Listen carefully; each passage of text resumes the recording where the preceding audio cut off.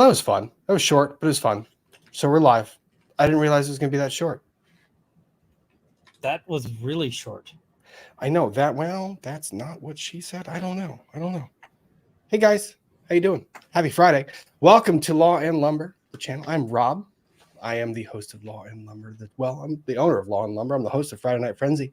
And on screen with me is Ian Runkle. So me, Rob, I'm a licensed attorney in Virginia, practicing in family law litigation and bankruptcy law. And I do this little shindig on the fun side.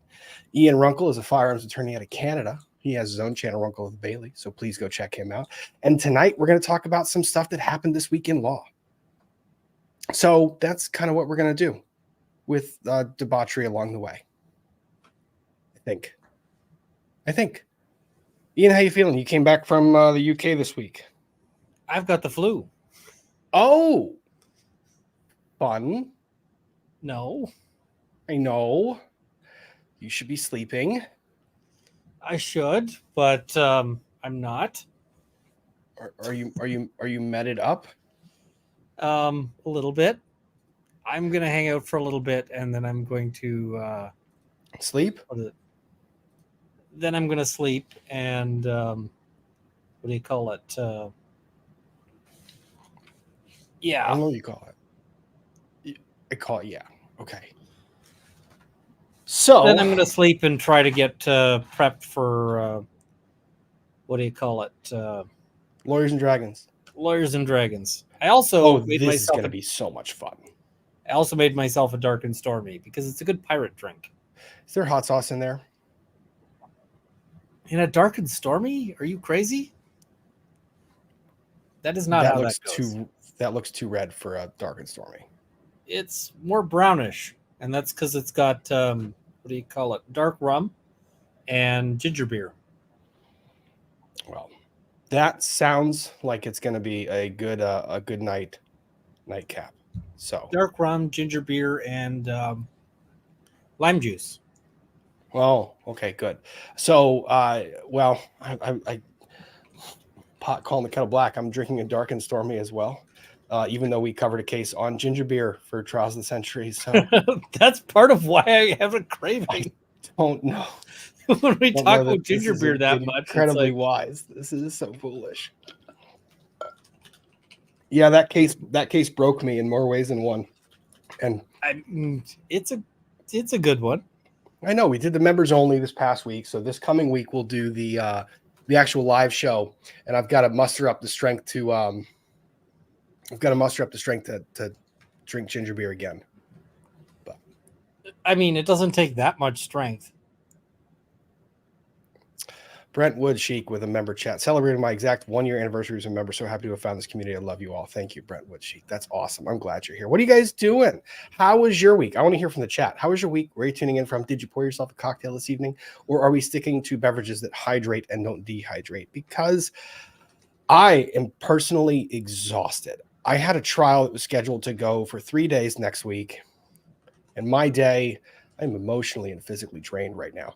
My day began with compiling binders and reviewing my trial binders, negotiating possible settlement, and ended up I've done the trial binder thing. It sucks. Oh my God. It was I was on the phone, Ian, today for what amounts to, I think, about 6 hours back and forth between client and opposing counsel, negotiating and trying to see if there was a resolution. And my word, at around 3:00 this afternoon, we reached a full settlement of a trial that's supposed to be all week next week. So, yeah, I had all these thousands of pages of documents strewn across my desk in all sorts of chaos, trying to see if we can resolve the dispute without proceeding the trial, and see if we could get opposing counsel and I on the same page. We were able to get on the same page. We got an agreement. The agreement's in place. It's been signed and sent to the court for entry.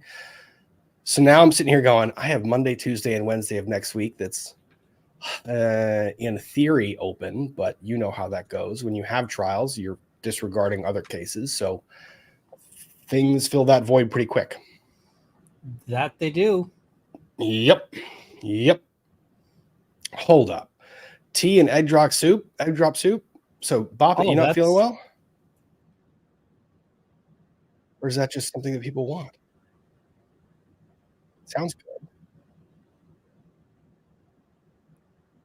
Ian, your eyes just got really big and starey. I'm just trying to figure something out. Oh, okay. Jaeger bombs in Florida. My word, that's brave. It is 8:15 in Florida. Jaeger bombs is a bold choice. I applaud you, my friend. Cheers to you. Live chat off to cut grass. Well, you know what? Grass got to get mowed. Grass got to get mowed.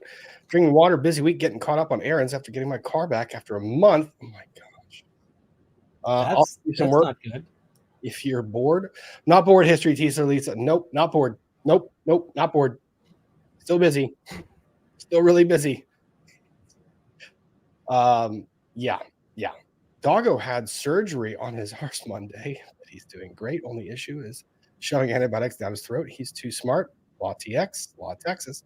Best of luck to you, because doggos can I don't know how that happens, where they can basically, you can put it in peanut butter, you can put it in cheese, and they still figure out that there's medicine in there, stuff that they shouldn't be eating. I mean, they should be eating it. They should. It's just they choose not to. They don't want to. KC Cat dodging tornado warnings. My word, I hope you're doing better. Hope Ian's better. Ian is on the mend. He just needs sleep, which he doesn't like to give himself very often. I don't like any of the sleep things. No, and your body reacts negatively to the sleep thing for some reason. Stacey Coates drinking peach tea while brought home from Texas Roadhouse. That's fantastic. I had barbecue today for lunch. It was fantastic. Barbecue is a noun. It is not a verb. I don't care what people say. You eat barbecue, you go out and you grill, or you use the smoker, or you barbecue. You don't barbecue. Barbecue's not a verb. I mean, barbecue's a noun. It's a noun. It's also a noun, but it can be both. False. Lots of Carolina. things are both. Carolina style barbecue de legality. Like, so hammer is a noun and a verb. That's true. The act of hammering, to hammer. What's the saying? Like, when you have a hammer, everything's a nail. That is correct. Yeah. Sometimes. 16 weeks pregnant, so water it is in Michigan. Brittany May Beauty, my hat's off to you. That is something else. That's oof. Otterly Bell. It was a rough start and an intense morning at work, short-staffed, and within 15 minutes, I got to take the final care of my patient that passed and take care of another two that fell and broke her hip and injured head. I'm very sorry for that, Otterly Bell. That sounds like a rough week. I have something that might make it a little bit better. I know that there is this cutting board that I have had next to me for a while, and it even says Otterly Bell on it because I gave it away during a member chat, and I don't have the mailing address for where to send it. So Otterly Bell, I know you're here because you're chatting. If you can just send me a DM on Twitter or send me an email to lawandlumber@gmail.com so I know where to send this cutting board. And if you guys don't remember the cutting board, this was one. I think this was the CNC one that had the logo on it. Yeah. Also a place to send your dating requests. No, don't do that. Don't do that. I don't respond to emails that often. So yes, Otterly Bell, please reach out. Please. It's been sitting here next to my desk with a reminder note on it to make sure that you get the cutting board that I gave away. So yeah. Anyways, we have a lot don't of stuff do that because that'll just be creepy. Well, yeah. We do have stuff to catch up on, but I did want to highlight something. So my brother-in-law, he's about to have baby number 6 under 10. Wait, what? Mm-hmm. Baby number 6 under 10 years old. Huh. The Uncle Rob, you know what? Uncle Rob responsibilities for making stuff for these kids, I undertook those with all the love in my heart, and I feel like I should have put terms and conditions on that. I should have put terms and conditions like I will make Adirondack chairs and little benches and little cute things in the shop for these kids. But can we place a cap on it? Like just at some point in time. I love the nieces and nephews, but my word. Now you've got a basketball team and a sub. You got to switch that thing from full auto to semi, sir. Just oh. So it's how many? Someone's asking how many in total. I've got this one's going to be 6 for my brother's family, and then 2 for my sister's family. So 8 total nieces and nephews. And then I've got other nieces and nephews that are like my best friend's kids that have always called me Uncle Rob. So I think right now I'm rocking a total of I think 12 nieces and nephews. That's a lot of stuff to make in the shop, man. It is fun, but hard.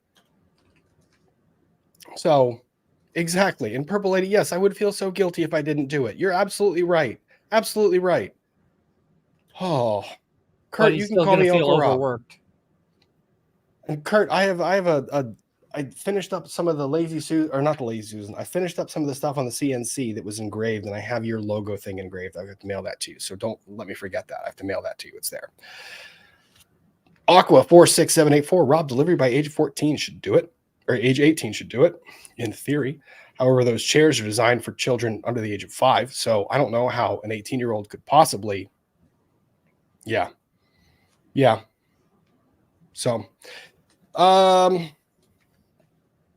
yes, they are Catholic. They are very Catholic. They want all the babies. So, you know what? Better thee than me. I have way too much going on. Lindsay saying, I've been drinking ginger beer since Wednesday night, finishing off my growler of white peach ginger beer right now and cracking caramelized pineapple soon.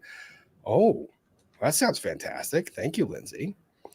Celine, hello, my dears. I'm replay crew this week because I'm at a concert. So here's my contribution to the mischief and shenanigans. Thank you, Celine. Sending my love to all of you. Thank you, Celine. Yeah, it's there. Susan says, having a little transfusion drink over here. Entire week was awesome. Yep. For those of you who don't know what a transfusion is vodka mixed with equal parts ginger beer and grape juice. It is delicious. It is the drink of the golfing gods. Jacqueline Ellis, sipping Dr. Pepper and whipped vodka. Listening to you while school supply shopping. All those parents, get your school supplies in. Rhineman YYC legal win this week. We came to a mutual understanding of go F yourself. We're not doing business with you anymore. You know what? Those are some of the best legal understandings you can reach. Like just you walk away, I walk away, F off. We're not doing business anymore. So cheers to not having to deal with that person at any point in time in the future. Mama Care Bear, yay, Ian and Rob with this fluffy beard. It is, Ian made the comment, I'm growing it out a little bit. It's not like unmanageable. It's still kept.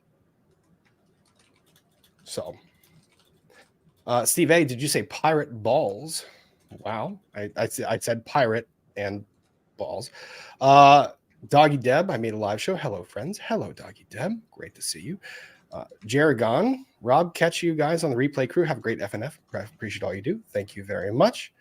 That catches me up on some of the super chats. Let me make sure I've got the member chats starred, because thank you to Emily for hounding StreamYard until they got them to star these things. Molly Piazza turning 21 on Sunday, so just Diet Coke tonight.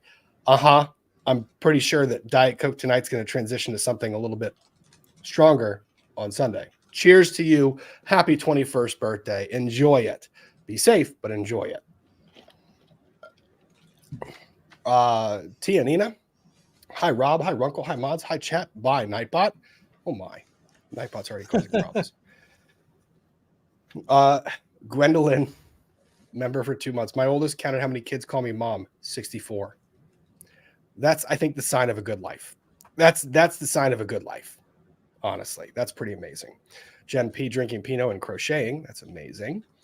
Analytical Blarney AB. So glad Dynamic Duo is back. We are back. It's fun. Aviation Fanatic, happy Friday. Florida vacay starts tomorrow. Congratulations to you. Joshua Ten Hog. Ian, I hope you feel better soon. I hope so too as well. Me too.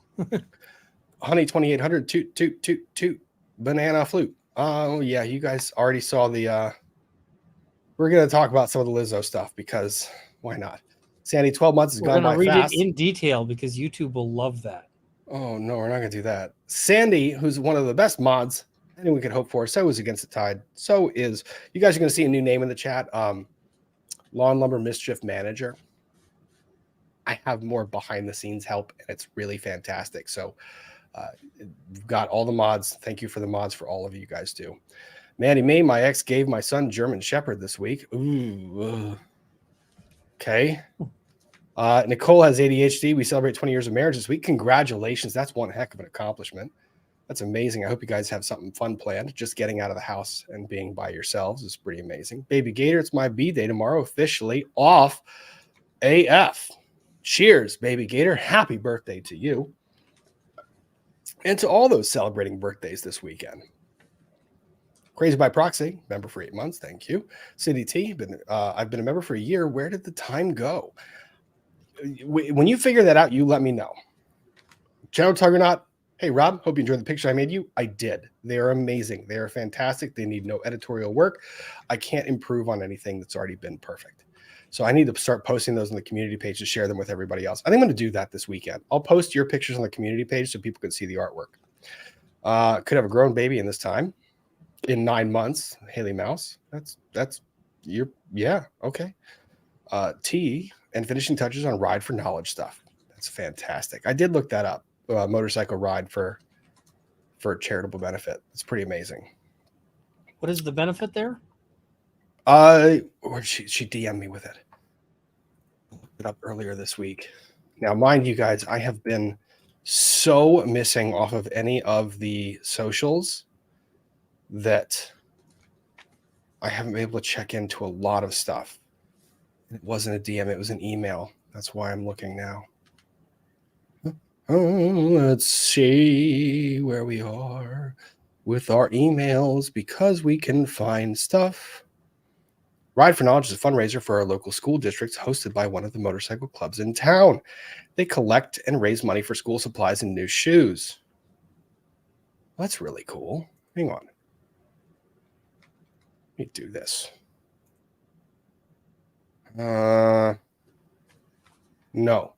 Yes. Save in a place where I can actually open it because I do like highlighting this stuff.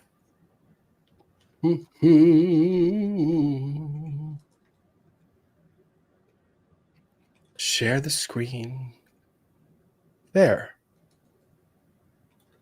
Smoking Skulls MC presents Ride for Knowledge 2023. August 12th. They sound like Looks nice fun. people. I have always found that motorcycle people are decent people. They're good people. Depends on the motorcycle people.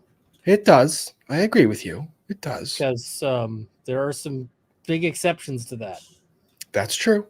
Time Lords, who's always been a faithful person to this channel. Thank you, Time Lords, for being here and for all of the funny laughs you give me off channel and on channel. Celebrating my birthday, 8-1 in crafting tonight. Happy birthday, Time Lords. I hope you have a wonderful birthday. I know it's been a tough year for you, but I hope that this birthday brings a better year in the future. Baby Gator's my birthday tomorrow, officially old AF. Oh, yeah, I don't think we need to say that. How would I pronounce this? Jacine Tassero? Gentlemen, you're the best. Thank you.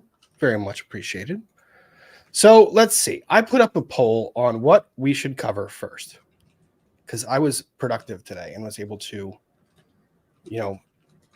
do some of the things. Not all of them. It was after that case settled that I was able to kind of look at it. All right. So we've got 1,108 votes. Oh. Someone's telling me I forgot to put something up. Kristen M96, wait, what? Mischief Managed? Do you not trust Rob? Can't believe what I have my 1 year milestone. Happy 1 year to you, Kristen. And yes, we trust Rob, but Rob gets distracted. So Rob needs help. So there's a Mischief Manager that helps manage the mischief and make sure that I see the things that I need to see. All the mods help me see the things I need to see. They're fantastic. They really are. And they donate their time. And I try to make sure I celebrate each and every one of them. So thank you guys for being here. And thanks for the chat for being here. It's pretty amazing. So chat is saying with 1,132 votes, we're talking Kohberger. Oh, lovely. I know. Now, interesting thing about Kohberger. Have you seen this news yet? I know that you were on it with Eric earlier. Yep, Did you guys talk about this? a little bit. He's Have you filed a seen? very unusual alibi notice. Kind of odd. It was odd. Oh, before I get there, and I'm going to swoop before I get there. I promise you guys. What I wanted to share was that I was going down this path. My brother's sister-in-law, if you guys can follow that. So she's the granddaughter of an artist, Carol Dyer, who does amazing, amazing work. So Christine is the granddaughter, and she's always done these little art projects. She's tried to learn from her grandmother. And she's done a really great job at it. And what her grandmother always did was these wedding invitations where she would take the standard invitation and instead of just the outside, she would put a border or a matting around it and would paint these lovely floral decorations around the outside to make it a custom that is lovely piece of art, right? With the bows and the flowers, all hand painted so that the bride and groom or whomever is celebrating an event, whether it's an invitation for a wedding, an invitation for wedding invitation, a bridal shower, a baby shower, something to that effect. But it's a way to basically say, well, you get to frame something. I've always loved the work. I have one of Carol Dyer's pieces that she did of Old Town Alexandria. And on the matting, she drew a little rowboat with me in the rowboat. So I've always loved artwork, and you guys know I love celebrating artists. So Christine Dyer has just this week opened her Etsy page. Oh, nice. So, because that is beautiful work. Christine Dyer Designs. Very pretty, if a bit busy. Yes, uncivil. They are, but it's supposed to be a piece that you hang on the wall. So, and you can probably make it customized, make it simpler or more detailed if you'd like. But yeah, guys, please go check it out. I really do appreciate when people take the leap. No, Rob's not getting married here for years. This is just me celebrating the fact that someone that I have known, I have known the Dyer family, this family. I don't think I've ever told this story. My brother, I introduced him to his wife when he was 14 years old. And I took them on their first date, my brother and his now bride. They rode in the back seat. It was a double date. I took them on their first date to, I think it was Holly-ball. And when I showed up there, the youngest. Now, what is a Holly-ball? Holly-ball is it's one of these dances they have in one of these schools. So I showed up to pick up my brother's now wife. And the youngest daughter was there setting up for a tea party, pouring Gatorade into teapots. That youngest daughter is now a neonatal nurse at Georgetown Medical. So it's like, I've known this family for that long. So seeing how the art has kind of found its place in the family and seeing that Christine now has the courage to go out and do this herself is really, really, really amazing. So I just wanted to celebrate that and kind of give her a big congrats for making that leap. But that was that little foray. So it's my sister-in-law's sister. Yes. Is that the easier way of saying it? My sister-in-law's sister? Yes. That's the easier way of saying it. Thank you, Julia. Thank you. Let me see. Other thing was my other friend, and I know that you like this stuff. I don't know if I played this before because he did this one a little bit ago. But, I have a friend that picked up playing the fiddle. I've played some of his stuff before. And I don't know if I played this one in particular, but I'm going to now. because it's a good little interlude.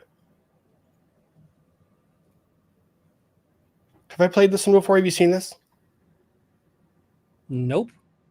So this is my friend Brandon the Wandering Bard, self-taught on every instrument, including the fiddle, and picked it up when I was, I remember when he first picked up that fiddle, it was at my other friend, Carrie and Caroline, their wedding. He was first learning how to play.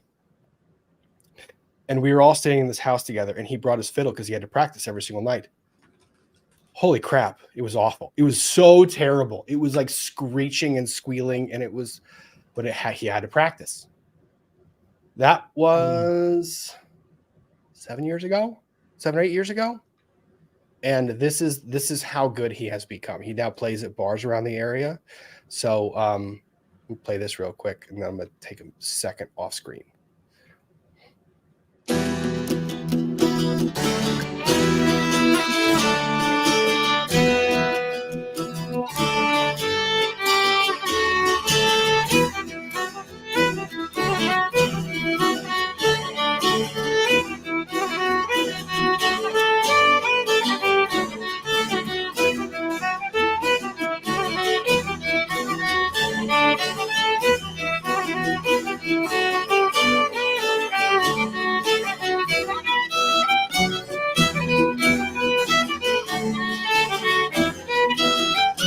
He got good.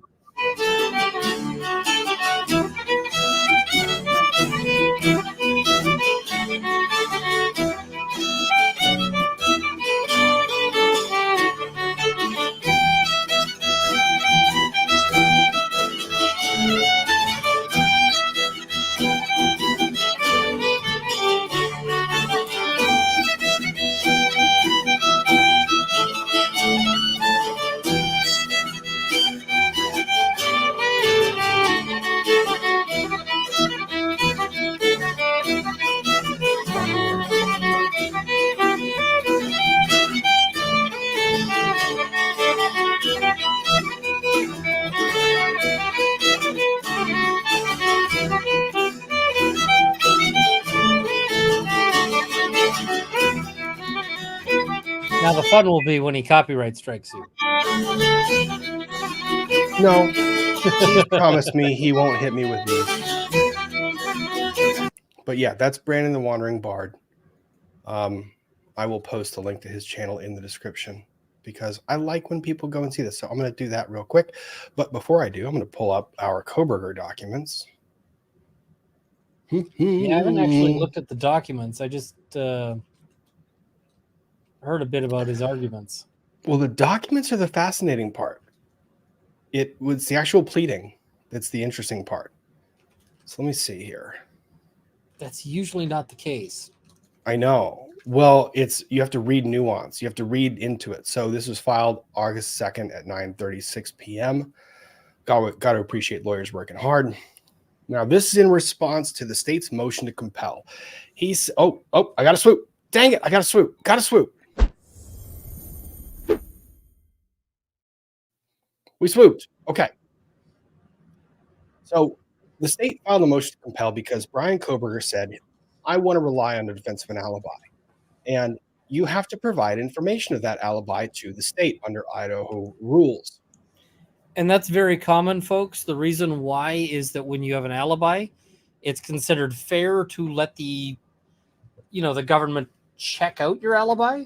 Like if you say, hey, I wasn't there, I was at this bar, the government gets a chance to then send some people to the bar and be like, hey, was he there? They can be like, nope.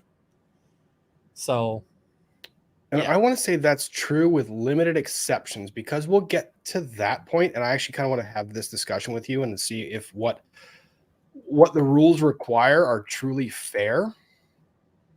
Because I have some questions about it. So let me do this real quick. Just to add those links before I forget.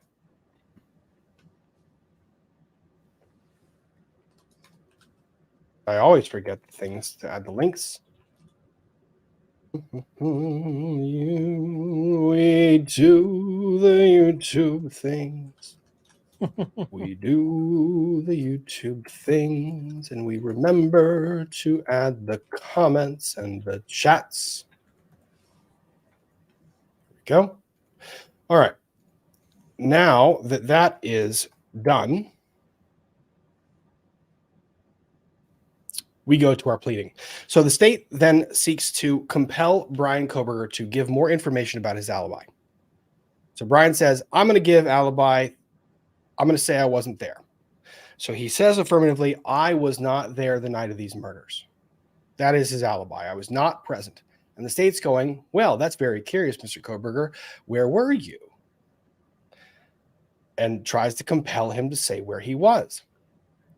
And Kohberger files this objection to essentially that additional information. So here we have Bryan Kohberger, Bryan through counsel, Ms. Taylor, objecting to the state's motion to compel motive of defense of alibi, or alternatively to bar certain evidence. So the state's saying you can't put on alibi evidence if you don't tell us where you were. So Idaho Now, Code where 19. it isn't like a ban that you can't put I know, on alibi. it's weird. Where I am, it's that you risk having what's like an adverse inference drawn. So if you bring up an alibi but you never told them, they can be like, yeah, the reason why you didn't tell us is because we'd probably have figured out it was crap if we knew. So, well, and that's the curious thing about this one. So, and we'll get through that. So Idaho Code 19-519 and Idaho Court Rule 12.1 require an alibi disclosure of a specific location with a specific location and witnesses to so testify. So you got to say where you were and what witnesses are there. yeah. So by statutory definition, Which can be a problem if your alibi is something like I was drunk and got lost. yeah, correct. So by definition, Mr. Kohberger may remain silent, yet testify that he was not at 1122 King Road. This makes sense. You can say I wasn't there, but the state doesn't get to cross-examine you on that. They don't get to force you to testify. So it's a very weird thing. So right now we're in this weird area of law where you have the Fifth Amendment right not to testify and not to be compelled to testify, but you can still say I wasn't there. And you can put on corroborating information to that effect. So Taylor says, however, in an abundance of caution, recognize the court has authority to exclude witnesses. So that's what she's worried about. This is what she's worried about. She doesn't want exclusion of witnesses. For good reason. Yeah. Mr. Kohberger has indicated he anticipates corroborating witnesses. He doesn't know who they are yet, etc. So we go through a bunch of case law when determining whether to exclude witnesses. So this is case law that basically supports the contention that if you're going to exclude witnesses to a defendant's defense, their actual right to put on a defense and to stay silent, then you are violating an element of their due process. You could potentially be doing that. So they're saying this is really significant. This is a big deal. You can't just say you didn't provide the witness information, he's gone. It's not like a civil case. You're holding the person's jeopardy in hand. So Mr. Kohberger, and this is your first indication of where we're going, and something that I didn't think other people picked up on. Mr. Kohberger has a long habit of going for drives alone. Well, that choice of word habit is very interesting from an evidentiary principle. See, the general rule is I cannot present evidence of a prior act when I am trying to prove by that evidence that I acted in conformity with that on another day. So let's say last week I went for a drive, to Richmond. I can't present that to support the contention that today I would have likely gone for a drive to Richmond. It needs to rise above one or two prior instances of conduct to actually form something that would be considered a habit. Like, for example,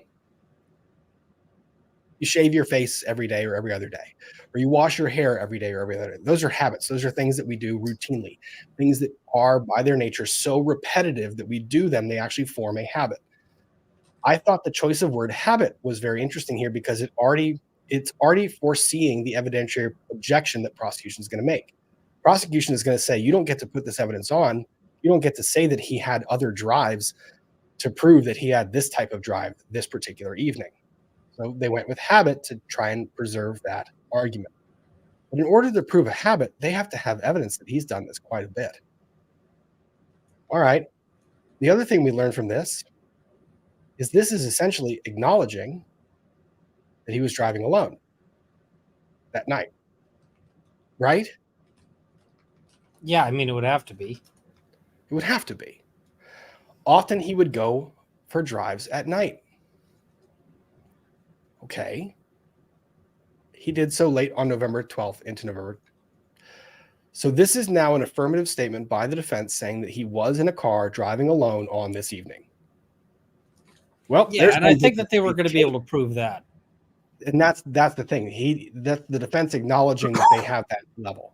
So it's the defense embracing that and saying, all right, you've got him in the car. You have him in the car, but he wasn't there. Mr. Kohberger is not claiming to be at a specific location at a specific time. At this moment, there's not a witness who can say where he was at each moment of the hours between the late night, November 12th, and early morning, November 13th. All right. Well, and that's the thing, is if you just go for a wander, it might be difficult. So he was out driving, but there's no witnesses to say where he was precisely. And he's not claiming to be anywhere precisely. If I was the prosecution and if I was the judge, I'd be frustrated with that. Like, they have alleged that you have been in a specific location and took a specific route. They have gone so far to say that you took a specific route to this location. If you're saying that you were out driving, do you really not remember where you were at all that night? I mean, I sometimes go for drives and I could tell you, I have no idea. And some people are like that. If you asked me to retrace one of those random drives, the answer would be, I know. Like, there's just no way to do it. And this brings me back to that first sentence, has long had a habit. If your habit is that in the middle of the night when you can't sleep, you get up and go for a drive randomly and aimlessly, that's your habit. And it would stand to reason that if we believe that that is your habit, that you go out and drive aimlessly, that you don't remember where you drove that night because you get up and drive every single night. Yep, fairly common. So, oh, did you just see that super chat? Laura, that was exceedingly generous of you. I'm so grateful for these discussions, just talking about the law and facts that are known. That's what we have to operate on. The facts that we know, the law that we know. I'm not speculating. I don't like speculating. I just like these cases play out in a complicated way, and the media jumps to conclusions left, right, and center. Everything is viewed as the most significant development in the world. If you saw the headlines today on Kohberger's alibi, you probably saw a bunch of people making endless conclusions. Oh, yeah. But, I mean, I try to ignore the idiots because they're everywhere. Laura, that was exceedingly generous of you. Thank you very, very, very much for that, for the support of the channel. Counsel for Mr. Kohberger is aware that case law broadens the definition of the alibi with the statutory requirement of a specific location to more broadly include disclosure of information that tends to state the person claiming was at a place other than where they were located, other than the location of the offense. So case law basically says you have to narrow down where the hell you were. You can't just say I wasn't there. That's what case law says. This part was weird. He's complied to the extent possible at this time. I had trouble with that. But then again, if we go back to this understanding, he might just have aimlessly driven. Yep. Like, he's doing the best he can. Yep. So corroboration that he wasn't there might be brought out through other states' witnesses. I can see that. If you're going to cross the expert or cross the individuals that claim to have seen somebody, That might support it. Are you going to bar those witnesses from testifying to that? No, you can't. You can cross them on that. It'd be hilarious if they did, because aren't those government witnesses? A lot of them, yeah. And that's the other thing that the defense is going at here. This part. The state relied heavily on third parties. They relied on the FBI.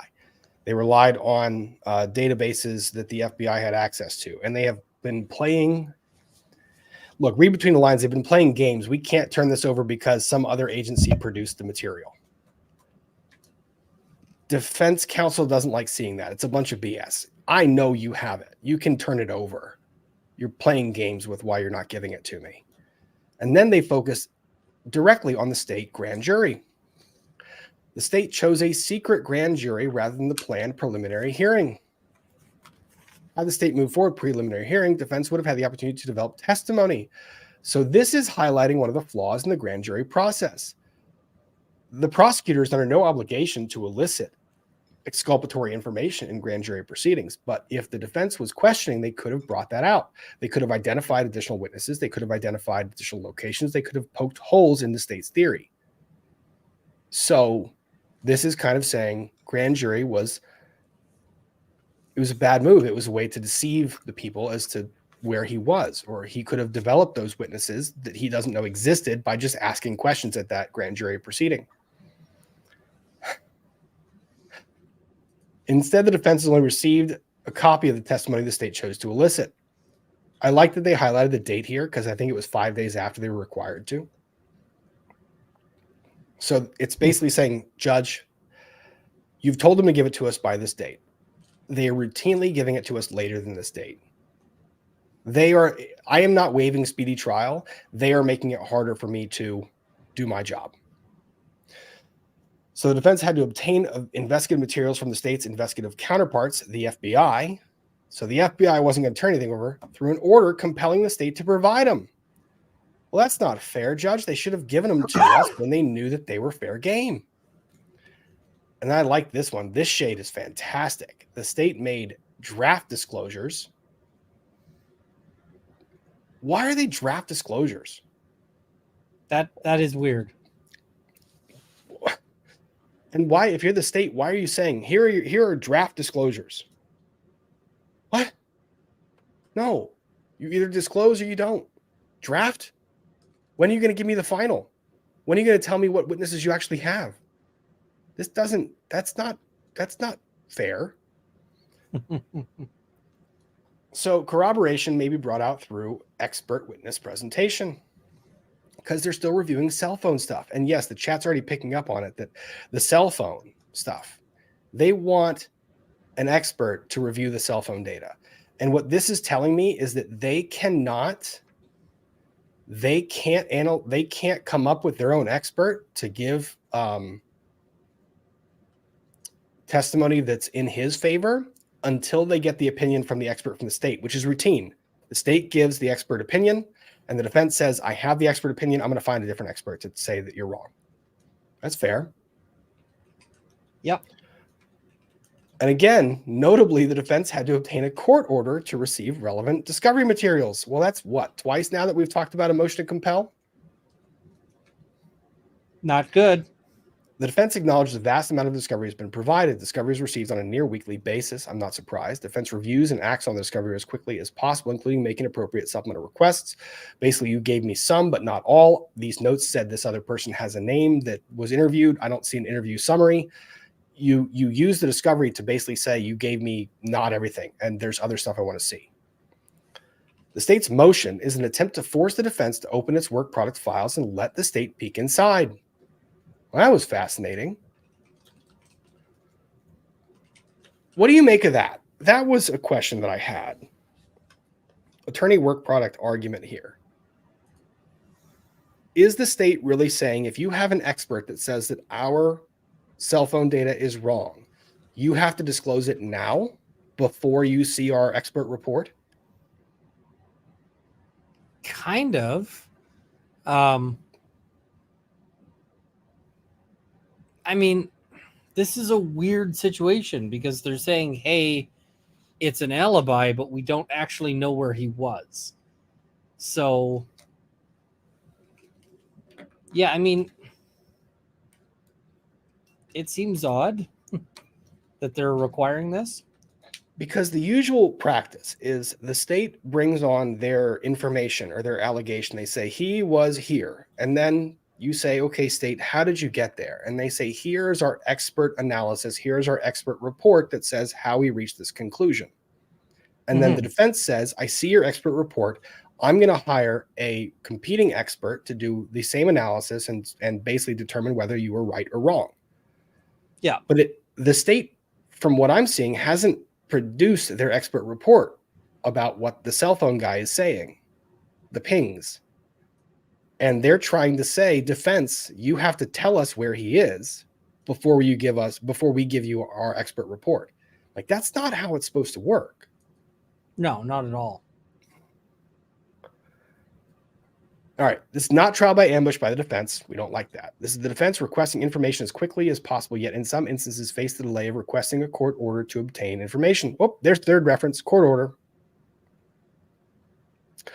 The state continually uses those opportunities to attempt to force a waiver of speedy trial. And that's the thing. The record is replete with that, where the state comes and files their motion or states their argument.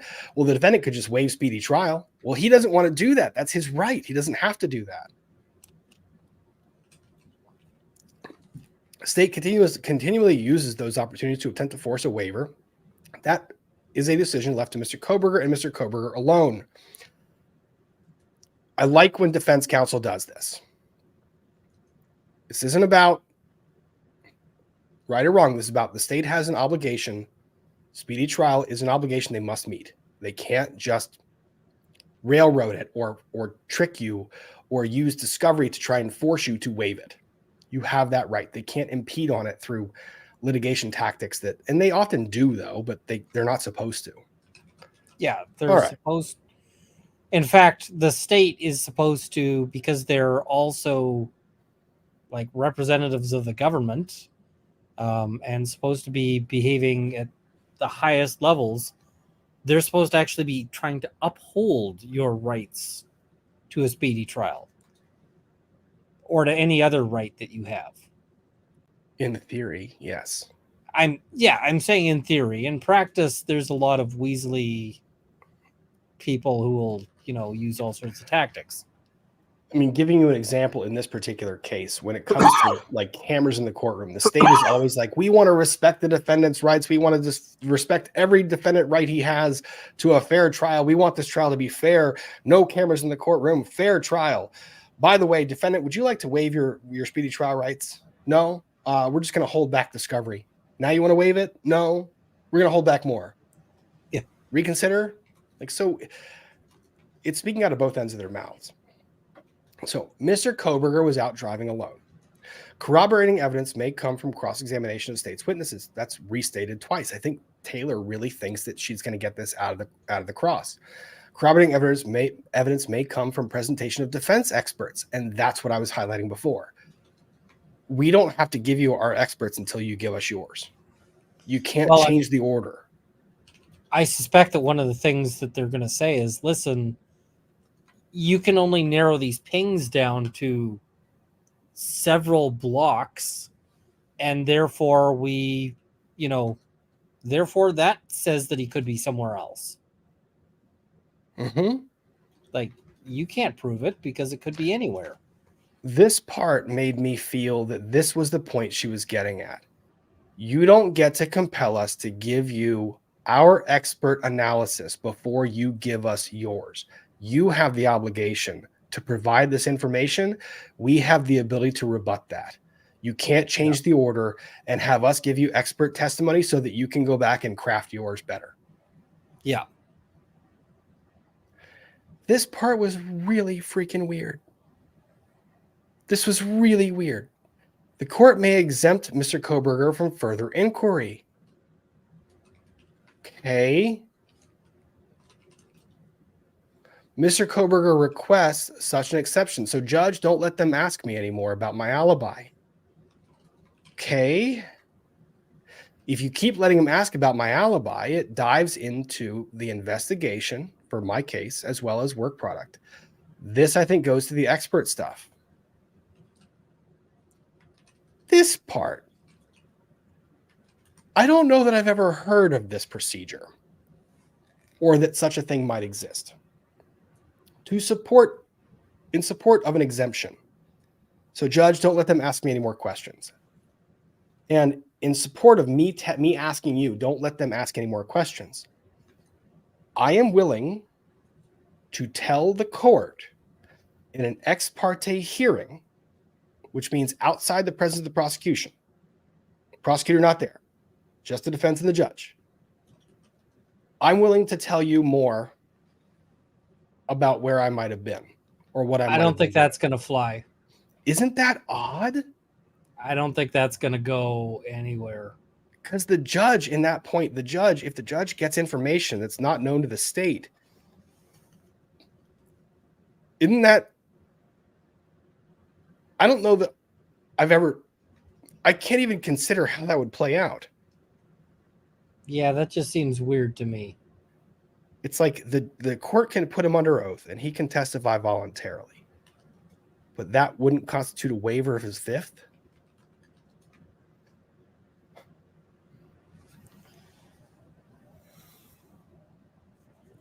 Yeah, that seems very weird to me. This whole thing is weird. Imagine taking one of your clients and being like, no, prosecutor, the Crown, you don't get to see what my client's going to say, but my client can say it to the judge. No, that just, what?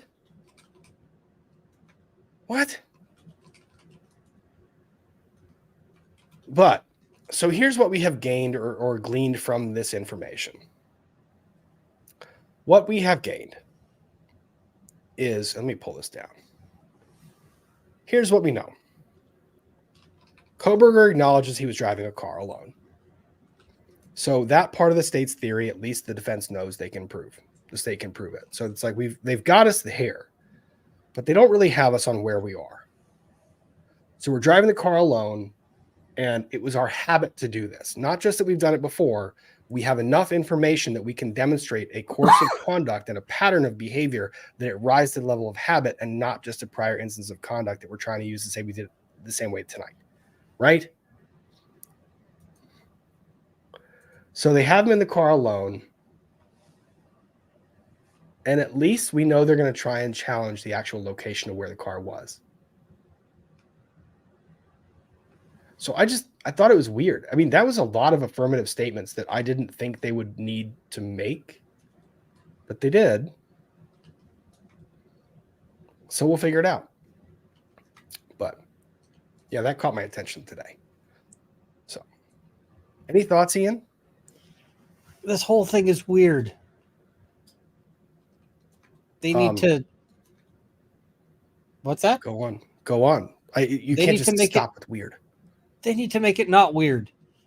Like, they need to solve this because, like, respect the guy's rights.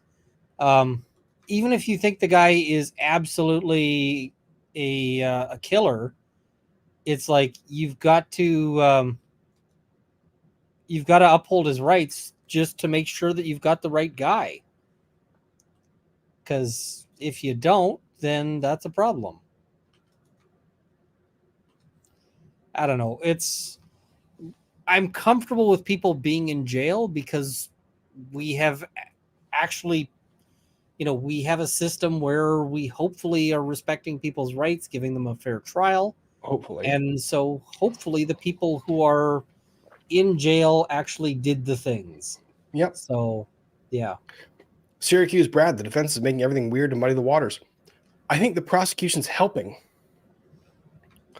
The constant mantra from the prosecution in this particular case, especially of no, we're not going to give you these things, or no, we don't have them in our possession because some other agency did it, like at our request. These are things that every attorney recognizes as, well, for lack of a better word, bullshit. You just recognize it as bullshit. You're going, I know you have it. You don't want to give it to me. I know you know it. You don't want to give it to me, but you should be. So the prosecution isn't helping. The prosecution is feeding into this. And the defense is just exploiting what the prosecution is leaving open. The lawyering on both sides of this isn't terrible. It's highly contested. It's a capital case. There's a lot of strategy going on by both sides, and we're sitting here trying to Monday morning quarterback what they're doing. I'm just trying to watch what's playing out here. It's really pretty interesting, though. So, yeah, it's concerning to me. That's, I guess, my thoughts. It's concerning because I think that the quarterback or the strategy should be less from the prosecutors. No game playing, no shenanigans. Well, you go back to the reason why we believe that, or the reason why I believe that. I think you believe it as well. Is the state has all the resources. They have every resource. They have all of the investigative powers of the state police, the county police. They have every resource at their disposal. Oh, it's just unreal. It's like, hey, let's say you're curious about what's going on in a particular place. Well, if you're the government, you can send, like right now, if they were curious about a particular intersection and what that intersection looks like at night, they can send a team of cops there to go and take a dozen pictures. Or if that intersection has cameras, they don't need subpoenas. They are the state. Yeah. They can go and say, give me the footage without a subpoena, without any other compulsory process. They can go as an agent of the state and say, I want the camera footage from this day. Well, and just the difference between like private businesses. Let's say there's a coffee shop there and they've got security cameras. Mm-hmm. So if I walk in and I'm like, hey, I'm defense counsel on this high profile murder, could I get a copy of your security camera footage? What they'll say is, hey, you're invited to cordially go and F yourself with a pot of hot coffee. And whereas if the police walk in and they're like, hey, it's like, oh, we'd love to help the police. It's such a different world for that. So defense has to do everything uphill, both ways in the snow. Whereas whereas the prosecution often is sort of skiing downhill the whole way. I know that we talk about it a lot, but I don't think people could ever really realize exactly how brutal it is to be on the other side, because you get document dumps that are terabytes of data, and you're sitting there going, and it's oftentimes like before you have a deadline of your own, and they've had this for months. And they've reviewed it and poured over it. They know all the details of it, and they just give it to you. And now you've got to get caught up to speed on it, process what you are or are not seeing while complying with your deadlines, when they have had all of this, most of it, before they decided to bring charges. They've been sitting on a lot of this information before they brought charges. Yeah, and they actually get to decide the timing of like when they bring charges, when they arrest you. So all of those things you don't get to decide. Yep. Thank you for the super sticker, DSN. Catch up on the super chats, and we'll get to the other. Let's do this. While I'm doing super chats, I'm going to put up another poll. Next topic. And if you guys haven't liked the stream, please do so. It does a great deal. And if you haven't subscribed to Uncle Bailey, please do so. He's a great contributor to all of these discussions. Lizzo lawsuit, or Bravo/E. I vote Lizzo because I know that one, whereas I don't know the Bravo one. Well, the Bravo one, I'm gonna kind of say that the Bravo one might be one that we want to look at, because I just saw some of the allegations in the letter. It was litigation hold letter, like saying we're investigating. We're going to bring a lawsuit, but the Please hold allegations on are to pretty your wild. documents. Yeah, allegations are pretty Yeah. wild. Just the Go ahead. reason why people send those letters is like as pre-litigation folks is that if you haven't put somebody on notice that they might be the subject of litigation, then they have all sorts of freedoms for what they can do with documents. Like say, throw them into a fire. And Make them there's disappear. exceptions to that, and rules and so forth. But if they're like, let's say their practice is that every week they destroy their documents, and they've been doing that for years. Now, that would be a little strange. You normally want to keep documents around for longer than a week. But like, let's say that's their practice. Well, if once you put them on notice that they might get sued, they have to stop that. They have to keep those documents and preserve them. Whereas otherwise, stuff gets lost. So it can be a really good idea to send documents going, hey, you should also, if you're in business, be aware, because often there's also rules saying things like you have to hold things like employee payroll records and those kind of things. You might be required to hold for sometimes a long time. Like lawyers, my files, I think it's 10 years is the current retention period for those. So yeah, you got to. We don't have a bright line date, but I hold on to everything, at least in scanned format, for indefinitely. We've got a bright line date, and it's actually considered in some circumstances improper to keep it past that date, for the simple reason that it can be hacked. There's a possibility, like, I've got a bunch of paperwork, like paper files, and in theory somebody could break in and to my storage and start rifling through it. So as soon as I don't have a requirement to, like, the instant all of my boxes with old documents are marked with like, here's the destruction date. Yep. And the instant that destruction date hits, those start going into fire, because there's just no reason to keep it. And they're often stored, I see the question, they're often stored in our offices, or there are commercial providers who will store them for you, or they will scan them for you and with auto destruction dates. So it's various ways we can do that.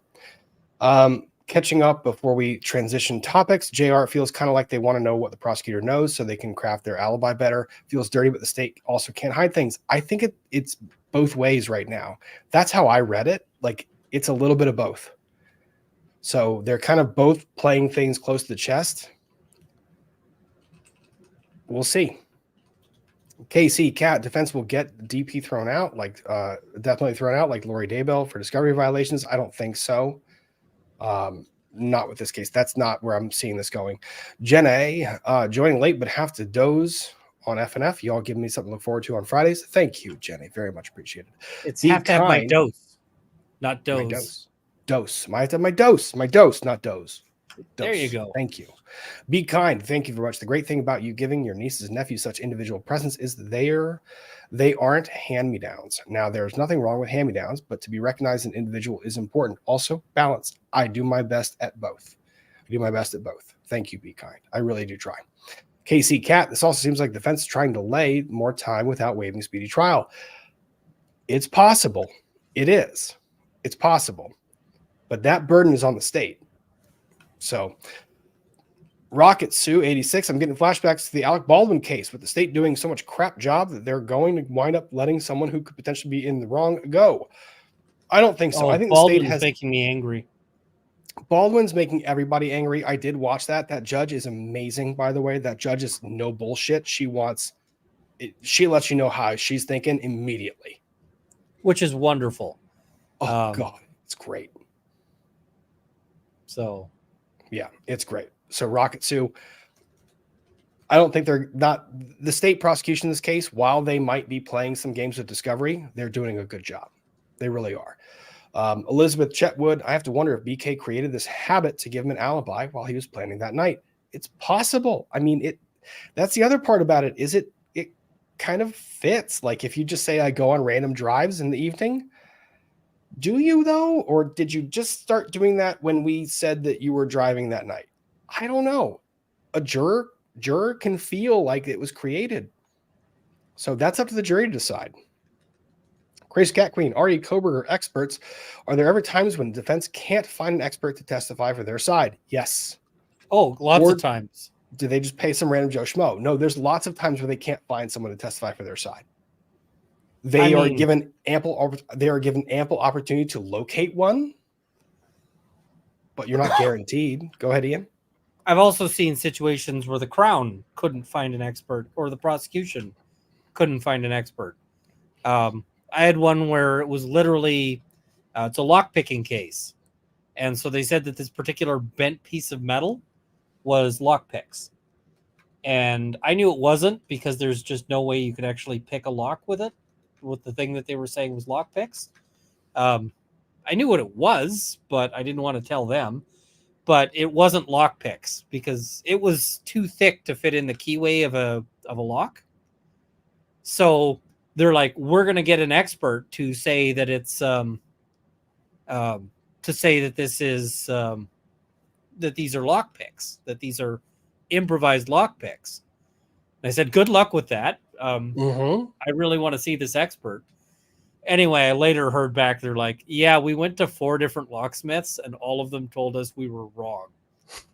So we're dropping the case or we're dropping these charges. I'm like, you don't say. Good Meanwhile, Good call. The cop had actually put in, these are definitely lockpicks. And I'm like, you are definitely an idiot. And also kind of a liar because you were willing to say that these are lockpicks and they're not. So, and following up, Crazy Cat Queen had a follow-up question. What's the definition of ample time? A good example of ample time is actually illustrated by the Sarah Boone case. That has been continued, I think, 6 or 7 times because the defense is having difficulty finding an expert. So ample time is months if they need to. They waive time, they get time. So they're not going to cut you short, but at some point in time, the judge has to put their foot down. It's a question of when. Annalise, New Zealand, do you think the defense knows that the phone records show him in the area on many occasions? I don't know. I mean, they do have, some of the documents that say, hey, here's where he was pinged, and that his pinging route is consistent with him having gone along this, particular track. I like that you said consistent with, because it's not. Well, it doesn't show that. It's just consistent with. Exactly. And it's like the correlation versus causation. Like the facts correlate, but doesn't mean that it was that night. And the thing is consistent with, all that means is not contradicted. And so I just want, like, everybody hears consistent with from experts and they think, oh, that means it's shown that, right? And let me tell you 2 things that are consistent. Like, Joe murdered the Pope is consistent with this is a pen. Those 2 things don't point to each other in any way, but they're also not contradicting each other. The fact that this is a pen doesn't say anything about that. So what you end up with this weird, so when they'll say, oh, it was consistent with this, it's like, okay, but that doesn't necessarily mean much. This guy was stabbed and this particular knife is consistent with the weapon that was used, but it might be that any knife is consistent with that. It's not this knife is specifically the one that was used. It's like, So, yeah. Yep. Crazy Cat Queen, I wonder, how does one prove a true alibi when you have 30 witnesses, but they all wear fur, like permanently? Well, that's not the easiest thing in the world to do. For example, I have a Ring camera on the front of my house. That Ring camera captures every time I leave the house and come back to the house. That's one thing. I don't like the fact that the government can track my phone everywhere it goes, but I don't usually go anywhere that I am ashamed about the government tracking it. So that's something. That's how you can prove alibi stuff. I've seen alibis. I was able to use a Steam achievement as an alibi. Oh, okay, because that you would have hit it while you were gaming. It shows a particular time, and I was able to say, listen, here's a screenshot of his Steam. It says that he got this achievement, and it's unlocked at this date and this time, and this is an achievement that requires you to be playing the game. So this is consistent with him being at home playing the game. So yeah, it's yeah. Vez from Quebec, what's best saying super chats or giving memberships? I don't know. I don't. I would say super chats are great for questions I can answer. They're great. That's the benefit there. Kaylee Leon, Rob, if you're in the market for a new suit, I highly recommend a Sam Bankman tweed. Oh God, I love the pun. Oh yeah, that's the humor. I need it. That's fantastic. That's a dad joke. Mary Coppola came in late. No offense, but your beard and mustache look like you're in witness protection. That's a solid zing because that's pretty good. That's not bad. It's a solid zing because it's friendly, but it's also kind of a good tease. Kind of. It's okay. All right. Okay. Casey Cat, Idaho's so weird with their laws. Every state is. Draco Amy, thank you for the super chat, my dear. I'd love to help out the channel more. You help out just by being here. So please continue to be here. I guess I'll just keep throwing love, affection, affirmation at y'all. And right back at you too, my dear. Y'all, Brent and mine, so many lives and should be supported. Love y'all. We love you back. So yes, thank you for being here. We appreciate it. We hope you have fun in the chat and find friends in the chat and enjoy yourself. Crazy Cat Queen, when I was 16, my best friend invited me to StarCon to see Captain Kirk. My folks noped that, and it's always been a sore spot with me. Wednesday equals driving from Florida to Pittsburgh to meet Bill Shatner 41 years later, also first real vacay in 12 years. Congratulations. Wow. That's fun. That's fun. That's awesome. I hope you have fun, Crazy Cat Queen. LK riding after chasing my 2-year-old nephew around today. I had forgotten what happened this week, which is a good thing. I also have about much energy left as a corpse. Worth it, though. Best medicine. Thank you. Thank you for being here and having fun with us. Mindy, love the channel. Thank you. Debbie Joe, those who gifted me memberships for 4 months. Thank you. I will pull gifted memberships up when I get a longer break to do so. Nurse M, wonderful year for thoughtful moments and laughs. Thank you very much. Mary Coppola is still the best. Thank you. Sweet LD, sounds like whining. Defense knows how this works. Yes and no. I think this is defense has a point here. See how far it goes. Chris and M96, Rob needs more alcohol before reading Lizzo. I am inclined to agree with you because I kind of want to read the reality one. We'll see. Professor of Logic, I'll duck out at Lizzo. My filter barely functions as it is. No amount of Bazooka Joe and duct tape can hold back that damn. Well, okay. So it might be reality show first or reality stars. Equality, sometimes I go for a drive and do karaoke. I'm sure many other people do that too. No? Oh, I sing in the car all the time. Or I just go and I actually don't listen to anything in the car. I just drive. So I do that. Musical Soup, so happy to be here tonight. Health issues may have stopped me before, but not tonight. I'm very glad to see you here, Musical Soup. And I also saw that you became a new member. Thank you for joining and thank you for being here. So member shop streams are coming back up. That trial settling next week means I'm doing a shop stream next week. So we'll have fun with that. Michelle Moreland, love the channel. Rob, glad to be here. Thank you very much. Pants, Rob, if a quiz is quizzical. Oh no, I can't answer this question. If a quiz is quizzical, what is a test?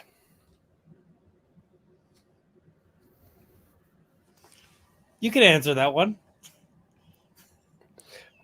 Testy? A test is test. Well, that doesn't help. That's not much better. That's not much better at all. You walked right into that. Because I was trying to avoid the testic. Oh. All right. Pants, you win. That was pretty good.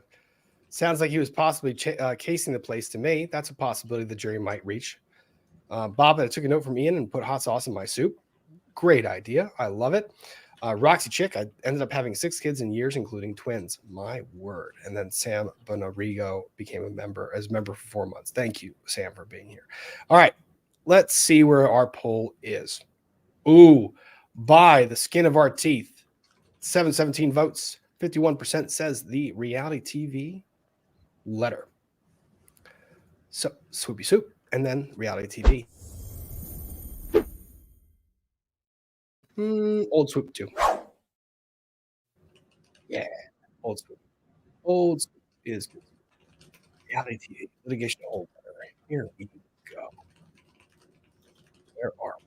So now this is going to come to you courtesy of TMZ. And they have kindly. They have no courtesy. They have no courtesy. They have so kindly watermarked it for us, so we know the source of the letter. Is it a PDF? It is. Shoot me that PDF. Let me fix it. Okay. I think I can fix it. Signal. I can probably fix it. Hang on, let me stop sharing. I can probably give me 1 sec. Stop share. Can I go in and remove your watermark, TMZ? I bet you can. There's a remove watermark feature. Oh, here we go. We're going to rewind in our brains. This letter was sent by attorneys to a Miss Kimberly D. Harris, Esquire, Executive Vice President of Comcast Corporation and General Counsel of NBCUniversal. Demand for immediate litigation preservation hold. Dear Kimberly, well, that's presumptuous. That's presumptuous. I guess, though, you don't want to gender somebody by saying Miss or Mr. So, still, this firm, along with Mark Garagos, represents a significant number of individuals employed by I've or seen contracted. worse salutations. I have too. Dear asshole or something like that. Yep. So I've actually seen law firms do like the what is it? I saw one that said "Hey clowns," and it came from a law firm. And so I had a client who brought that in. They're like, "What should I do with this?" And I'm like, so I just sent back a thing saying, just so you know, this client is represented by our firm. Please address all future correspondence to us. Mm-hmm. We recommend that you use a different salutation than "Hey clowns" if you wish to communicate with us. If it's accurate, though. It was actually just a very, very aggressive lawyer. And so he was sending "Hey clowns" to this guy who was unrepresented at the time. But yeah, it was just like, hey, this guy's got a lawyer now. Kindly send us all communications, and also don't maybe pick a new salutation. They got real polite, and then we pointed out that they were just trying to scare our clients into paying money, and there was no basis for it. So yeah. Yeah. So this firm, along with Mark Garagos, I don't know why the name dropped there, but sure, represents a significant number. What's that number mean? Of individuals employed by or contracted with Bravo Media, E, and CNBC, collectively NBC, assets owned and controlled by NBCUniversal. Specifically, our clients are the current and former cast members and crew members on some of NBC's most lucrative reality TV shows. Well, do tell more. Which shows? I'm very curious. As you know, NBC, well, this part is a little presumptuous. As you know, do I though? NBC has a pattern and practice of grotesque and depraved mistreatment of the reality stars and crew members on whose account it's coffers as well. See, the "as you know" works perfectly well for something that Known? people like anybody knows, but like as you know, your clients are terrible people. It's like, no, we're not Really? going to agree that we know that. Really? So, yeah. But you know what? If you're shooting your shot in the first paragraph, this is how you do it. These individuals have been mentally, physically, and financially victimized by NBC and threatened with ruin should they decide to speak out about their mistreatment. My word, those are some harsh words. As a result, the sordid and dark underbelly. Did someone cross lines from the writer's strike and start writing litigation letters? As a result, the sordid and dark underbelly of NBC's widely consumed reality TV universe has remained under wraps for far too long. This is a fucking trailer. Please be advised that the day of reckoning has arrived. It got worse. The day of reckoning has arrived. Dude, who? We need like somebody with a really deep bass voice, which is of course not me, to narrate this. Let me try. Please be advised that the day of reckoning has arrived. That was very weird to do. I don't usually speak that. What if I did the old Virginia? That's pretty good. Oh, that's a good. Let me try this again. These individuals have been mentally, physically, and financially victimized by NBC and threatened with ruin should they decide to speak out about their mistreatment. As a result, the sordid and dark underbelly of NBC's widely consumed reality TV universe has remained under wraps for far too long. Please be advised that the day of reckoning has arrived. Oh, God. Comes now the day of reckoning. No, it's too good. If they don't begin their complaint with that statement, they need to be fired. Comes now the day of reckoning. Oh, God. While our investigation is still ongoing, we have reason to believe that cast members and crew members on NBC reality TV shows have been subjected to disturbing mistreatment by NBCUniversal and or its employees, contractors, and third-party affiliates. This includes, but is not limited to, deliberate attempts to manufacture mental instability by plying cast members with alcohol while depriving them of food and sleep. Is this a waterboarding argument? Is that what we're alleging? Like we're training the reality TV stars like Navy SEALs? What? I mean, they are often messing, like reality TV, they do mess with people, right? Yeah, they put you in those situations. But it's always bothered me with the plying cast members with alcohol. Like you didn't have your faculties walking into that and could be aware that you could turn the alcohol down. I mean, it depends on the show too, because you may not be able to. I guess if they're saying you have to drink for every time you like get an answer wrong, but like assume like the Bravo TV, Real Housewives of whatever, they have alcohol at the table, but the person's still in control of whether they choose to consume it, right? Theory? Yeah, I mean, the thing is that a lot of these programs, you got to realize that things are, that you're going to get messed with in various ways. I mean, hell, you could do a reality TV show around the Depp lineup. Oh, imagine plying them with food or alcohol.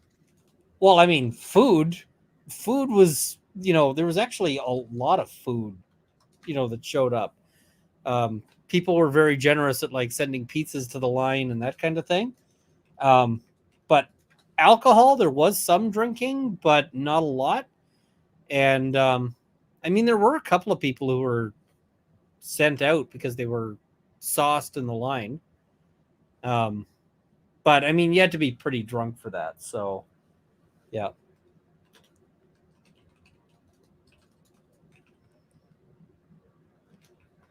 Oh, yeah. I mean, the lineup was a bit of a crazy time, but I'm glad there wasn't like heavy drinking other than like one or two people. But I mean, yeah, there's all sorts of things like stay up and like you look at like Survivor, it's like go hungry and then get into arguments with each other. Yeah, that's true.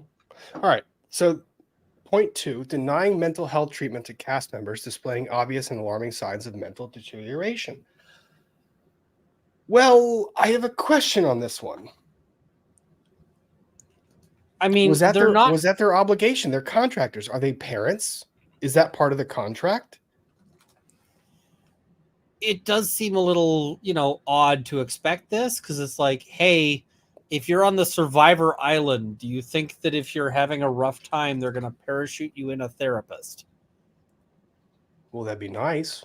You're not allowed a coconut, but they will parachute you in a therapist.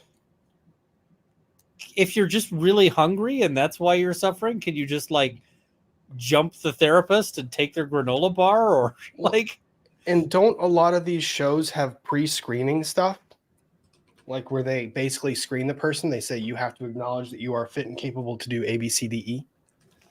Yeah, although I suspect that a lot of people who think that they're fit and capable are not actually fit and capable. Because there's a difference between I thought I was good to, to go hungry and get into arguments and all of this versus what it actually is. Now, this point is a curious one to me because I was thinking about this when I read some of this letter. Exploiting minors for uncompensated and sometimes long-term appearances on reality TV shows. So when the parents have kids and the kids feature in the show, right? So the show is following the family. Like yeah, some of that stuff I just like. Yeah, some of that stuff I'm just like, don't like. It's not cool, but it's also one of those things where the parents. I mean, I don't even. I think YouTube, for instance, should restrict some of the like mommy channels and so forth, and like the family channels. Yeah, where the ones where they focus on the kids. A lot of those. I'm just like, holy crap. And then, but the thing is, the other part about this is the chat is pointing out there's a conflicting part here where the parents, and this is one of those things where how far do you extend the company's obligation into the household? Because parents have a fundamental right to raise their kids how they see fit and make legal custody decisions on behalf of their kids. Within limits, of course, but yeah. But like where do we draw that line where the obligation ends at the parents and gets picked up by a third party corporation? So I'm confused about this. Now, the compensation element, I don't know. That's interesting to me. Because but then again, if they start compensating the kids, then you have a whole other set of window. Like that's a whole other set of doors they've opened. Like child labor laws. There are actually rules on kids have to be compensated if they're so. Interesting. So I wonder how that works. Distributing. Now this one. This is a hell of an allegation. Probably accurate. The allegation is that now they put the and or here, but I'm telling you, if you put and or, you better have evidence of this first one. Directly distributing, and I put directly because that's what I'm reading this as, distributing and or condoning the distribution of non-consensual pornography. So that's alleging that Bravo, E, or CNBC in these reality TV shows are distributing directly non-consensual pornography. Through what mechanisms? Because last I checked,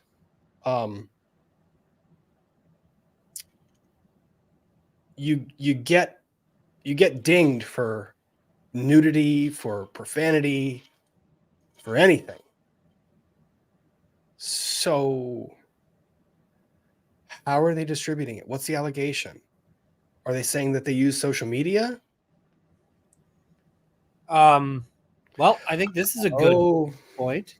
That's the one I was going to bring up. That one. Did all of the people in the stack Interesting. agree Consent. to be on that video? Huh. Julia 543. It's a good point. Rob, do you forget where your hashtag comes from? A picture of stacks of the JJs.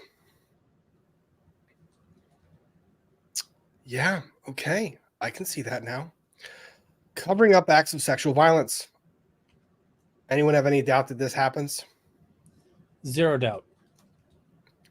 Refusing to allow cast members the freedom to leave their shows even under dire circumstances. Now, this is going to be a nuanced argument.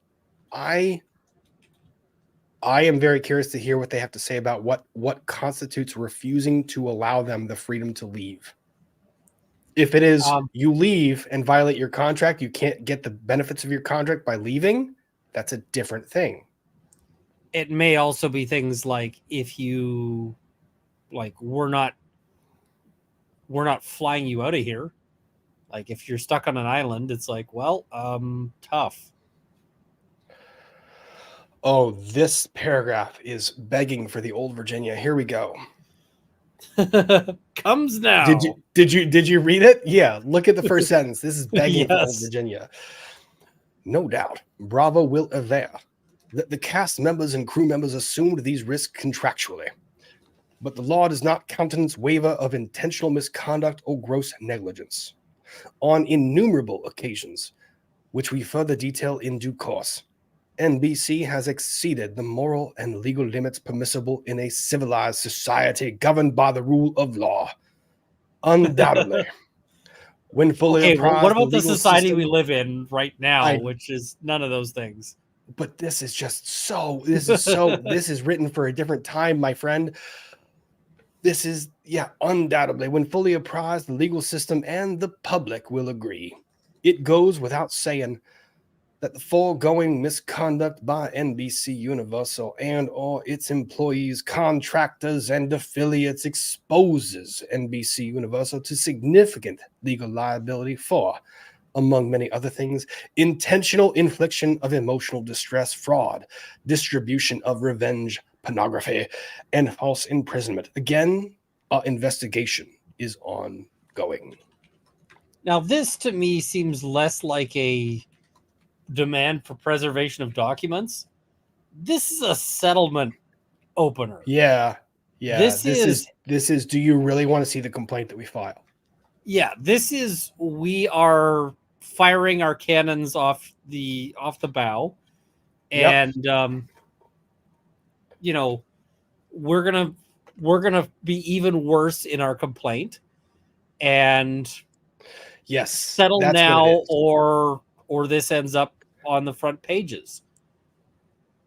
Oh, Patty P, I'm not mocking the allegations. Patty P, I am actually celebrating the use of prose and language. This is a letter that is written by an attorney. This is an attorney letter. That was celebration of the language, which I think was a little bit over the top, but there's a lot of serious allegations here. But yeah, what Ian said, this is basically mocking the allegations. It's not. The language is a little overwrought. And the risk of overwrought language is that it might get the other side to look at it and go, really? Like, is it? And this is what we're saying. This is a warning shot off the bow. You don't want to see the broadside. That's what it is. It is literally saying you don't want to see the complaint that we're going to file. Please talk with us. Because they leaked this letter to the press and the press ran with it real fast. Oh, and of it's course kind of they saying, did. "Oh this yeah, is I would too." To be, But if you're NBC Universal and you see how fast the press picked up the letter, do you really want to see your shows named in the complaint with exhibits? I mean, I sort of take the general approach of bring it, but they have more to worry about. Yeah, because the court of public opinion is going to get this going real fast.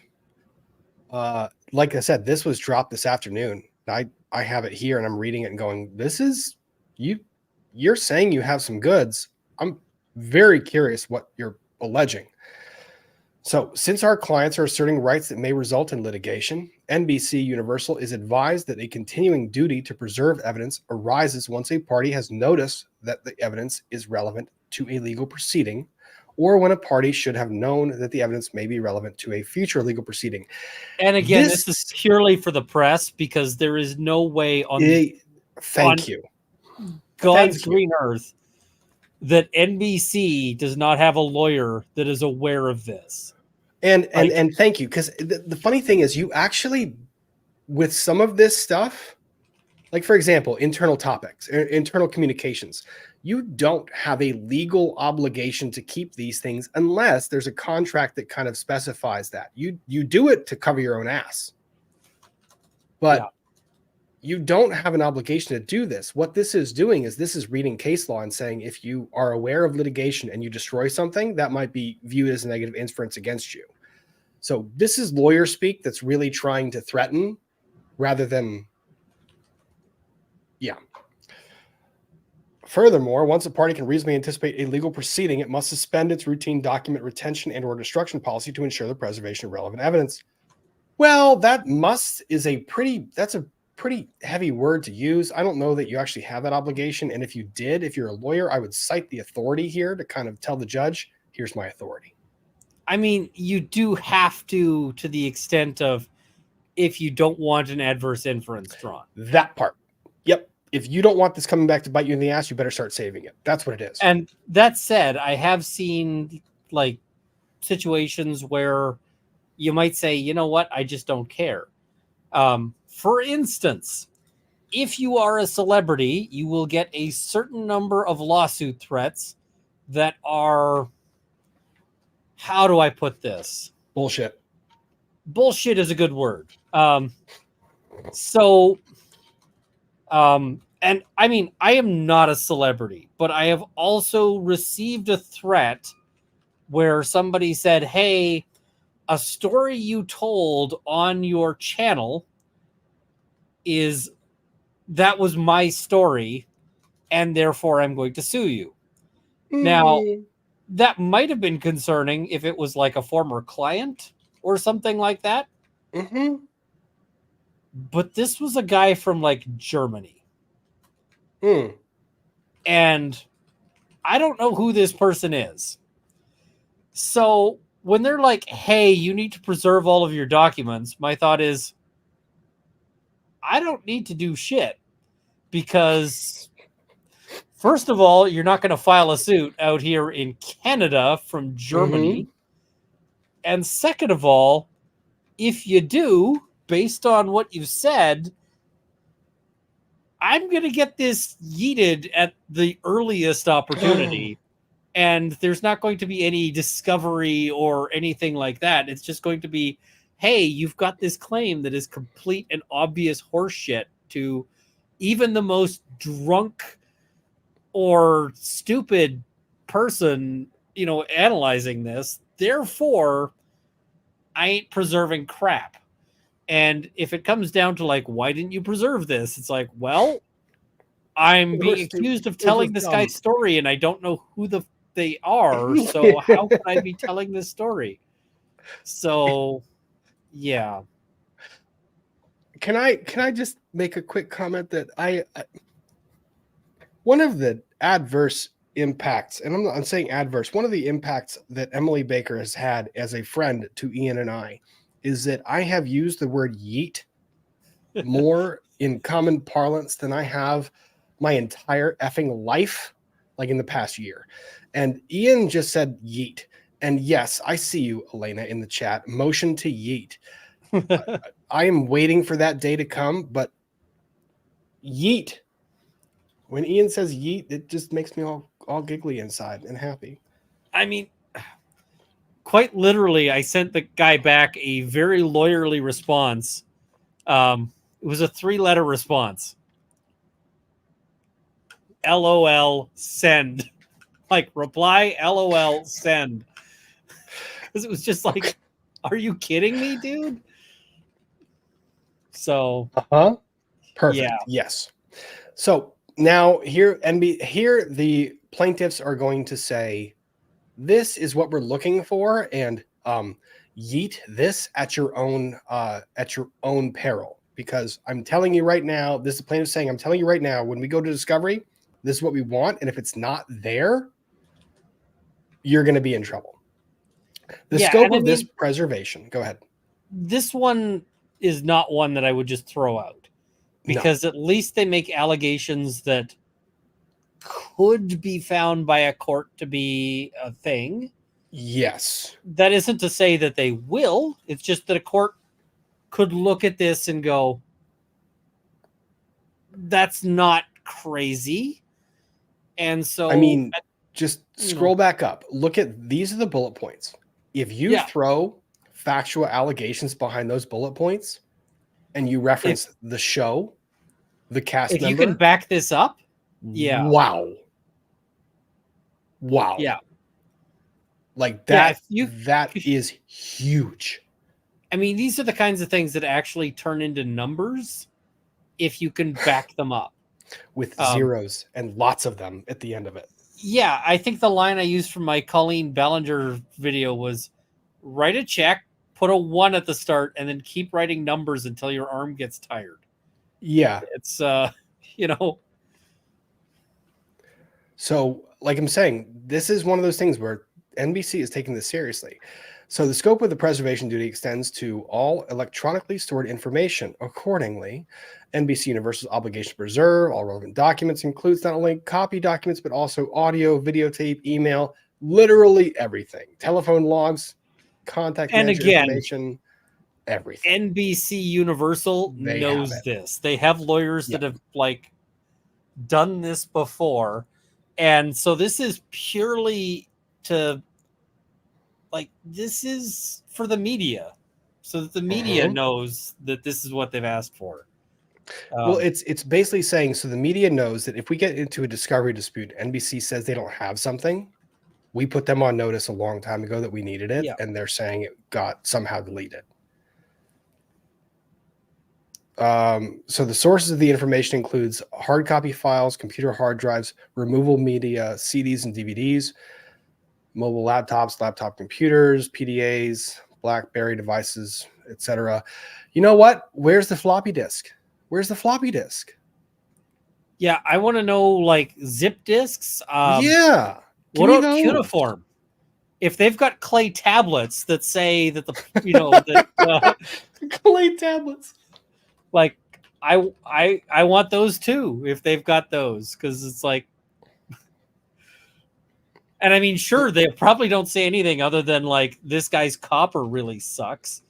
But are you familiar with that story? No. Go on.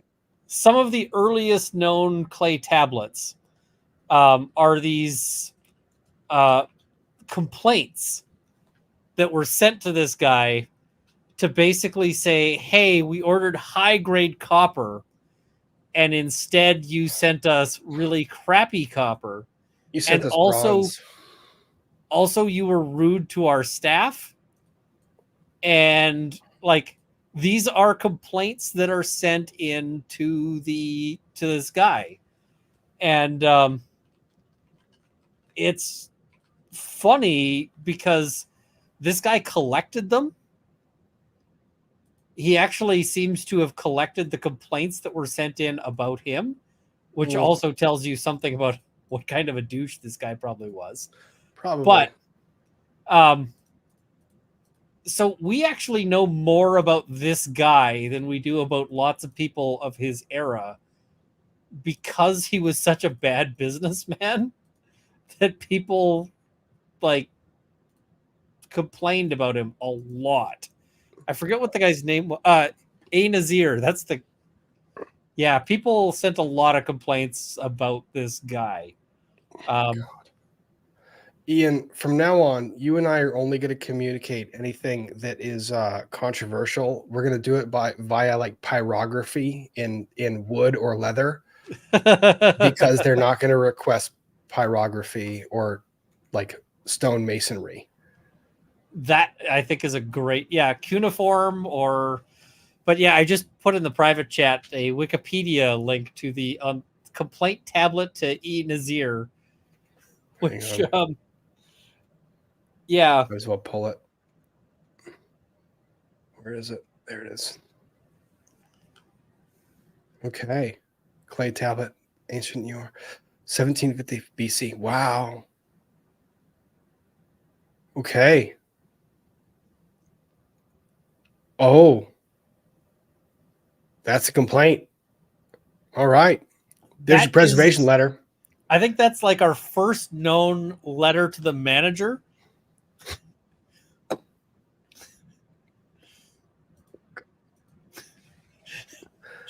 Oh, can this be on Monday Fun Day, please? Oh, absolutely. We can talk about Karen complaints and letters to the manager, and this is the first one. The thing is that this one isn't really a Karen complaint because apparently there was like lots of people who thought this guy. So there were multiple tablets, and this guy was saving them all. This dude was so mad. Someone was so mad that they sat there with a chisel. No, it wasn't done with a chisel because this is cuneiform.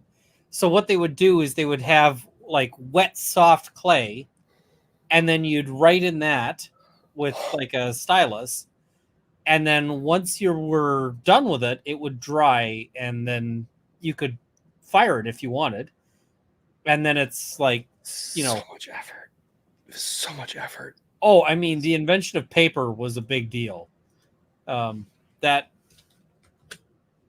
That is one of those things where I'm just, thank God that they invented paper and like decent pens, because pens throughout the years have actually kind of sucked too. Oh, I mean, I've got a nice fountain pen here. Oh, I like my bolt action pen.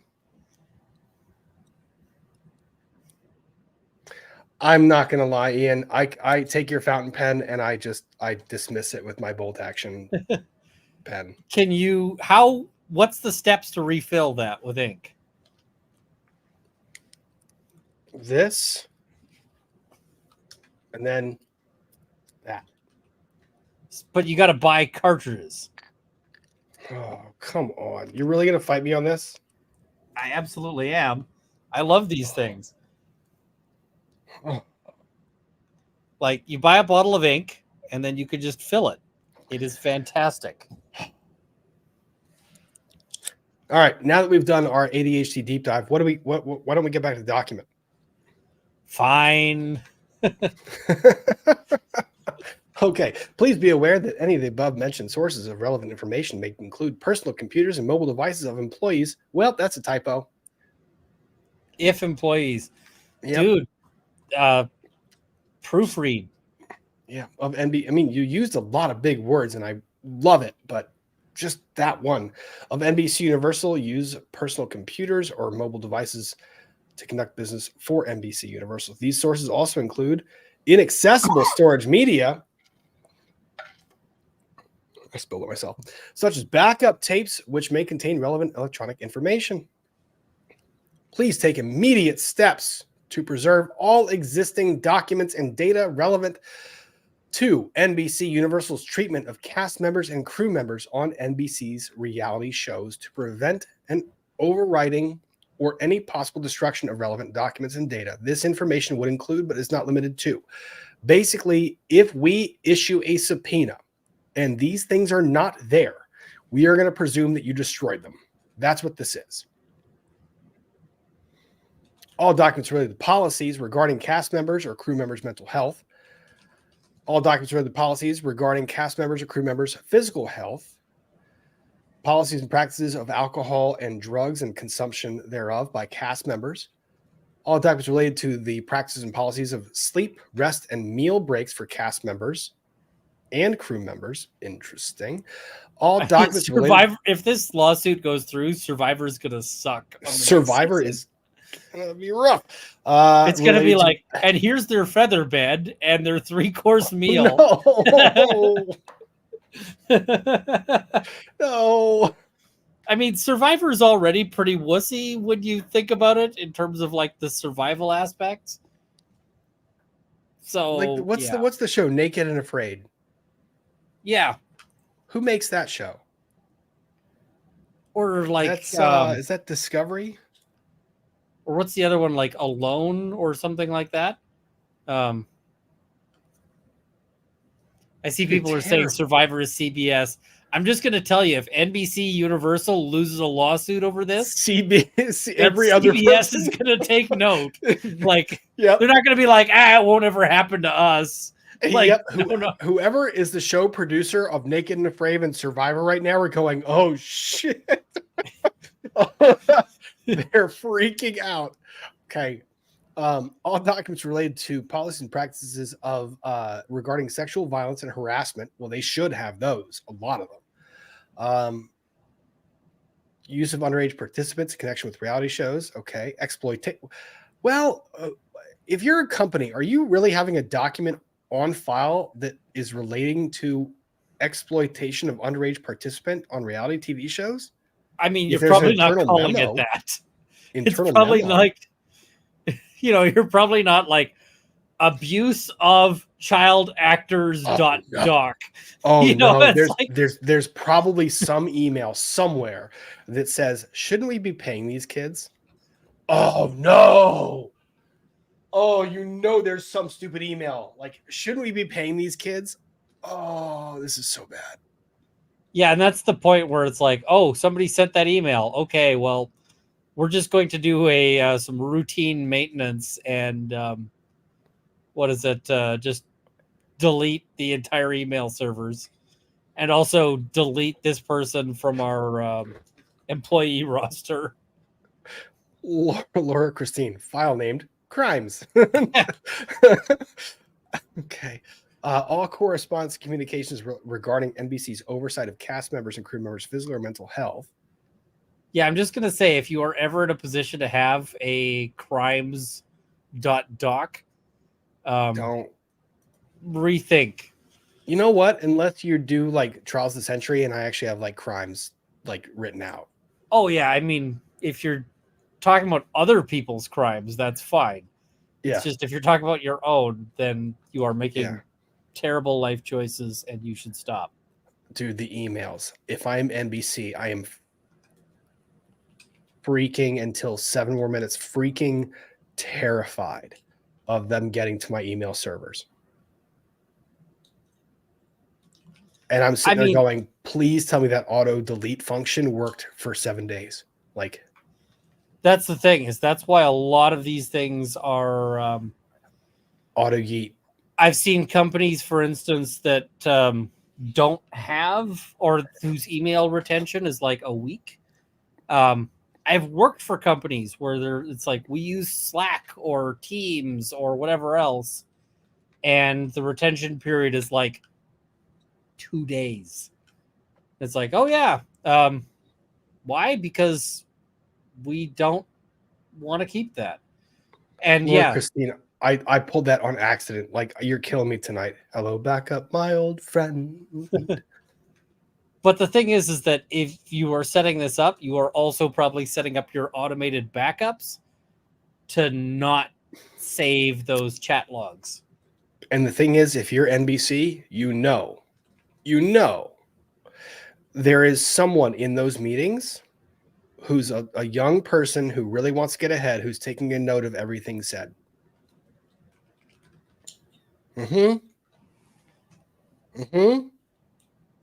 mean, I have also seen situations where people like go to talk to an expert, and it's quite literally like nobody is allowed to have paper to, for this, because we just want to have an informal conversation because we don't want to have anything disclosable. So a while back, I'm wondering if I can say this or not. Think about disclosure requirements. What can I say?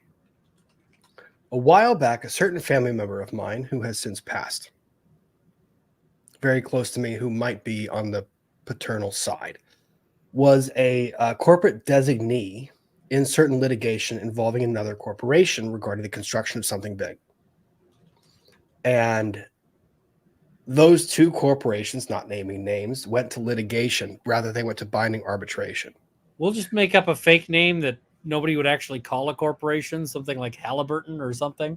Sure. Halliburton Halliburton wasn't them, but sure. I'm just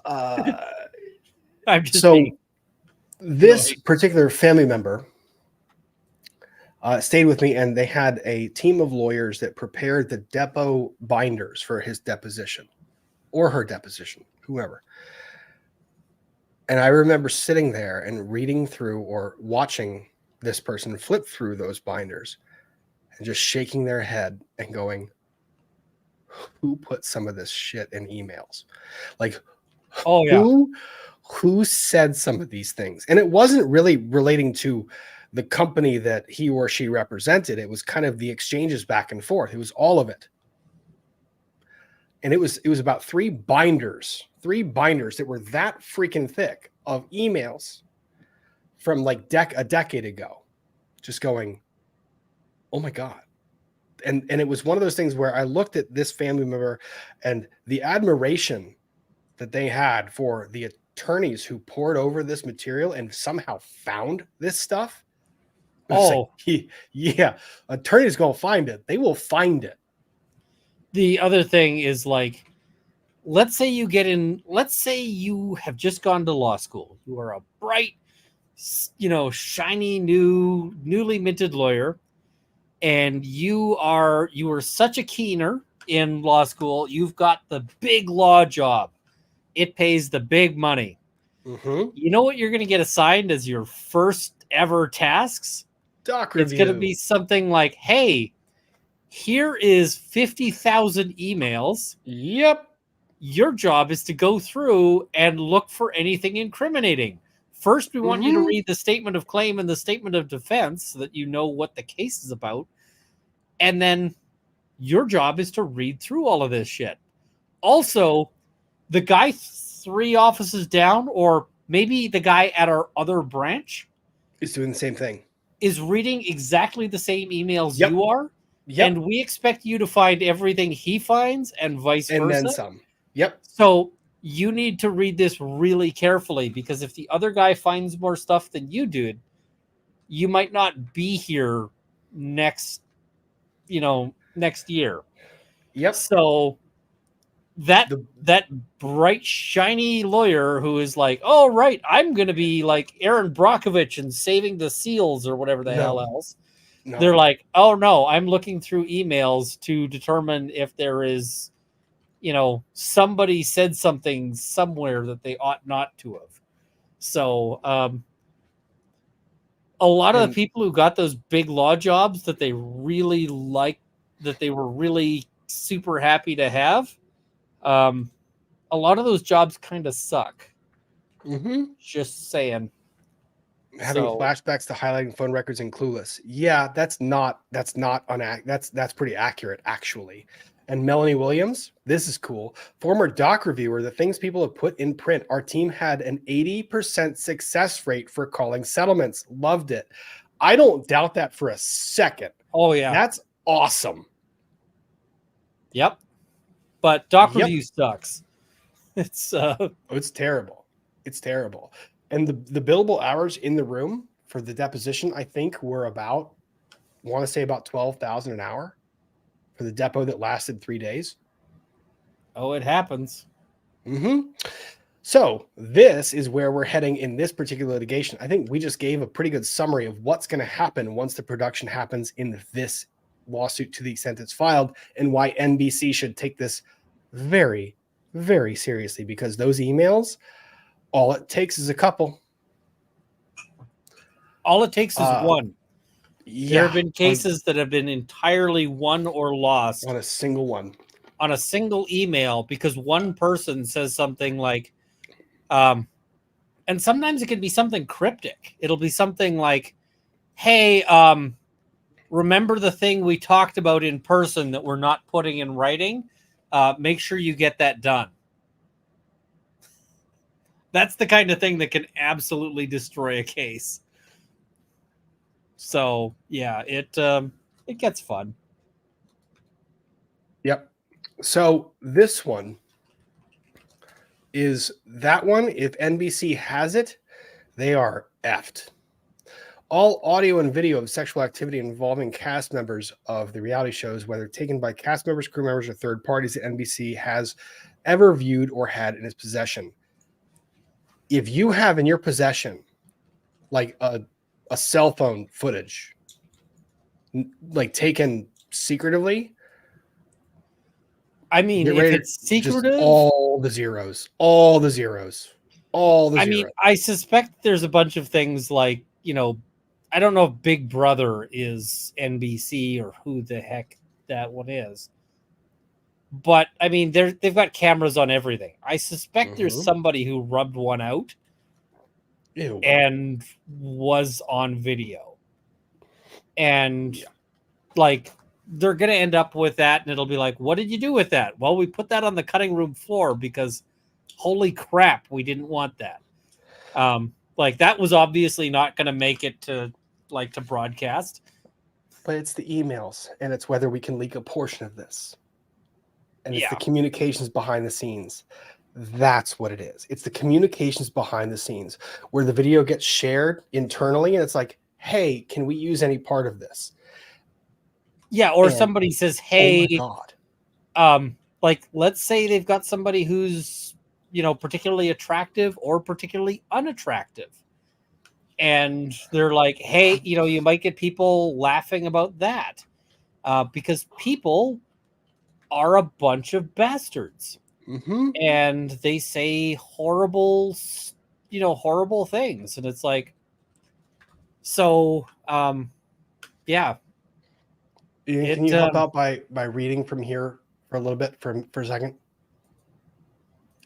So all communications from or to NBCUniversal employees and / or contractors, including but not limited to executives concerning NBCUniversal's involvement in or awareness of the distribution of non-consensual pornography in connection with cast members and / or crew members on NBC reality shows. That is also a potential thing. I could see a situation where, for instance, a cast member on a reality show has decided to have sex with a crew member on the reality show. Like, I would be surprised if nobody has shot their shot on, you know, on that. So, yeah, who knows? And whether or not that was, you know, recorded. Just thought of something worse. Yeah. Let's say that the crew member has a company issued phone and there are text messages with photos or etc. being exchanged. Yep. And the company issued phone has those. It happens. And or goes to a third party publicist to leak parts of the conversation. I actually suspect that they were probably being pretty careful about what's leaked. And yeah, I'm just gonna say I've been surprised at how little has leaked from a lot of these reality shows. I suspect that they are being pretty rigorous. Here's where liability starts to get pretty, like what we're talking about is big liability. This is where it starts to get exceedingly large. All communications from or to NBCUniversal employees, including but not limited to executives, blah, blah, blah, concerning the suicide or attempted suicide of cast members or crew members. All communications concerning alleged sexual violence perpetrated by or against cast members or crew members. Well, that's a sticky wicket, because if they exist, and you have to believe that there are internal communications about that stuff, because you know it happens. And what did they do? Mean, they may have issues with like, hey, one cast member and another cast member like had an interaction one of them wanted something to happen, the other one didn't. So, I mean, yeah, these requests seems pretty specific. Is I think that they may be thinking of specific incidents here. They represent may the not want- plaintiffs. The plaintiffs know. Yeah. Well, they may or may not. They might be fishing, but they might know. And here they might, like, I get the feeling that they might have a couple of moments that they're thinking about, and they're like, we want this, but we're not going to tell you we want these specific incidents, because if there's more incidents, they want to get those too. Yeah. Do you think that there was an email that preceded this, or a letter that preceded this whole letter? I bet there was, because this would not be my starting point. My starting point would be a private communication. Yeah. To say, hey, you guys can completely keep this hidden, because whenever you're dealing with somebody who has a high degree of like reputational risk, Yeah. you want to give them the opportunity to save that. So, and folks, there's only, I know that these reality TV people sign contracts. There is only so much that you can contract away. Yeah. A lot of this stuff is in that you can't contract away things. And then even if you can, what's happening behind the scenes internally, once the company becomes aware of issues, is another thing entirely. Well, the other thing is there's also just reputational damage, in the sense of sometimes you can win a case and lose the case at the same time. Because let's say, for example, that you get a court issuing a ruling saying, yes, we find that a bunch of SA happened, but that they made a contract that prevents them from suing over it. So even though they were SA'd, they are shut out. You know what the functionally the functionally the reputational effects on that would be so dramatically against NBC that, yeah, they can't win on that one. I saw the Duggars. We're not going to talk about that because YouTube's not going to enjoy any of that conversation. But I saw the Duggars. If they had knowledge of any of that stuff, that's a different question. That's a very big question if they had knowledge of that stuff. But we can't use those words right now because YouTube is not going to let us use those words. Yeah, I think there are certain words that even after, even after dark, they don't really appreciate. So if I'm NBC, litigation hold for the request to immediately identify. Identify and modify or suspend features. So stop the auto delete functions. Yep, that's fair game. Purging email repositories, etc. Yeah, just stop. Don't overwrite anything. Okay. Servers, don't go and wipe it with a cloth or otherwise. I got that reference. I know. That was funny. Just don't modify or delete. Don't hold up documents and say this. I can't show you this, but then it's there. Personal computers, make sure they're there. Portable systems, don't destroy them. This letter is not intended to set forth our client's entire position regarding this matter. Nothing contained herein shall constitute a limit on or waiver of our client's claims, rights, defenses, remedies, etc. You know what was most interesting about this to me? The allegations are salacious, right? But Just let a me wee scroll bit. to the very top.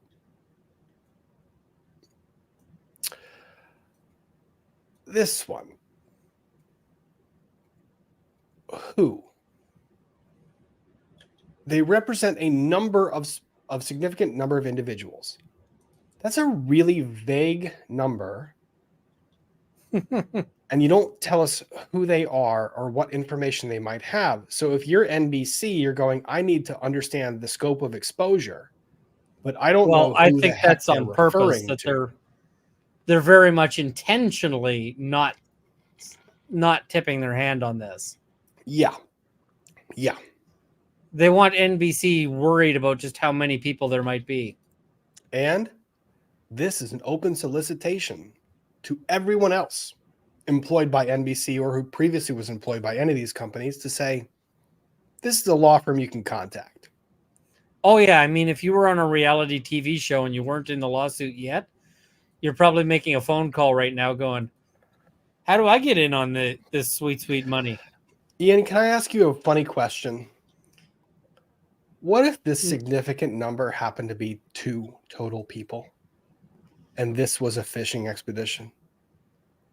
I mean, it's not going to be 0 because I think there'd be an ethical issue with 0. But it could be 1. Could be. I mean, 1 is significant. Somebody's asking, where's the tie? It is literally right there. It's right there. So is the other one. It's right there. They're right there. They're right there. Guys, they're right there. They're fine. They're fine. So I wonder, I mean, this was leaked quick and TMZ ran with it immediately. And everyone picked it up. I am very curious to see where this goes and whether these threats have substance behind them. I have no doubt that if they had free reign to the servers of NBC and all of their affiliates, there'd be a lot to find.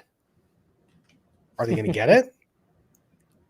I don't know. I mean, I don't know. There may not be anything to find. There might not be. Because what a wild circumstance, though. That is, just imagine what could be discussed behind the scenes of some of these freaking reality TV shows. Oh, absolutely. Because, but the other thing is, it might be nothing gets discussed behind the scenes. Because I could see them easily like keeping that under serious wraps. That's a really hard position to like believe that would be company wide, though, because there's always that one idiot. There's that one idiot, but that one idiot, they may have a retention policy of like 6 minutes, and therefore the dude whose email doesn't survive on the server long enough to get a reply all. Oh crap! It's Greg from accounting. Don't worry, the email will delete in 6 minutes. I mean, you've got places that just are like, you know what, we're not putting up with that. Like we're not keeping that open for any length of time. So it might be just that's it. God, what a wild lawsuit this could be. And I'm saying it could be because we don't know if it's going to be. If I'm NBC, I am contacting my biggest heavy hitting fixer and saying, I'm hitting the law. I'm also hitting my legal team and being like, so we have to preserve all this stuff. Analyze our exposure. Yep. Like, we need a report. And this is basically the same report that the other side would generate against you. But it's you doing it against yourselves. And this is all protected because this is litigation. Well, and that's what I was going to say. On the very top of that memo that you start drafting, I want you to say, in anticipation of litigation. I want you to say that right there at the very top, and then give me the analysis. I have specifically, sometimes I ask clients to write down their version of events. And I'm like, the first thing I want you to write on this paper is for my lawyer and then my name. And I have actually had one of those documents fall into the hands of the police, and the police, It was actually kind of funny because they actually had to firewall off everybody who'd seen that document from the case because they knew it was privileged, Because right? they were It was exposed very to privileged clearly material. privileged. Yep. And so it was like, okay, this is like we found a privilege. communication that is very clearly intended for his lawyer. We obviously can't do anything with it, and therefore, like, we have to not do anything. You just, yeah. So they're going to absolutely mark in anticipation of litigation, like privileged Work in product big friggin' privilege, like letters. everything. Yeah. And they'll watermark it with a password protection. They'll do everything they want and can. Yeah. And it'll probably be like securely, yeah. So I got called out here. This is right. I went and reread it. If was correct, not a typo. Qualifying computers in case they were used by employees, not assuming they were. Love the ancient complaint. Please be aware that any of the above mentioned sources of relevant information may include personal computers and mobile devices if employees use personal computers or mobile devices to conduct business. Yep. Good call out. Appreciate keeping me on my toes. Thank you very much for that, Unseen King. You are now seen. Where was it? All right.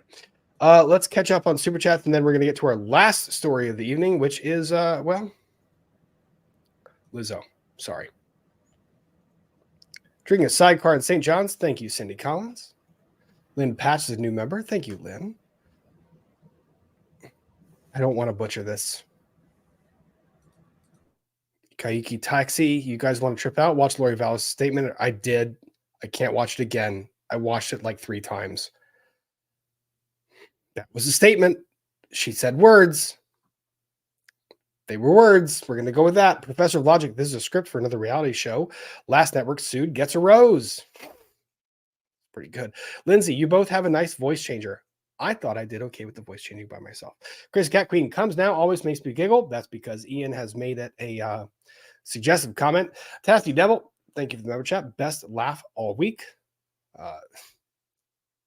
COS response to Leah Remini. I am not covering that. I haven't looked at it. I will try, but that's a Scientology complaint. I'll try to take a look at it. Paladin Phil, alcohol and sleep deprivation sounds like weekend.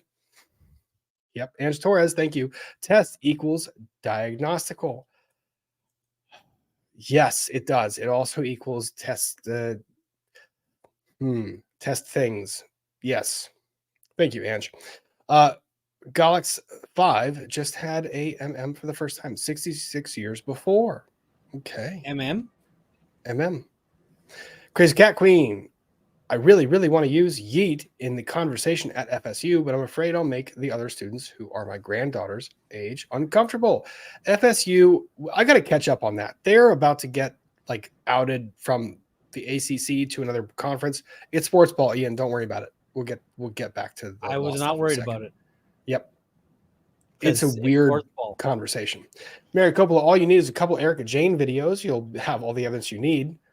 Oh, that Sarah. Suits timing is key to the saber rattling. Last WGA strike created the rise of reality TV. Now, with SAG-AFTRA and WGA strikes, it threatens networks. Okay.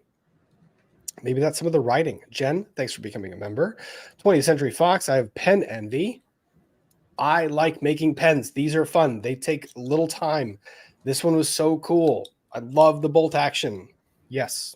You can get some great pens at Penn Island. Sure. Just because zone out, but does this distinguish between reality and reality competition TV? I think it's all under the umbrella. Niklas, hello, my friend. I ate a Jay's Peach Ghost Scorpion chili on my stream. I might hurt tomorrow. Why do you do that? Oh, so he didn't have access to Carolina Reapers. So Yadira, the woman that raised me, the woman from Panama who taught me all the heat stuff, like literally the one that raised me. Mom, I have mom 1 and mom A. I don't have mom 1, mom 2. I have mom 1 and mom A. They're both mom. Yadida, who raised me, and this I also have dad too. Yadida was visiting, and I had her try the Apollo. Uh-huh. She did a full swig, and I was like, "You're not gonna like that." And she did it, and she was like, can't be that bad. And she goes, "Ay, mijo, that's hot." It's like, yeah, it does. And she goes, "It gets hotter." like 5 minutes, this Panamanian woman is walking around my house going, "This is hot." And I was like, uh-huh. I wasn't kidding when I said it was hot. I wasn't lying. Yeah, no, they don't mess around. That Apollo was brutal, but good. And then she loved yours and my favorites, I think, is the unique garlic. Oh yeah, that's good stuff. That's her favorite too. We tasted a bunch of them, and she was like, "That's really good." And I was like, "Yeah, it's hot, but it has a ton of flavor." Yeah. But Niklas, I'm sorry that you decided to make a bad decision with the Ghost Scorpion chili. I'm not. Well, yeah. Hope it doesn't hurt that bad. Azam, thank you for being here, Azam, and for all got to get some Carolina Reapers and go with those. Oh yeah, scorpions aren't anything compared to reapers. I ate a Reaper on a stream, and that was a mistake. Nicholas, you want a Reaper? I can send you a Reaper. Azam, love listening to both of your discussing cases. Thank you, Azam. And thank you for just always being a pleasant contribution to the chat. Always. Professor of Logic, I take notes on everything said here for the same reason. No. I'll be a Burger King assistant manager in no time. Pants, I'm starting a crime folder now full of tiny URL links that rickroll you. Oh, God. Valerie Storm, could it be the end of reality TV? I'm here for that. I don't think so. They'll find a way to survive. Lexa Faye, question, isn't NBC just going to try and blaming the production company, producers who actually run the shows? This is civil, not criminal. So criminal. In the criminal case, the Baldwin case, use that as an example, right? Criminal, you want to impose criminal liability on the production company or on the owner of the company. But you have to prove beyond a reasonable doubt that they knew, blah, blah, blah, all the way. This is civil. This is preponderance standard, which means more likely than not, they knew what was going on. Way easier to prove.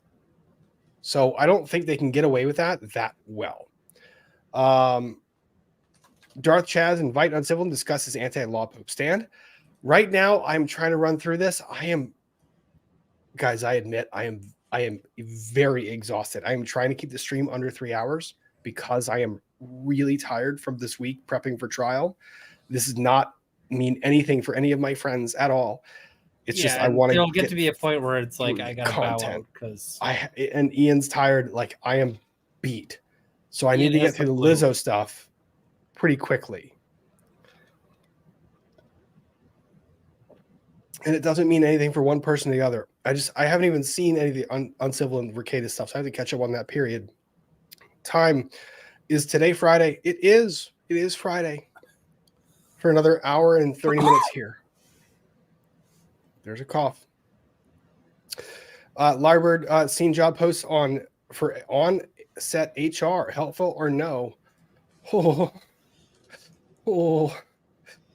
I wouldn't want that job to save my life. Just don't go with HR. The Alec Baldwin OSHA on-set HR. And I want to pull this one up from earlier because I want to highlight it again. I'm so grateful for these discussions, just talking about the law and the facts that are known. Laura, that is a good reminder, especially when we read that letter, because we don't know anything right now. We can suspect, we can speculate, but we don't know. We kind of have to watch how it plays out. But thank you for a very, very thoughtful super chat. Again, very, very, very much appreciated. All right, so we've caught up on some of these chats. Let's go to the last thing that we have on our docket today. If you still have some steam in you. Still got some? Yep. All right, Mr. Pirate. Can you announce the balls and then which one you want? Old swoop, new swoop? Let's do new swoop. And also, yes, balls. That is cooperation and timing. All right, Lizzo. In a minute, I'm gonna need a sentimental woman to pump me up. Oh, if I see, yeah, let's see. Yes, I know some of the words to these songs because I also was thinking of like what a closing argument would be in some of this litigation. You know, saying also California, LA Superior Court, stop charging that much for your freaking documents. What the hell is wrong with you? Because I was frustrated because the only thing I had seen was the unfiled document. So I was like, I have to find the filed document. Is my StreamYard going to behave? No. Is it sharing? Can you see? No. The hell? Come on. Oh, there.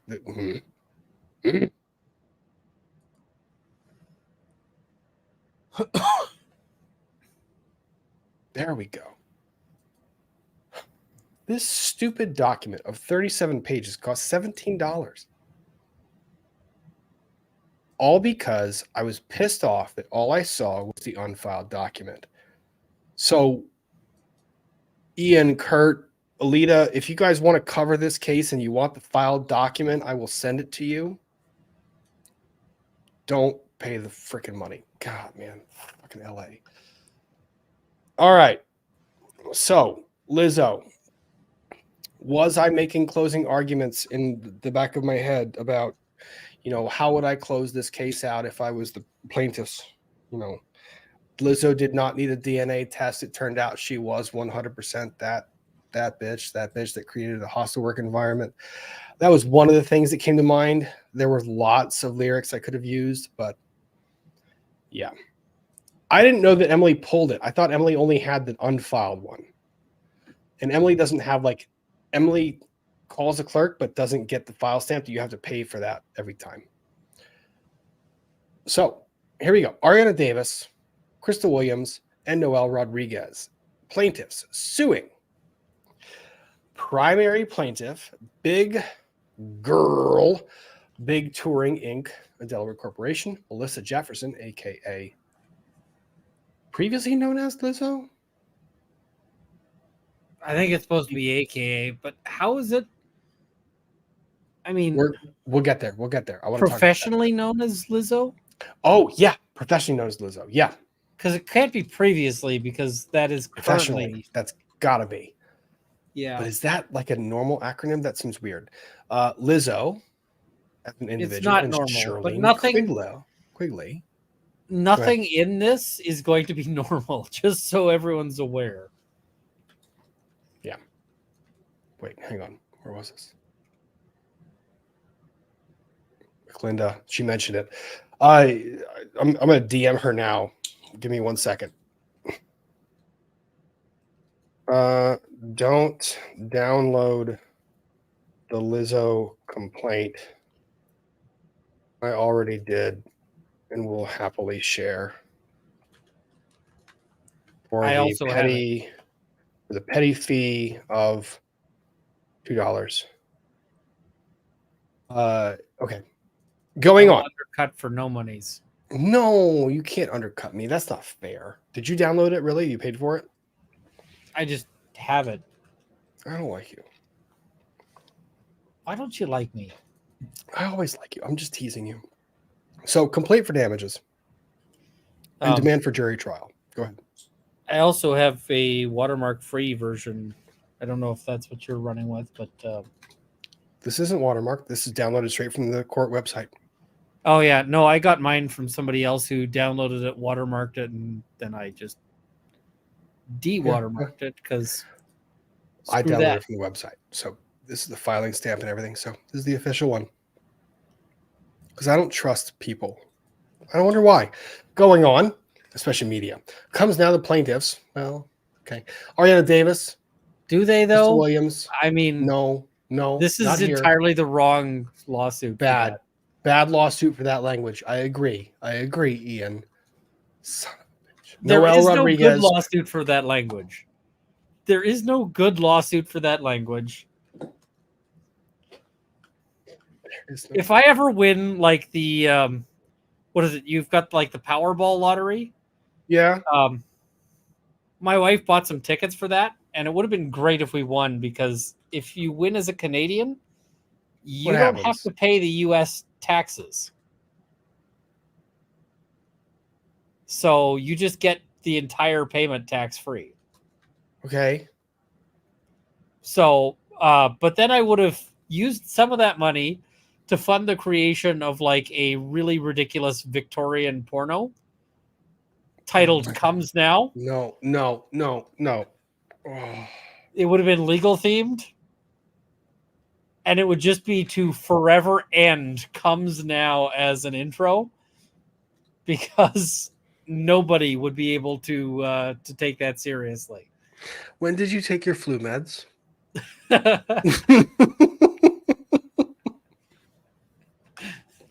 It's a fair question. Oh, God. Okay. All right. And you know what? Selling copies to law firms, I might be able to break even on that. The whole purpose would just be to wreck the Comes Now introduction. Maybe you can sell the concept to NBCUniversal. They have something to do with the tape they've been storing. Oh no, I don't want anything to do with that tape. Was that bad? Was that bad? Too soon? Soon. Dial it back. All right. Introduction. This is an action brought by plaintiffs Ariana Davis, Krista Williams, and Noel Rodriguez pursuant to California statutory, decisional, I don't like that word, that's weird, and regulatory laws. Plaintiffs were employees of defendants Big Girl, Big Touring, hereinafter BGBT, and Melissa Jefferson, professionally known and hereinafter referred to as Lizzo, at all times herein mentioned. Plaintiffs allege that California statutory, decisional, still a weird freaking word, and regulatory laws prohibit the conduct by defendants herein alleged, and therefore plaintiffs have an entitlement to monetary relief on the basis that defendants violate, such statutes, decisional law. It's called case law. It's called precedent. Why are regulations going on? There's actually a bunch of weird phrasings and so forth in this that made me go like, really? There's some other fun issues that I suspect you've already spotted, but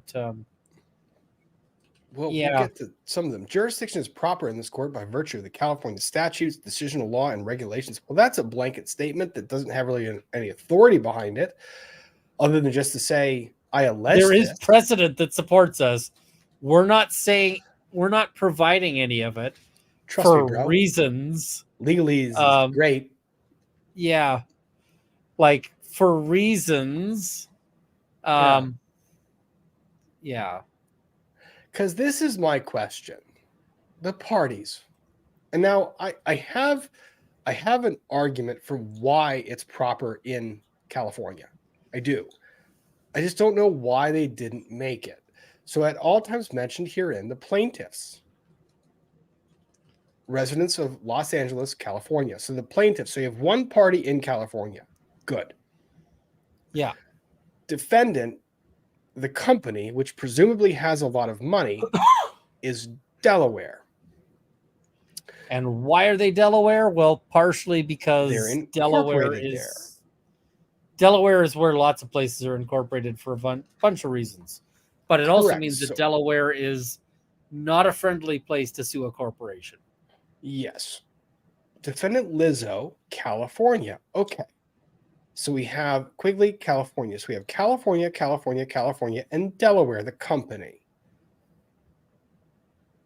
Now, plaintiff is informed and believes and thereon alleges that each of the defendants herein were at all times the agent, employee, representative, blah, blah, blah, of each remaining defendant. So this is essentially like it's a conspiracy charge. Like you guys all acted within the scope of your respective agency. You were agents of each other. You acted with knowledge of each other. You were all one person for all intents and purposes. So they further allege each defendant, whether named or referred to as a fictitious name, The defendant supervised, ratified, controlled. So this is a whole lot of really complex underlying law, like set out in a footnote, like / one sentence. Like they're just alleging that every defendant, every one of the defendants, supervised each other. They ratified the conduct by one another. They controlled the conduct of one another. They acquiesced / agreed in the conduct by one another. They adopted that conduct and they directed that conduct of each other. And they substantially participated in that conduct that was independent or together, but they all did it together, and or approved those actions. So basically saying, if I say that one person did this, I mean that every single one of them knew what was happening, controlled what was happening, all of the above. And now that goes for like Quigley being held liable for things that Lizzo did. So that's a hell of a stretch for me. I would have wanted to elaborate more on this, and also I would have wanted to see more on the jurisdiction. Normally, jurisdiction, I think, is super boring. And normally it's something where it's just like, I think in a lot of lawsuits, they go over jurisdiction in way too much detail because it's like, I jurisdiction need more. is, you know, usually it's like jurisdiction is proper because, you know, defendant, blah, blah, blah, lives in this jurisdiction and plaintiff lives in this jurisdiction and conducts business there. And it's like, you could do that in a sentence or two, like a couple of paragraphs or like a paragraph. And often that'll be like a page on jurisdiction. This one needs more. It's because not you've got hard though. It's not hard to get there. It would have taken one paragraph. It just needs more. It would have taken and I mean, one part paragraph. of the problem is that they travel around. So it's like you've got to actually nail this down because this could actually end up with a jurisdictional fight. But here's the paragraph. Here's what they could have said that they didn't say. Here's what they could have said. This one, going up to this paragraph. Here's what they could have said. BGBT, yes, at all times has been a Delaware corporation. Paragraph 6B or 7. BGBT did, by its own action, reach into the state of California and did, by reaching into the state of California, employ individuals that were residents of California and engage in a course of conduct in informing an employment relationship with persons in California, thereby connecting themselves to California. Make the allegation. Like, make the allegation. Make it clear to me. Yeah. It's one of those things, like jurisdiction is one of those things that doesn't matter until it really, really does. And fucking eerie, dog. Like, if you've got a case that's actually going to have jurisdictional issues, defend that shit. Right away. Like, yeah, right away. And ideally you want it where the judge who reads this is like, yes, jurisdiction is very clear. So, and all you would have had to do is one paragraph. That paragraph I just said would have been enough to basically say California can litigate this. Yeah. Like the transactions that formed the relationship were in California. Therefore, we can now govern that relationship, or we can say, even if that relationship extended beyond California, it was formed here, we can now control it. Yeah.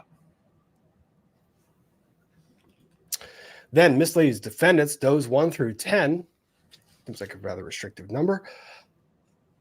Usually it's used 1 through 100, but sure, why not? So they're there.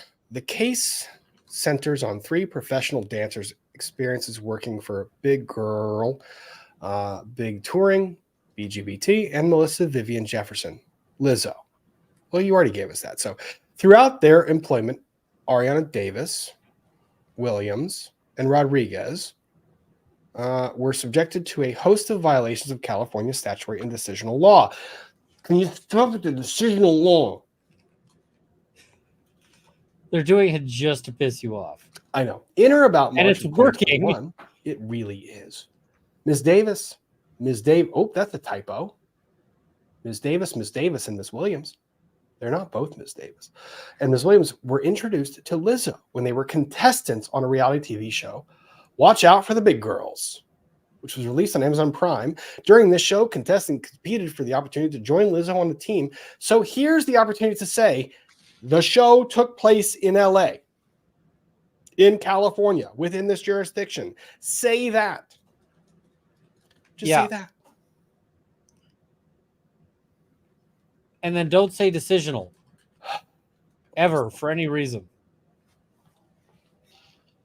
Ian, I need a second.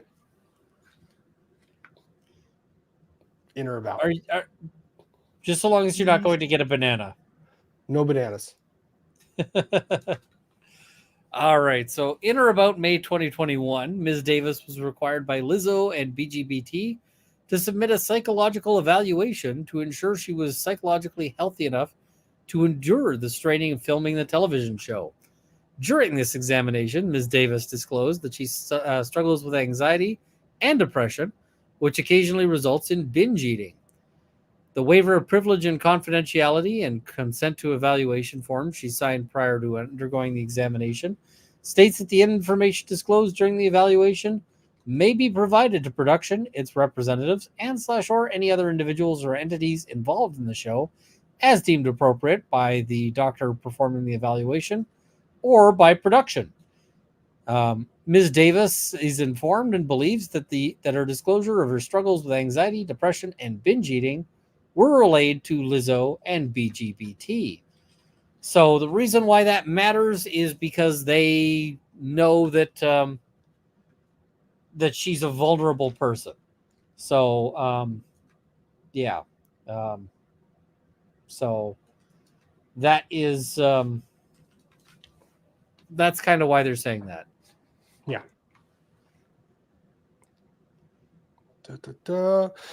In or about May of 2021, Ms. Rodriguez was hired by Lizzo. Initially, she was brought to perform in Lizzo's Rumors music video, but she remained as part of the performance group. Okay. While working on the Rumors music video, she was approached with another job opportunity that would have run concurrently to rehearsals. That could present a conflict.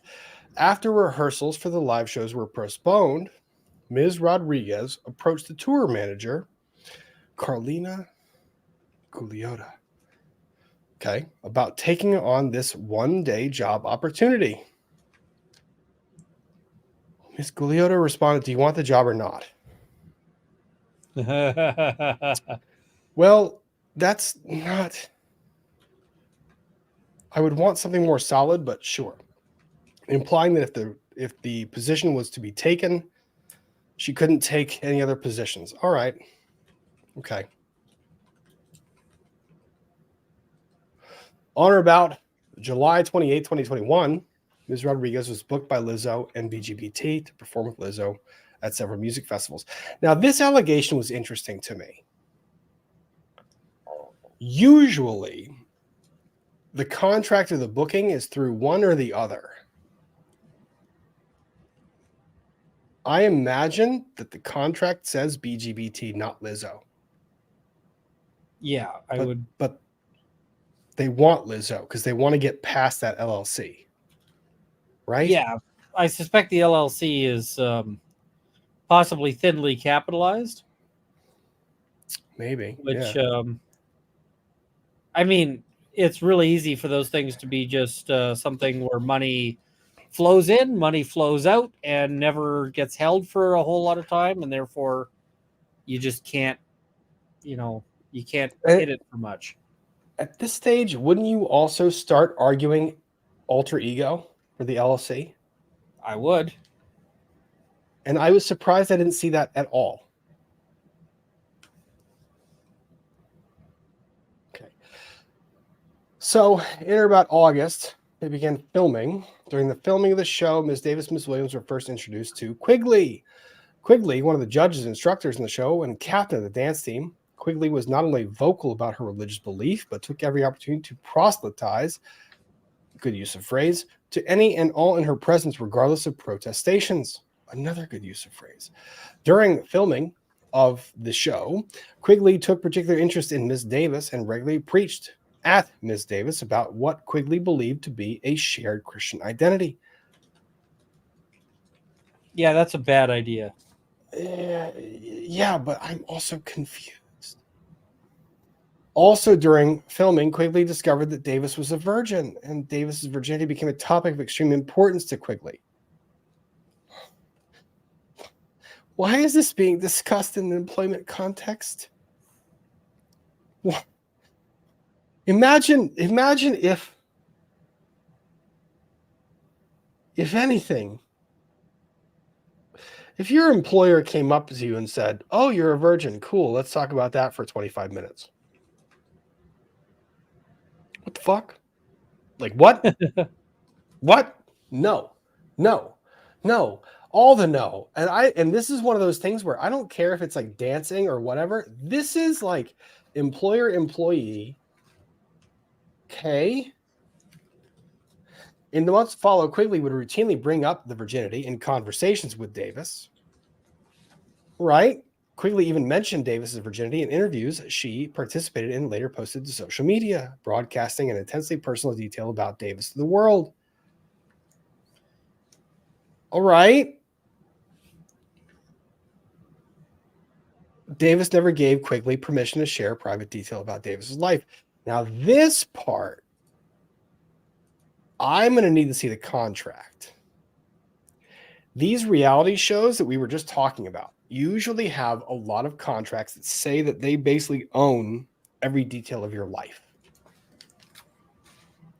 So I kind of want to see the contract. If you're going to make this assertion, I want to see the contract. So as one of the competitions for the show, contestants were told they would be required to participate in a nude photo shoot. Well, I mean, if that was part of the arrangement, sure. I get it. Like that's look, you know, they do call it what you will. If it's a fireman calendar where the firemen all sign up and they're like, well, we'll do the calendar shoot, right? We know that we're going to do this. If it's a cheerleader bikini shoot, as long as they are aware going into the contractual position that that's a possibility, that's fine. But if you went to Ian, criminal defense lawyer, hey, Ian, you're doing a nude photo shoot next week. Your funeral.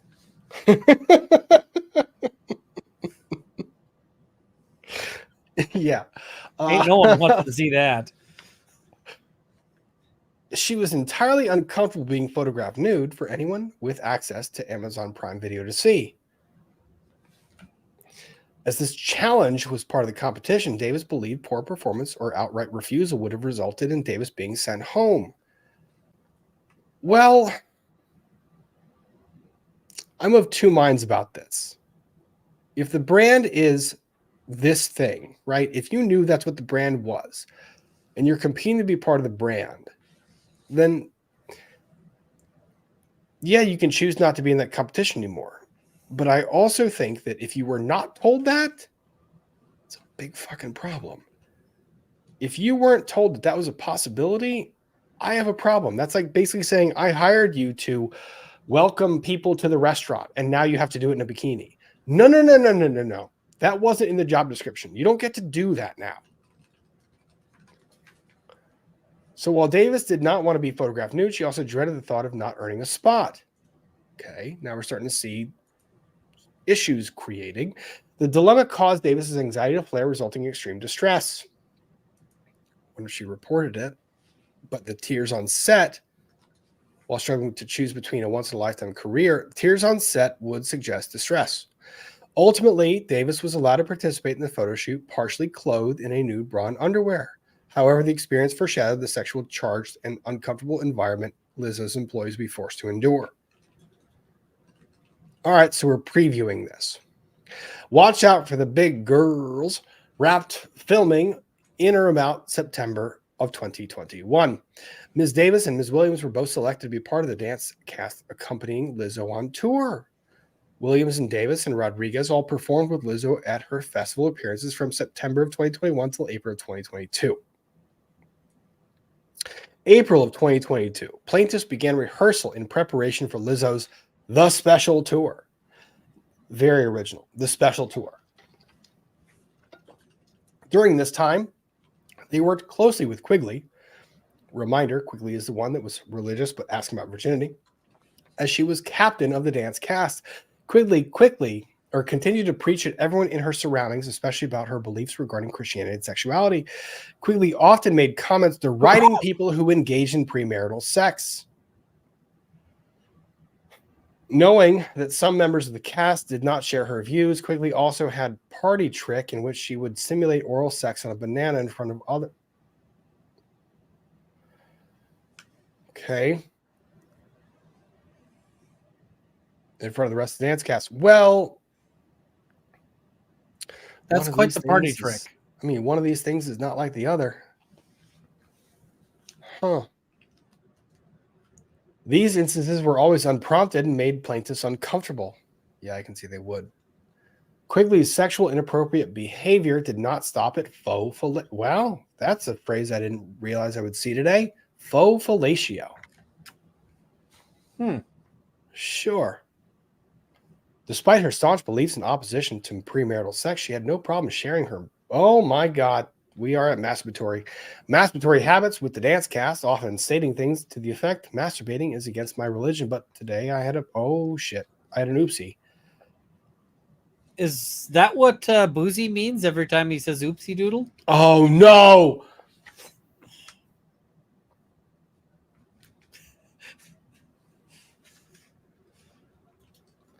Did you have that one planned? Or did you just kind of just... That just kind of came out. Okay. Quigley's sexually explicit comments were so pervasive, the entire dance team knew about her sexual her sexual fantasy of having 10 penises in her face. Well, that just seems like it raises some positional issues. Like, you mean the bodies around? Stand? Like, can you fit 10 bodies in that circle around? Like, logistically, can that actually fit? I don't know. I don't think I want to know. I don't think geometry is my friend right now. This is terrible. This is a lot. So, similar to Quigley's constant sexually inappropriate comments, Quigley ministered to plaintiffs unceasing. Wait.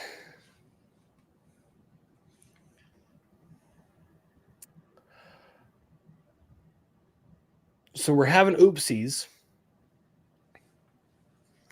but we're ministering about the importance of virginity. Okay. Yes. Quigley kept tabs on Davis's virginity.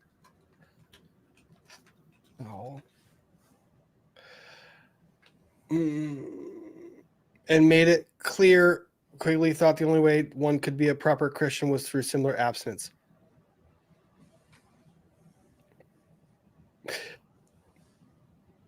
I have so many questions of Quigley. Like, I am trying to reconcile any of this, and I'm having trouble.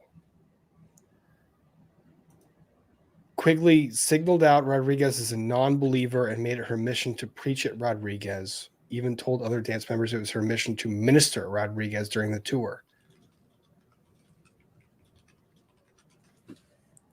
When cast members told Rodriguez of Quigley's intent, Rodriguez specifically requested that Quigley refrain from impressing her religious beliefs upon Rodriguez.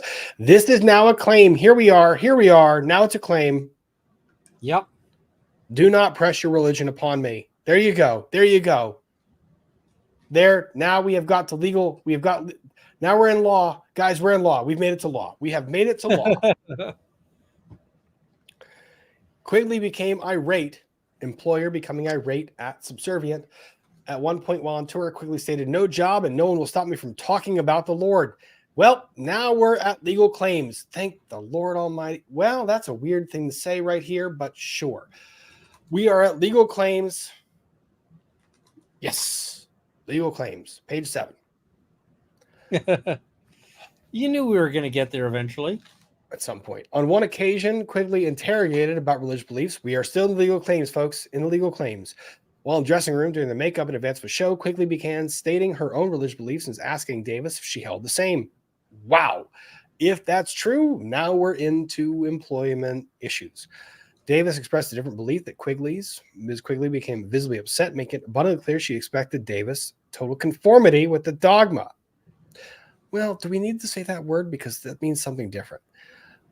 Either way, okay, we have a conflict. We're on set, conflict. Got it.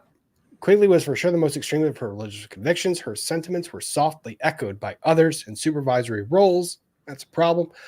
Before rehearsals and performances, the dance team would pray together. Really, you're going to make this statement softly echoed by others? Like, you're going to make that statement and you're going to follow it with before rehearsals, they would pray together? Dude, football teams pray together before they go on the field. Doesn't mean that they're trying to impose a belief on the other players.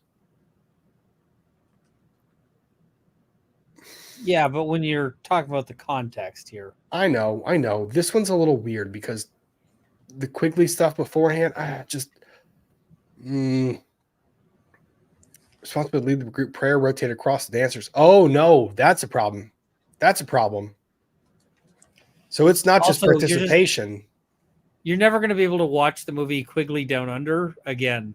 I don't know if I ever watched it, but here's the big problem, Ian. Look, they traded responsibility. So Quigley would say, rotating around the circle, everyone start leading the prayer.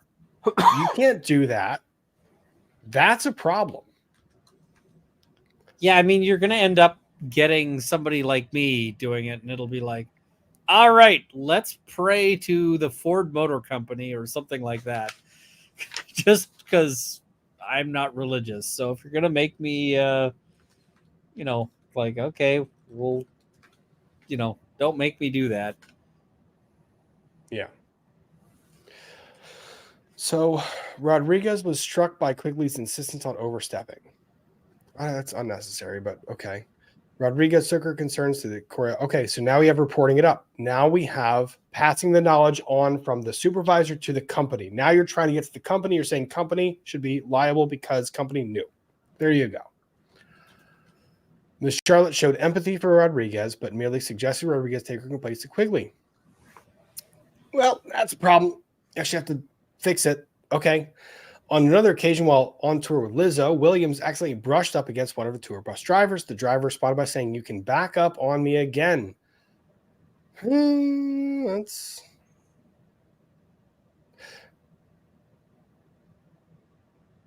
I have a question about this allegation. You can, you can't, don't. I mean, there's ways this can be interpreted. I'm not reading too much into that one. A different driver was known for playing sexually explicit songs. It is fucking Lizzo. So yeah, were the songs actually just Lizzo? Because that would be awkward. These interactions made the dance cast incredibly uncomfortable for fear for their safety. Really? Now here's the thing. You had a lot of claims that were above that were good. They were good. Good claims. This one? Yeah. Really? This one seems a little stretchy. Yeah. Especially because, like, the drivers are going to be contractors, probably. So. Yeah.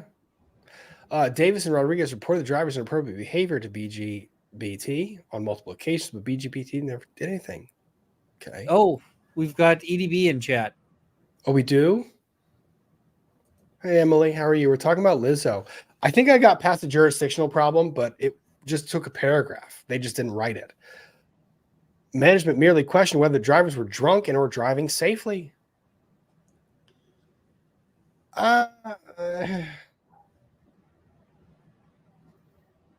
Get me back to the law stuff. Like, the law stuff was better.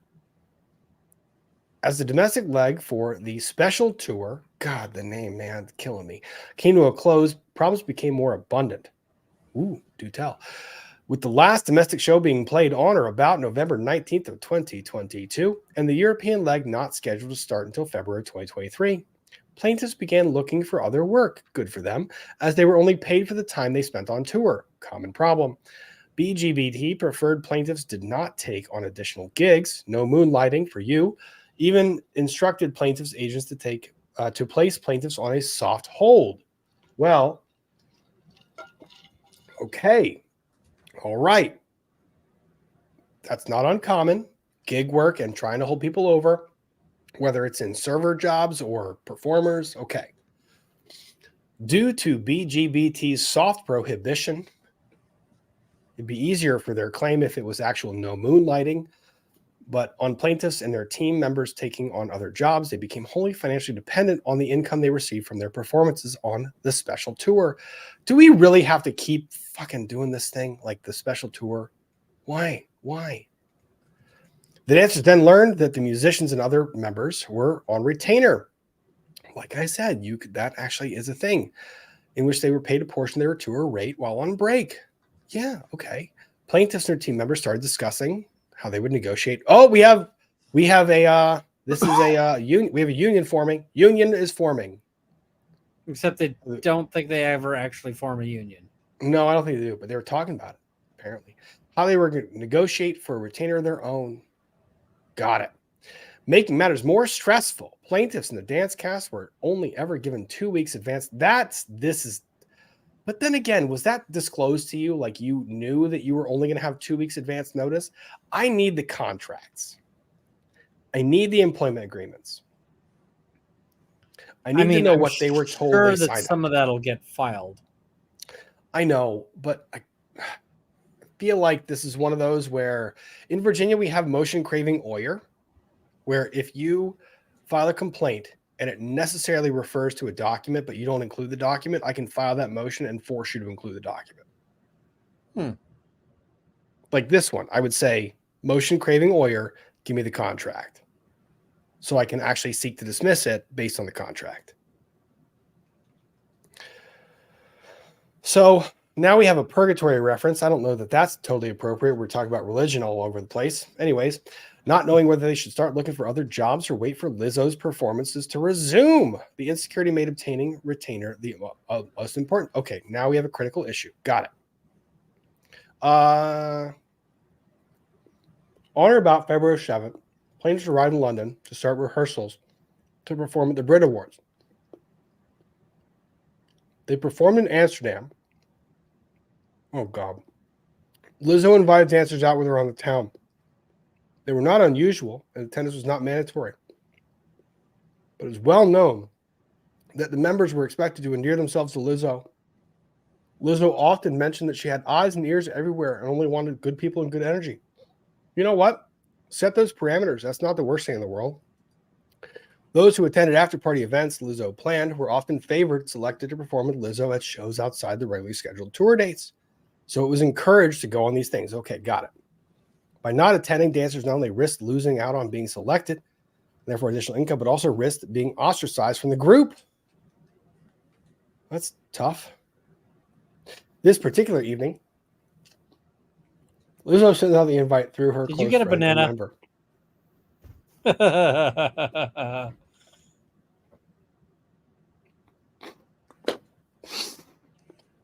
I couldn't.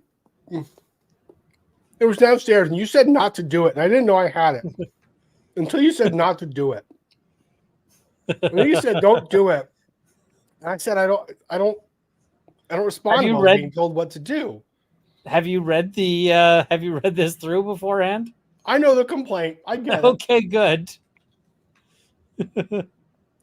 It's not being shot anywhere. This banana is fine. It's been on my counter the whole time. So, no. Has it been under supervision the whole time? It has, by me, since I bought it.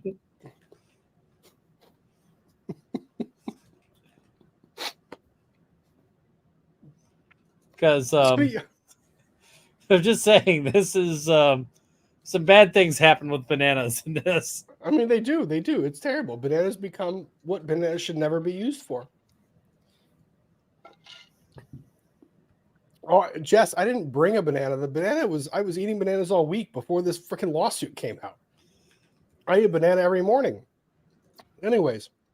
You heard it here first, people. Oh, Ian. particular evening, Lizzo sent out the invite through her close friend and member of the dance cast, Shanta. Sure. Davis and Rodriguez were out at dinner celebrating the birthday of one of the supporting vocal performers when they received the invitation. So we're at a birthday. We get our text message that says, come to this location. Shanta hurried the dancers, including plaintiffs, to accept or decline. Look, we need to know who's in or out.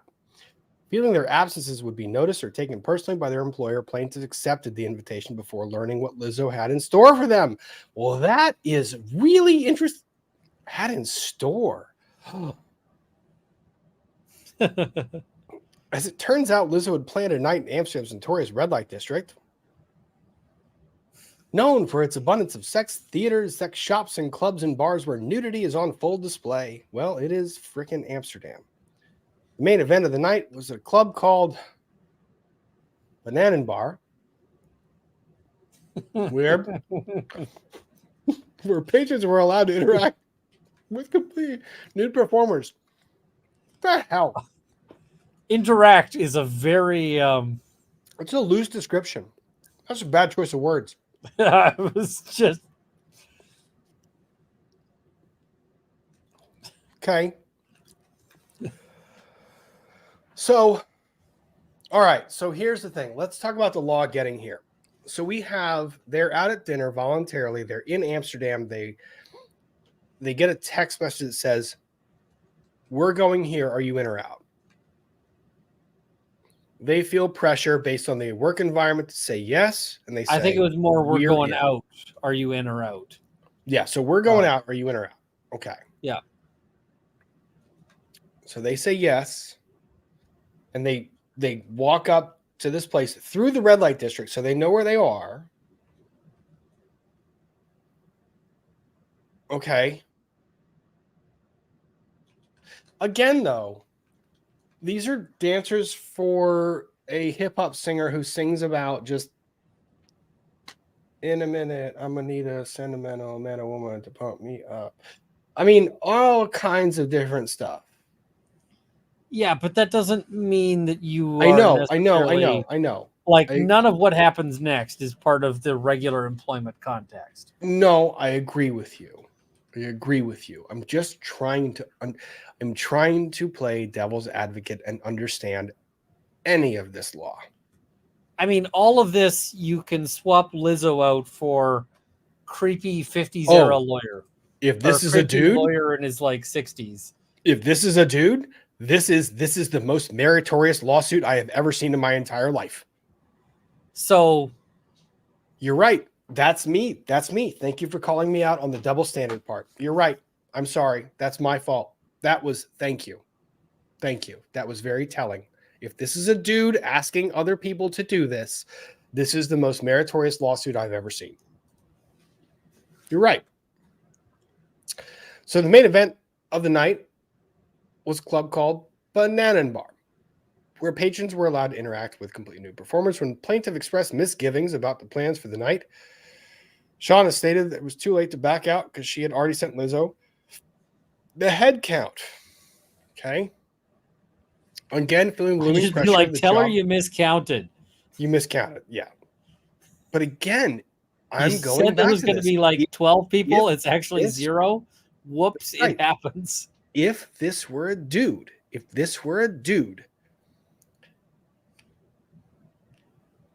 this is, yeah, but also, Kimmy, you're right, they do. But that Kimmy, is a basis for a lawsuit. If a male employer asks his male subordinate to a freaking strip club and doesn't tell them it's a strip club, that's a freaking valid lawsuit. I'm sorry, that's a lawsuit. If this is a guy, and there are people in this dance crew that are guys and girls, I did not check to make sure that Mama Morton was not there. Mama Morton, you are not allowed to be watching. Sign off. If this is a guy, yeah, if it's a famous Hollywood dude, example, I'm not going to say that. I'm not going to be disparaging. If it's a famous Hollywood actor or person or personality who or looks say producer, let's call him Mr. Weinstein. Well, we can say someone other than that name, damn it. Who says, hey, it would be really great for your career if you showed up at this bar. And you're like, okay, I guess I can show up at a bar. And the bar turns out to be this. I mean, kind of fucked up. Pick someone her lawyer up. Cosby, Emily. I did not recognize that. That was very astute. Okay. All right. So let's find out what happens at Banana Bar. While at Banana Bar, yeah, Banana Bar seems like a totally out of hand. This is a poor turn of phrase because things didn't really get out of hand. They kind of went into hands. So Lizzo began inviting cast members to take turns touching nude performers, catching dildos launched by performers' vaginas, and eating bananas protruding from the performers' vaginas. I said that really quickly for reasons, but they didn't get out of hand. They went into hands. I said it. Wait, did I see that this is also... is this also Colleen Ballinger's lawyer? No. On this file? No. That's a lie. That's got to be a lie.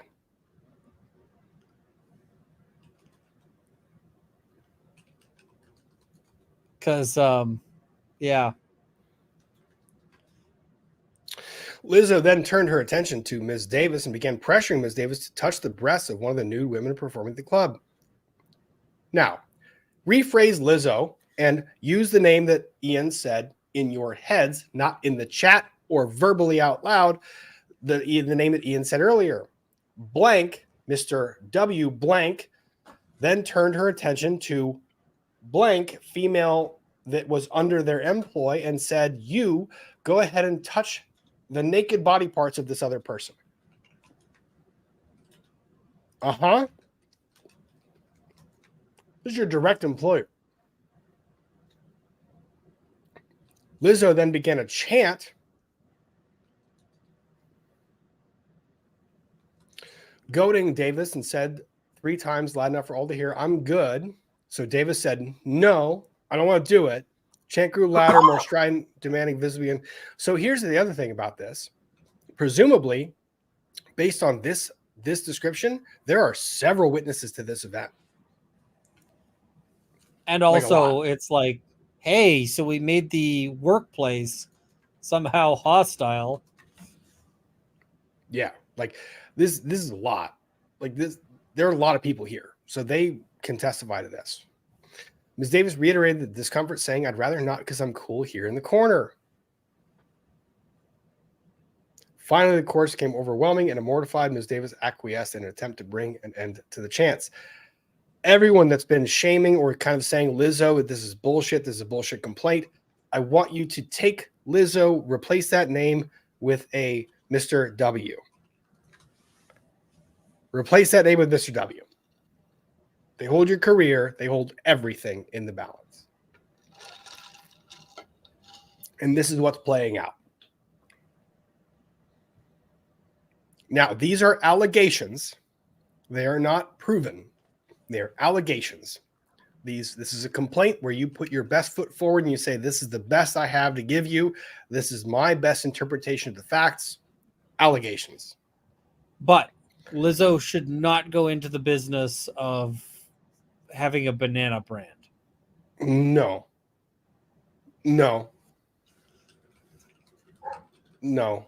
Chiquita Lizzo, no. That's just not a pairing that would go over well. We're not going to do that. After Davis briefly touched the performer's breast, the group burst into laughter. Well, I can see how that would be scarring. Davis abashedly laughed along, trying to hide how uncomfortable her interactions made her. Her efforts to conceal her discomfort were apparently unsuccessful, as in separate occasions, BGB team management in attendance, as well as Lizzo's security team, asked Davis if she was okay. Interesting.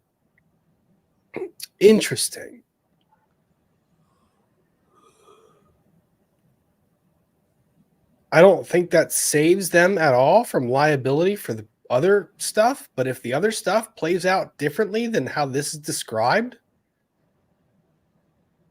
all right, depots, here we come. In addition to pressuring an unwilling Davis into interacting with the new performer, plaintiffs in all in attendance were unable to avoid witnessing Lizzo's incredibly public displays of sexual affection with her boyfriend. That I'm like, What? whatever. Okay, I don't really care about that part. Upon return, Lizzo can pressure member of the security team to participate in the night's debauchery, badgered security guard to get on the club stage until he submitted to her demands. But he's not a plaintiff. Are you repping the like security that's guard? like he's not a plaintiff. Because if they're I get repping it, the security guard, then you're trying to establish a hostile work environment, but I mean, you also it is relevant. It is, but it's also making a lot of assumptions. And I don't know that I would have done this here. Because this person could have come, this person, the security guard, can come out and say, oh yeah, I was all for it. I was going to do it anyways. I wanted to do it the whole time. It wasn't because of a hostile work environment. It was because I wanted to do that. It was fun. And then your entire paragraph is given less weight. So I wouldn't have done that.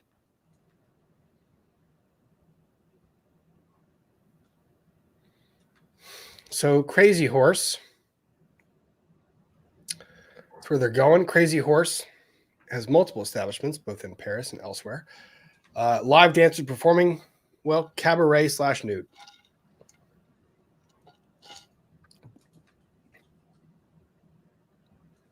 Come on.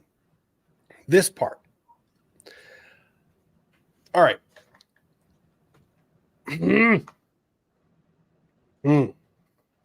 A lot of this lawsuit is very well grounded in fact and looks like it sets forth a lot of very legitimate claims.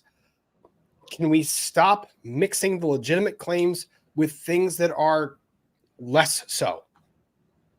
You are really telling me with a straight face that you were at Crazy Horse, having walked in that room, and it was not until that curtain opened that you had any idea what you would be seeing. You are completely lying to me. I know I know that there were probably advertisements, billboards, things, banners, people walking around. Once you walked into the room, you had an understanding of what you would see. I don't know. I mean, it depends on how they market it and whether or not like this is the only thing that they're doing. Because if it's like a cabaret kind of thing, cabarets may have a variety of shows that have a variety of spiciness. I get it. Ian, I get it, but here's my problem with it. You are asking me to give a great deal of weight to what you are saying occurred in these backdoor meetings on stage with everything else that transpired. You are saying, please believe me for all of the credit that I am asking you via these allegations, right? I am telling you what happened. Please believe every word because it's real, it's severe, it's important. Then the thing, you can't tell me that you walked into Crazy Horse. Ian, I'm not saying I've ever been to places like this, but I'm saying I've been to places like this. You heard it here first, folks. You are not walking into a cabaret and suddenly surprised when the fucking curtain opens. That is not, it does not matter. That is not believable. So that's my problem. When you are drafting a complaint, you have to be very careful about what you're putting where in that complaint. I want the judge to believe every element that I have just articulated. Everything. So don't put in shit that I know is not real. I just don't know. Like,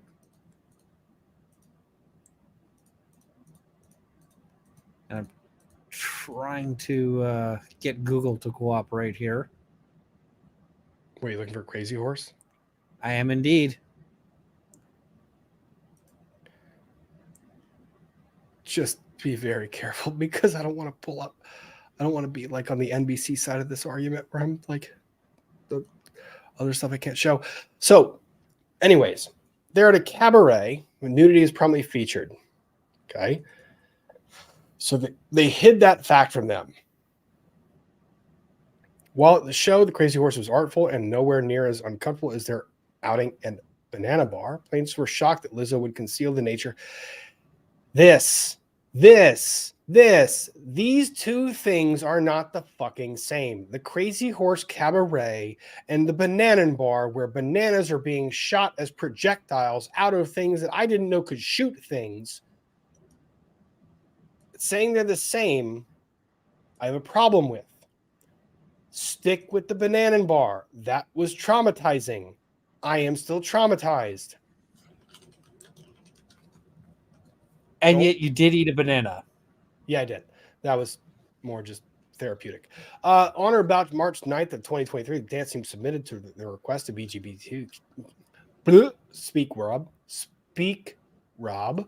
On or about March 9th of 2023, the dance team submitted their request to BGBT and Lizzo for a retainer of 50% of their weekly tour rate to ensure they would be paid for their time while on break. Okay. Based on the fact that they preferred that those members not take jobs outside of the tour. Good. March 16th, 2023, the last show of the European leg of the special tour. Why is it in fucking quote all the fucking time?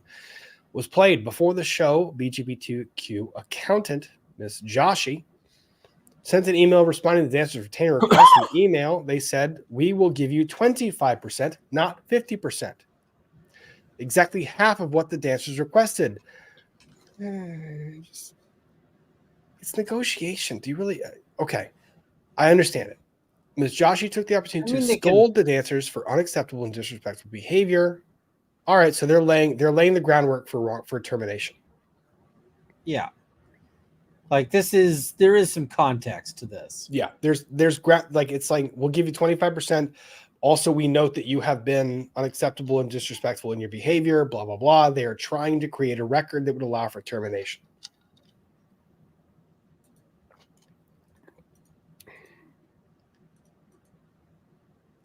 Here's the thing. I go back to this one. I'm trying to replace Lizzo with Mr. W. And Mr. W is the person to whom these employees are going for this retainer. Are you viewing it differently? I think I am. I mean, I think they're basically the same thing.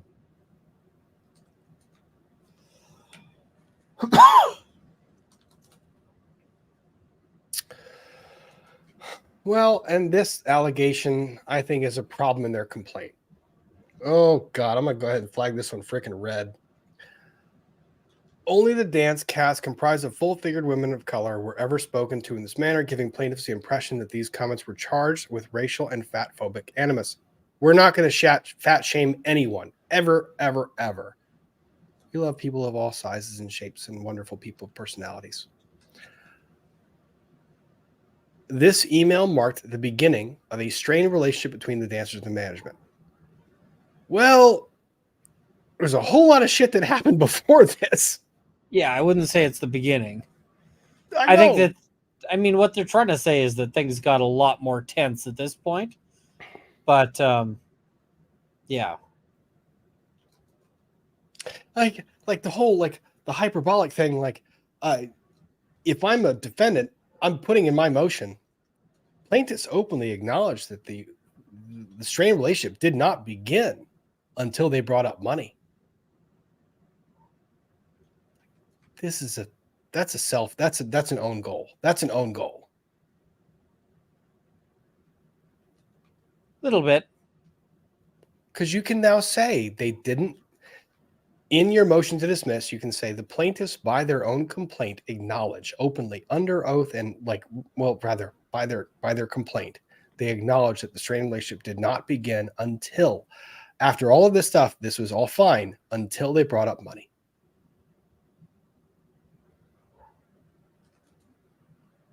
Bananas, Crazy Horse, nothing was strained. The relationship only became strained after the money conversation.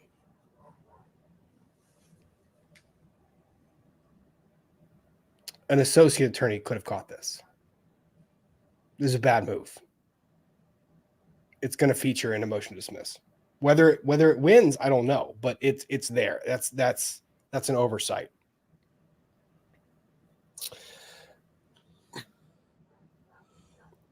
And then you double down. Plaintiffs and their fellow dancers were blindsided by the allegations of the email and requested a meeting. So further highlighting that this is the first time when they have a problem. They agreed to meet right after the meeting. Beisler simply stated they had no time to talk with the dancers, even though they had developed ample time to discussion with the musicians and vocalists performing the tour that same day. Promised to make time to talk over Zoom. Well, that's what management does. They promise, but they never fix. Tell me this isn't just corporate culture, period. Mr. Beisler promised him he would make time to talk with the dance cast over Zoom regarding the cast concern, but never followed through. Okay. They performed that night and returned to the U.S. All right, so we're back in the U.S. Soft hold, unable to take jobs. Oh my God. Wait, hang on. After all of this back and forth, hold the hell up. Wait a minute. So we have the first email that says they asked for 50%, right? And the manager says 25.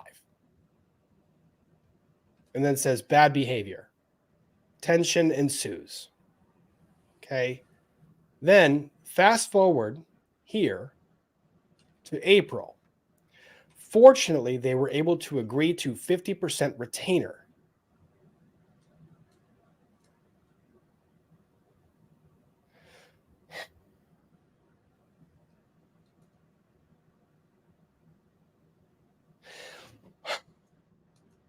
Yeah, a lot of this stuff just should not have been included because it's irrelevant. Why? Stick to the sexual aspects and you're good. You said the money was the first part of the strain, and then in 3 paragraphs, like 2 months later, you said that they fixed the fucking financial part and they agreed to 50%. What the hell? I get owning the parts of your complaint that aren't the best. But like Ian said, stick to the fucking bananas. Like, yeah, because why was parts that of this not the most lawsuit shocking are part? literally parts of this lawsuit are literally bananas. Yes. BANANAS. Yes. Why are you talking about the money when the money was fixed? Why are you saying the money was the start of the problems when there's fucking bananas shooting out of things that don't shoot things out except for babies? And apparently bananas. No.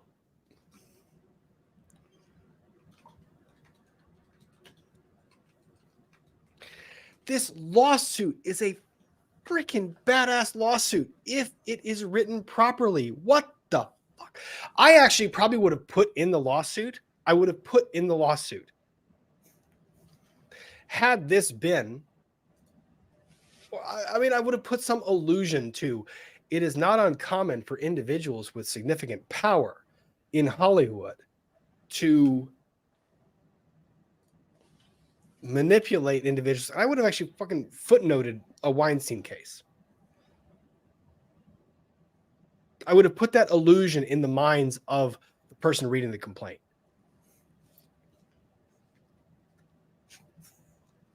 Oh, EDB, she's never made me blush tonight. Ping pong balls. It's not going to happen. I have read the bananas that no, we're not. I'm not blushing tonight. I understand that, you know what? The body does miraculous things. Apparently, like shooting projectiles out of things. That's a miracle, is it? It's a miracle. It's a miracle. You know what? I'm just gonna say, if you're applying for statehood, do not put that one down. It's a miracle that I can shoot quarters at something? No. I would refrain from putting that on my application. And we've had balls enter the chat in a different capacity tonight. the form of ping pong. Oh, it's so bad. You know what's funny though?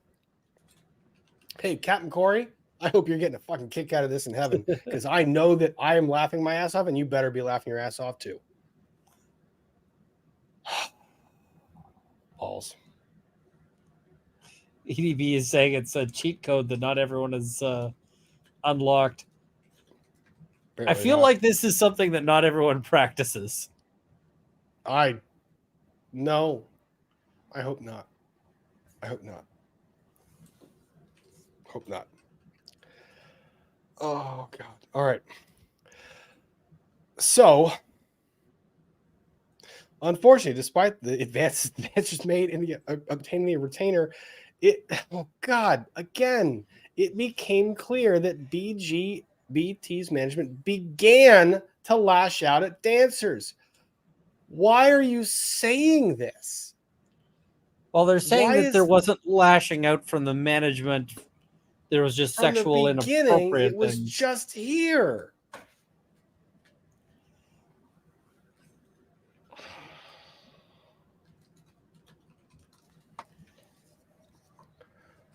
Specifically, they treated black members of the dance team differently than other members. Well, that's not right.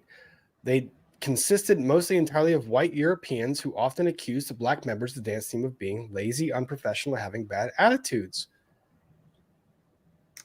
Okay, that's not right. Not only do these words ring familiar as tropes used to disparage and discourage black women from it. Look.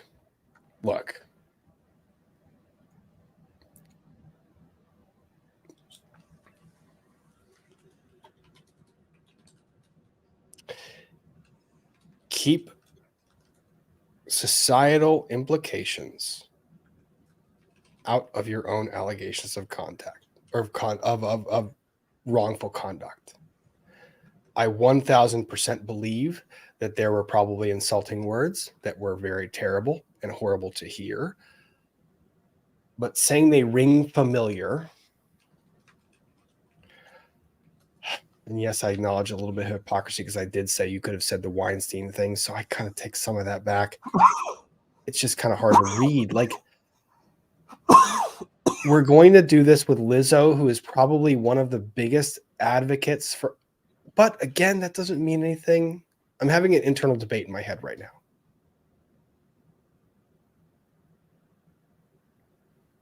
I'm going to take that for what it is. I'm just going to take it for what it is. On or about April 20th of 2023, the dance cast, wow, that's not long ago. 8-hour rehearsal. Near the end of the rehearsal, Lizzo arrived and called the dance cast together for a meeting to address the rumors of unprofessionalism.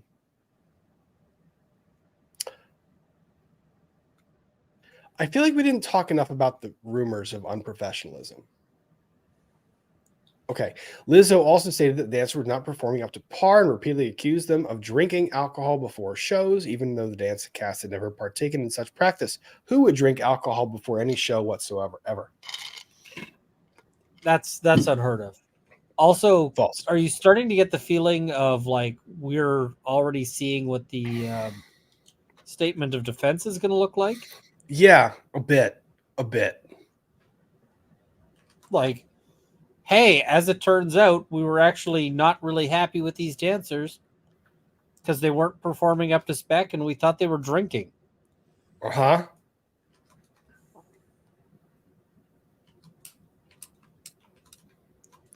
Discovery is going to be interesting. And if you're Lizzo, this was a question I had. This lawsuit being plastered everywhere, if I'm Lizzo, I have to fight this. I can't settle it. I have to fight it. Aggressively. I mean, unless it's a lawsuit that is very carefully tailored, you know, in terms of like, or a settlement that's very carefully tailored in terms of like, including, you know, public statements and so forth. Yeah.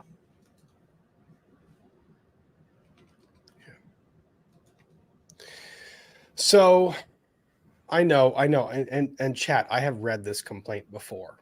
Not that surprised. I skimmed it. I didn't read everything in detail. I do know It's true, Emily. I know.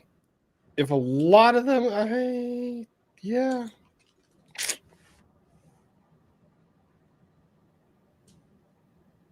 Yeah. Okay, this was my initial question.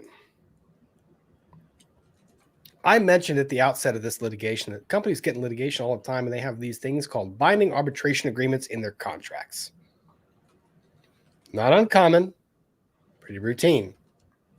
It prohibits these types of complaints from being publicly broadcast. And yes, binding arbitration can preclude actual filing in court or can result in immediate injunctions that seal the filing. Why was there not arbitration here?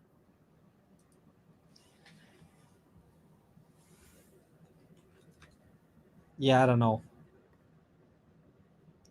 There might be arbitration clauses, and it might be that they're just throwing this into the public to sort of get around that.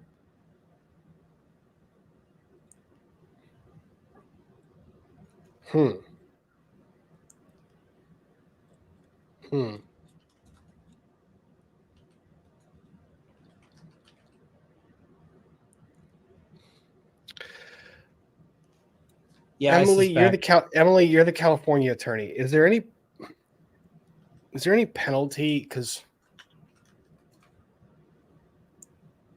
I'm contemplating like some LD, some liquidated damages clause, where it's basically the parties recognize that irreparable harm would come to one or both parties if a matter was initiated outside of arbitration and therefore something occurs. Now, I don't know the specifics of how that would work, but it would seem to me that that would be a situation where that actually might have a little merit. However, I talk about this, but I also mentioned the Tiger Woods thing we covered before. Tiger Woods' ex filed 2 different complaints trying to set aside their non-disclosure agreement because it had an arbitration provision in it, and then alleged the sexual all that was dismissed, but it wasn't dismissed before the press got a hold of it. I'm really curious about this. I want the contracts. And maybe, you know what's funny? Maybe that's why they didn't attach the contracts. If the contracts had a binding arbitration clause on the face of the contract, I wouldn't have attached that thing to the complaint.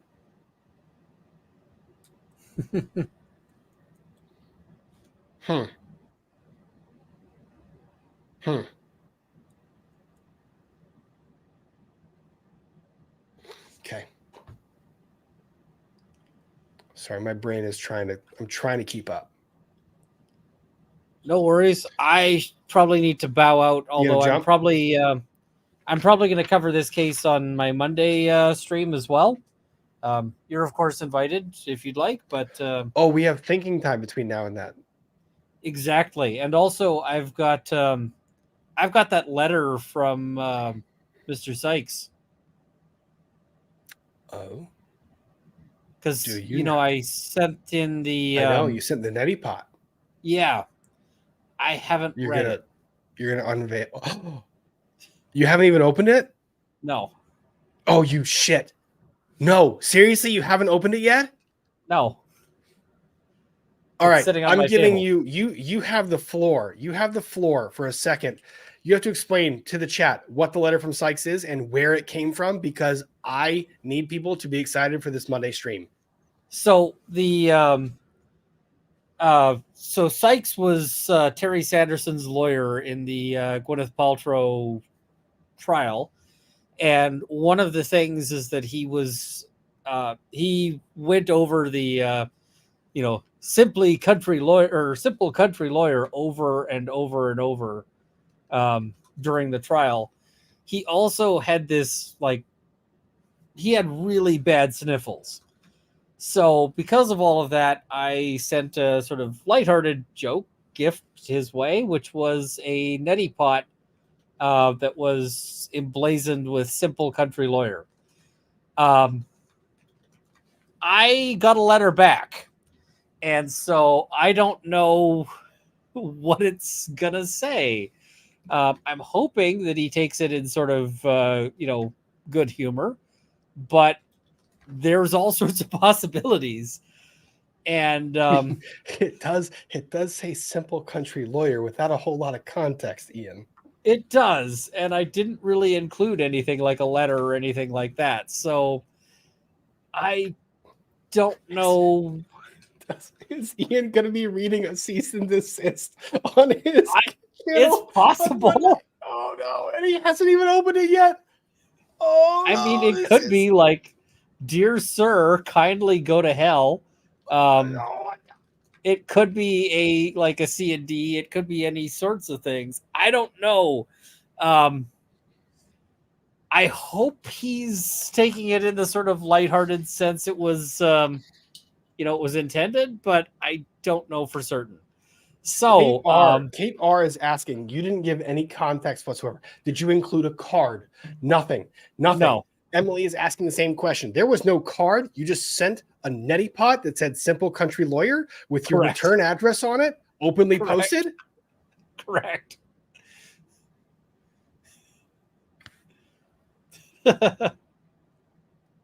Oh my God. I didn't see this. I didn't see this now. I have anxiety. Why have you not opened this? How have you not opened this? Well, it's easier to refrain from checking things like this when you also have the flu, because that takes up a lot of brain power in and of itself that you might otherwise spend on, on worrying about that. But yeah, I'm going to open that up on the Monday stream and find out. I don't know. It might be. And if he, the other thing is it's a litigation hold. Please do not delete. It's a litigation hold letter. It's please do not delete any correspondence or communication that existed prior to the creation of this neti pot. Oh my God. It's a litigation hold letter. Oh, I'm dying. People have also said, what if he found your channel? And I'm like, I don't know, because sometimes our commentary is honest in ways that you might not be to somebody directly. So, when you say hey, this close is not good, that's not the sort of commentary that we give to somebody's face. So if he went and looked it up, it's now I might feel bad. So I am my level of happiness that I settled my trial next week. Now that I get to actually participate and watch this thing happen and unfold on Monday, not like a zombie. Oh, this is gonna be so fucking good. Oh, this is gonna be so good. I mean, it could be anything from "Dear sir, please go F yourself," to a polite, I don't know what it'll be, right? So, he could be I've seen your YouTube coverage and I have now requested that you take down every video that you've ever spent talking about me. No, I would very much appreciate if it was just a letter that says, "Dear sir, go F yourself," because boss move. That it could be, right? I don't know. I don't know. So I am a little nervous about it, I will admit, but yeah, have you held it up to the light? Have you tried to look through it? I haven't tried staring it or steaming it open or anything like that. Why not? How does your ADHD brain ignore it right now? I don't understand that. I know that your ADHD is 9 times worse than mine, 9,000 times worse than mine. How have you not stared at that and I've had the flu is really what it comes down to. Also, I've been distracted with I'll sort of tell the story a bit here. I used to play this mud, and if you don't know what a mud is, it's sort of a text-based computer game with multiple people. And I used to play this when I was like 14, and it was Mhm. great. And when it went down, we all like this game went down off the internet, and we all thought it was lost forever. And they just now got it back up and running. So they just now have it running again. And so I've been playing that too. So those have been my distractions on that because I'm like, I want to open it for the Monday stream. So yeah. Mhm. I think I agree with Emily. You have to put a channel poll, like on your Yeah, community page. Put a poll up. that's a good idea. Get them guessing, because it's too great. I'm putting that up. Oh, darts are flying. Darts are flying. Lindsay still patiently waiting for the Runkle EDB Legally Blonde watch party nearly a year later. Yes, that's got to happen. For shame. I agree. It needs to happen. But you know what? Schedules are schedules. They're really, really, really, really hard. Oh, it Especially when you is. have like the attorney and content creation. It's, dude, finding a day when we can do things together, like long term, planned in advance, not easy. Yeah, I mean, there was that idea that was put out as we should arrange like a cruise at some point, and I'm like, that is a great idea. That I have no idea how we would manage to schedule. Correct. Unless it was done like 4 years in advance or something. Correct. Yeah, I put this blame on everybody. I am part of this chat where we have tried to communicate back and forth. It is everyone's freaking fault. We are all busy at different times. It is just life. It is hard. It's not easy. Yeah, it can be fairly terrible at times for all of that. So, yeah. Time has been exceedingly generous. Can I highlight this real quick? So Time says he's Runkle, he's a survivor. Thank you, Time, for that very generous chat. But you also sent 2 other ones as we were talking about the Lizzo lawsuit. $99. Time. Everything I want to say was covered by the first, but I can't. Time. I don't know what I'm allowed to say. Time. You're allowed to say it in this chat. You can communicate. This is a safe place. You can hang out and have fun. We can talk about all kinds of this stuff. I go back to one of the most generous super chats, which was this one, like grateful about these discussions, just talking about the law and the facts that are known. We're allowed to talk about the law and the facts that are known and the people that are commenting on it. This is a side of the internet I didn't really realize that existed, but I love the fact that so many people are interested in it. It's really interesting. And then there's interesting people like Runkle, who creates a fucking neti pot and sends it to an attorney who's litigating a case, who has a sniffly nose, and Runkle is concerned, so he makes him a fucking neti pot and sends it to him. I mean, to be fair, I don't actually expect that he will have used it, but maybe. If the letter says how much he loves it, I can't keep thinking about the letter. I can't. Nope. I can't think about it. All right, Ian, did you want to jump off and get some sleep, my friend? Yes, I'm just finishing up the I just need to know what if I should put more poll things. I've got a cease and desist, a thank you, a snarky / hostile letter. You can share your screen if you want. I don't know that I can here. You don't have to. So what do you have? Tell me what you have. So I've got a cease and desist, a thank you, a snarky / hostile letter. Anything else that people can think of? Go F yourself. That might, yeah, I can put that.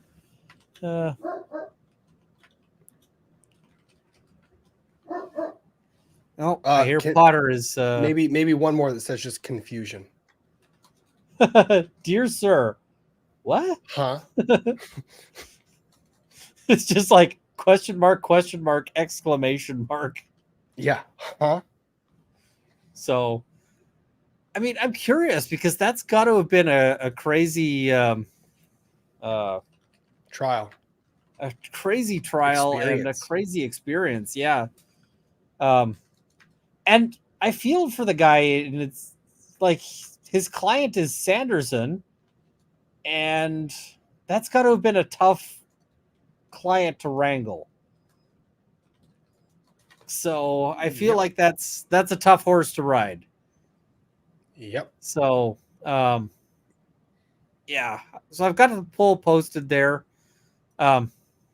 It's gonna be interesting, but yeah, I'm nervous. So I'm just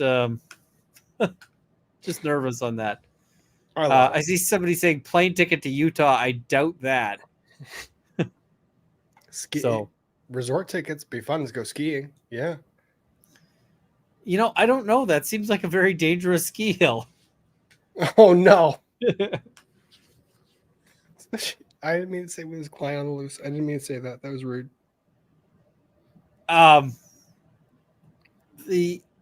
I see the gift assumes one knows what a net. I mean, it's in the like neti pot box, and I include like all the manuals and stuff are still in there, so it does indicate what's there. You got to use your cricket. I did. The cricket is awesome. I want to figure out more uses for it, but now you need the CNC. Did I showed you what I made on the CNC the other day, right? Oh, I mean, I am super envious of the CNC. I need a laser. That's the other thing is I need a laser. With sharks attached to their freaking heads? No, like a cutting laser for leatherwork and stuff. Oh, an actual laser. Got it. Yeah. I think that would be a really cool thing to have, and I think it would be really useful, but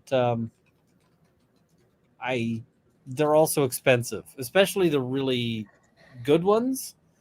So I made that for nieces, like the little glow thing. It hasn't come up on the screen. It's there, isn't it? No? No, I just see a big blank space. Oh, come on. It's my stream integrity right now. Wi-Fi is saying, I don't like you. Oh, there we go. Yeah. That does look pretty cool. Yeah, so that's for the nieces. Like just CNC engraving. I wonder if the CNC could be fitted with like a laser. Yes, I can fit it with laser. And also things like just like a leatherwork cutting blade or that kind of thing. Yep. So this is a diamond drag bit. So I can fit it with anything I want. It's just the problem is the pressure of the router. Like, so when that thing pushes down, you better have your depth freaking accurate because it'll push straight through. So yeah, I would love to play with that at some point, but I mean, those things are just expensive. So, and they take up space, so much space. Just a bit. Let me see if there's any questions for you before you jump out.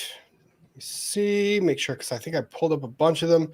Lawyers and Dragons tomorrow morning. Yep, 2 more, 10 a.m. tomorrow. We'll see you there. 2 more, or isn't this the last one? 1 more after this, I think. I don't know. I don't make the rules. I just follow. I have plans I requested with David, but I don't know if they'll be possible for shenanigans. So we shall see. Let me see. I will not be hired by Lizzo. Nope. Let's see. Questions. Make sure. Peppers, this would be why we all told you to save this one for last. The Lizzo stuff. Yeah. Going. It is mildly spicy. One. For Runkle's epic hat. Thank you, 5April1393. Very much appreciated. Charlie Raven, Ian, you look so good with the goatee. I'm reminded while you were wearing the pirate hat. I agree. I think Ian with facial hair is great. Mrs. Runkle did not particularly care for it, so that was the end of that. As it turns out, she's got, she's got a strong say on those things. So, yeah. This one was Stephanie. Thank you for all you. Thanks for all you, Rob and Ian. Rob, how is the 3D printing venture going? We're still on CNC, and we had trials, and the trials were resolved. So we are back on the adventure of seeking out how to do the 3D printing. But we still learn stuff along the way. Like, for example, I make pens that are fun. This is a bolt action pen. It's really pretty. I like making it. It's great. But yeah, we learn stuff. And we talk about it on the member streams. David Wu, thank you very much for the very generous super chat. Very kind of you. Happy Friday. Happy Friday to you. Whitney R is saying the Cricut Maker will cut leather. I have done it. I know Ian knows too, but I don't think it's I the will best have to give it a try. Yeah. So please show the letter envelope in camera. Do you have it? It's in the other room. Nope. Wait for Monday. Yeah. All right. Why don't you jump, get some rest? I'm going to finish up the Lizzo stuff and then wrap for the evening, and I'll see you in the morning, my friend. Sounds good. See you in the morning for Lawyers and Dragons, and see everyone on Monday for the stream. So, all right. Cheers, folks. Okay. Well, that's way too close. Go away. That's way back up. I don't like that. Nope. Share the screen. There we go. Oh, more comfortable. All right. So we were talking about a rehearsal that was going on for 8 hours. Then we had to rehearse after the 8 hours for an additional several more. During that time, there was an incident that involved Ms. Davis, who needed to excuse herself to use the restroom, but she was afraid to leave the stage. She lost control of her bladder, and that happened on stage. Then she went backstage, and the only clothes available were see-through garments. She felt exposed and embarrassed and was required to finish the rehearsal dancing in front of a male crew members in those garments. Then another meeting was called. Lizzo then mentioned that drinking alcohol before the show is prohibited. Again, this seems to, I have curiosity as to whether this is true or not, as this accusation was not based on any sort of reality. I wonder where it came from, though.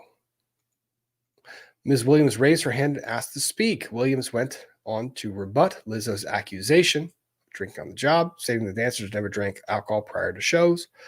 Quigley immediately supported Williams. Well, that I didn't see coming. Confirming the dancers had never drank before the shows, Lizzo mockingly responded, well, if you're not, then good for y'all. All right.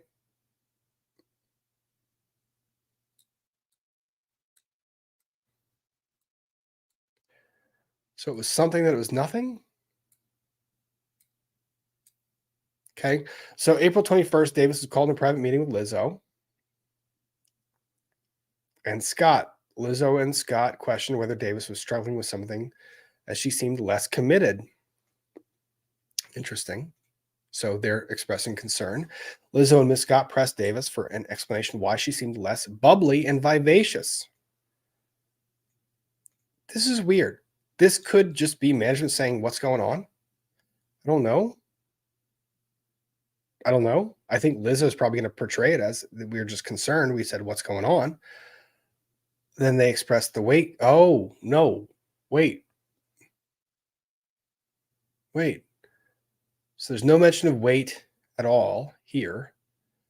And then Davis brings this up. In professional dance, the dancer's weight gain is often seen as the dancer's getting lazy or worse as a performer. Lizzo's and Ms. Scott's questions about Ms. Davis' commitment were thinly veiled concerns about the weight gain.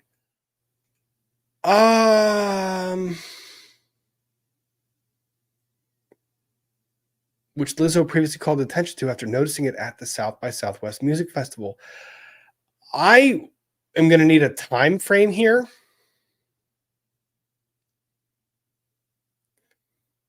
This part, which previously called attention to,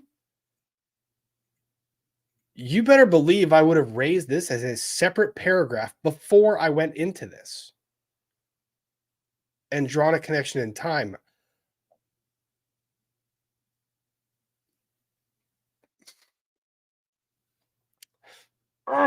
There's a lot in this complaint. There's a lot in this complaint that's really. I'm trying. I'm being fair to both sides in this. I'm trying to be fair on both sides of this.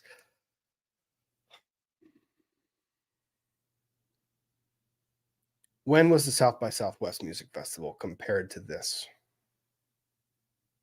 That's what I want to know. Ms. Davis stated that she was dealing with personal issues, but did not, nor would she ever let it affect her work. That's hard to say. And we don't know what those issues were. In fact, not only had Ms. Davis' performance as a dancer not slipped, but Ms. Davis had also become a better dancer than she was when she was hired. But she was saying she was dealing with personal issues. So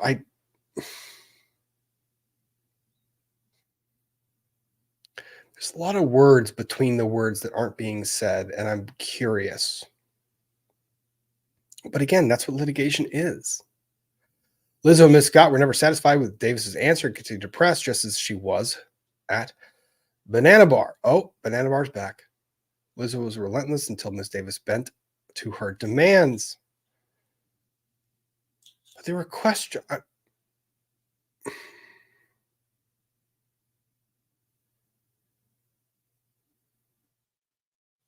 Although Lizzo and Miss Scott never explicitly stated it, these questions accompanied by Lizzo's statements made after the South by Southwest Music Festival gave Miss Davis the impression that she needed to explain her weight gain and disclose intimate personal details about her life in order to keep her job.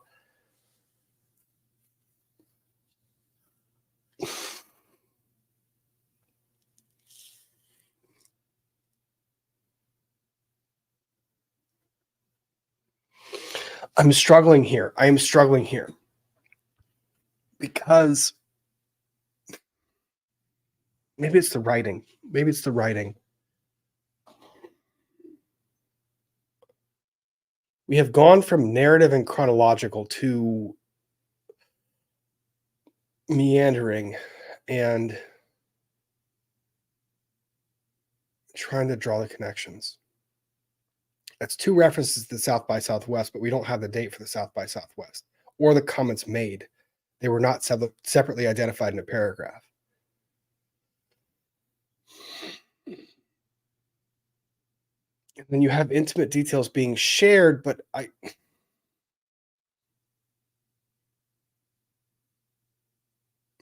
this is a lot of nuance.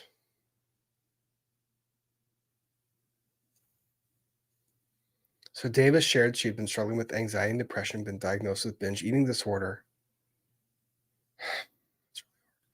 Davis explained her diagnosis and struggles, but made it clear that in spite of her mental health struggles, she was still committed to the tour and performing at the top of her capabilities. In response, Lizzo and Miss Scott dismissively offered Davis time off to attend therapy. Is that dismissive?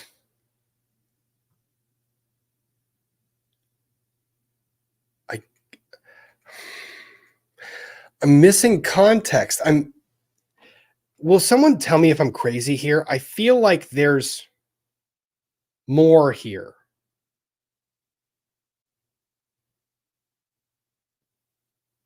That I'm missing.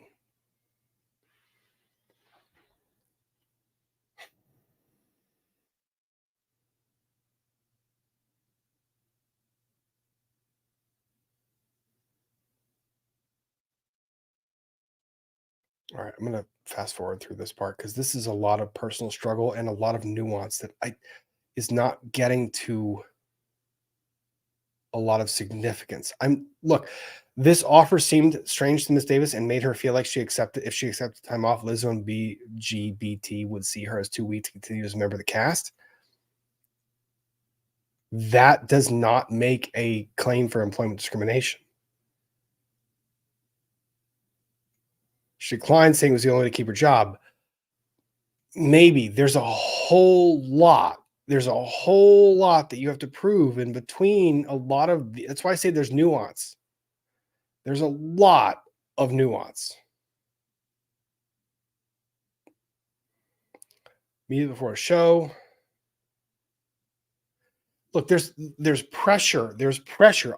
You can feel it in the writing. There's pressure. There's pressure. There's things that exist. There's so much going on, but it's a lot of freaking nuance. There isn't one direct thing. There isn't one statement. There's nothing there. It's a lot of nuance. The problem is that it's very difficult to explain to a jury whether that's valid or not.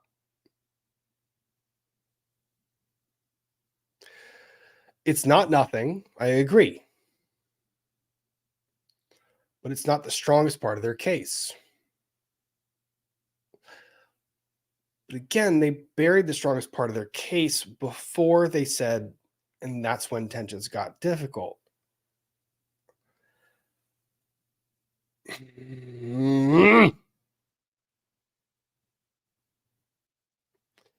Then there's a termination of the lobby under the guise of budget cuts. Williams was the only one to get fired. Williams asked to speak to Lizzo.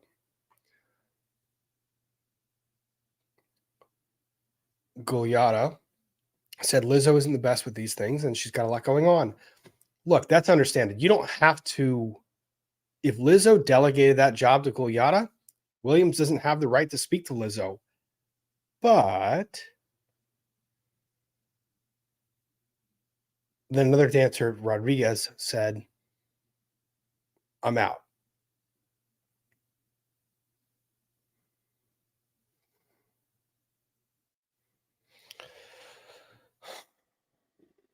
Can they prove this? I know there's other dancers who have spoken out. I know there's comments who have spoken out. This is early, man. This is early in the litigation. This is the complaint. Yes, I'm reading into it. Yes, I'm reading into it. That's what I do. I read into it to try and figure out what I would think about this, how to process it, what I would see from the other side. I'm trying to focus on the allegations themselves. On April 27th, all of the dancers were called into a meeting with Lizzo to discuss notes on how they had been dancing. Prior to discussing performances, Lizzo addressed Williams for being fired. Awkward because she didn't do the firing. During the meeting, Lizzo stated she had heard that one of the dancers questioned why Lizzo hasn't fired Williams directly. Okay. So basically saying, Lizzo, why didn't you do it yourself? Fair. Lizzo demanded to know who questioned her decision to fire Williams, and once again reminded the cast that she had eyes and ears everywhere. It's kind of how these management teams work. I know it's not like, it doesn't feel right, but that's part of how it works.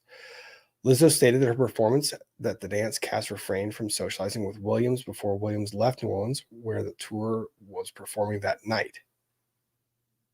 Before she gave notes, Lizzo stated weight gain was cause for... Whoa!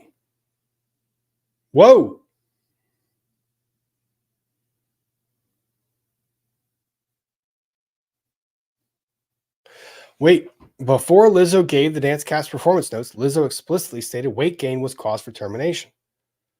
Well, before, because you kind of had a show that my understanding was kind of aimed at body positivity in dancers, and that wouldn't really suggest that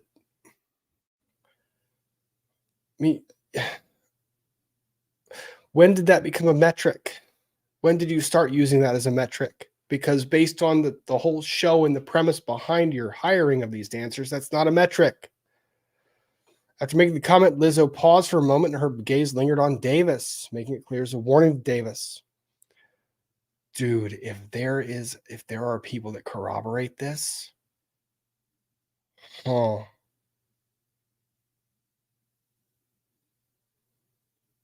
pretty fucked up. And Cerebellum, I see the same on Broadway. The funny thing about the Broadway thing, I don't know. And is this real? Cerebellum, you have to say the same as when you auditioned. I don't I want to see the contract.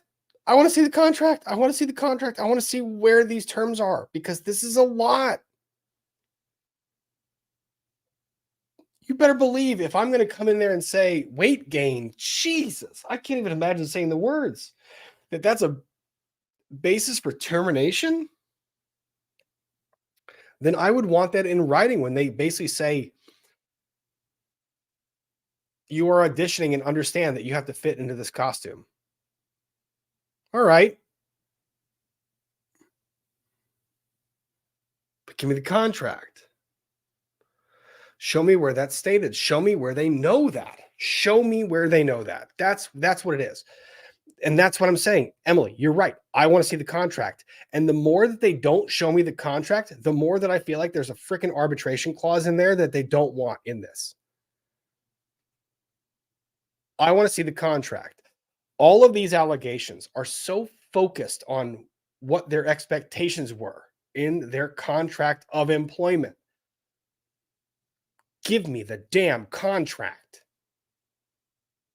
You're telling me that they do this entire audition. They go on tour and there's no contract that they sign that memorializes their understanding. Where the hell is it? Chickamy, they do. They do write that. They do write that.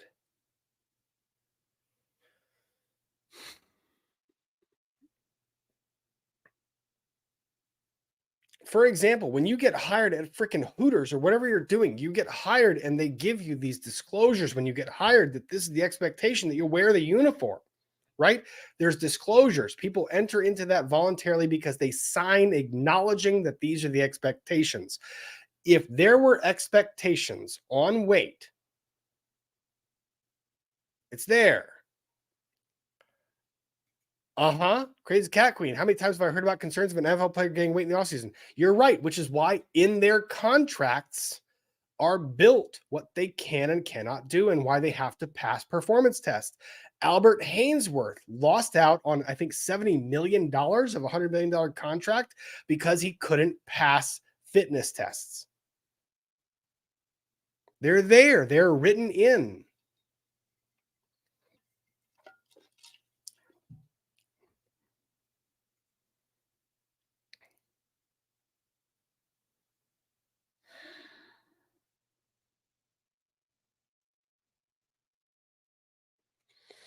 You're right, Chikami. It does seem discriminatory. I'm not making excuses. Here's the thing: what I'm frustrated with, and where I'm expressing this frustration, is that there is so much of this complaint that I think has such fantastic legal merit.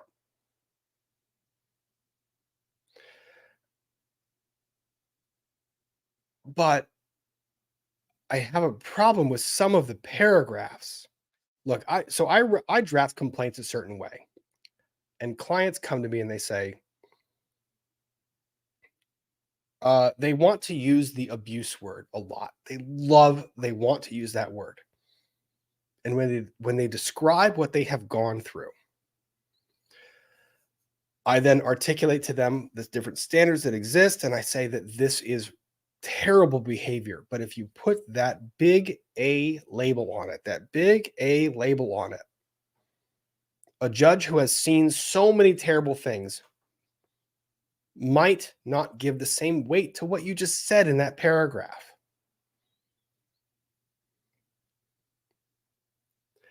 Candor to the court begins in every word that you choose to use in your pleadings. Every word, every paragraph, every phrase, every sentence.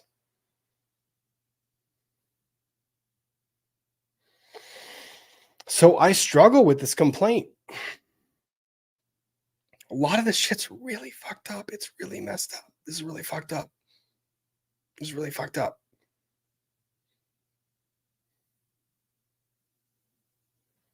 Let's just, it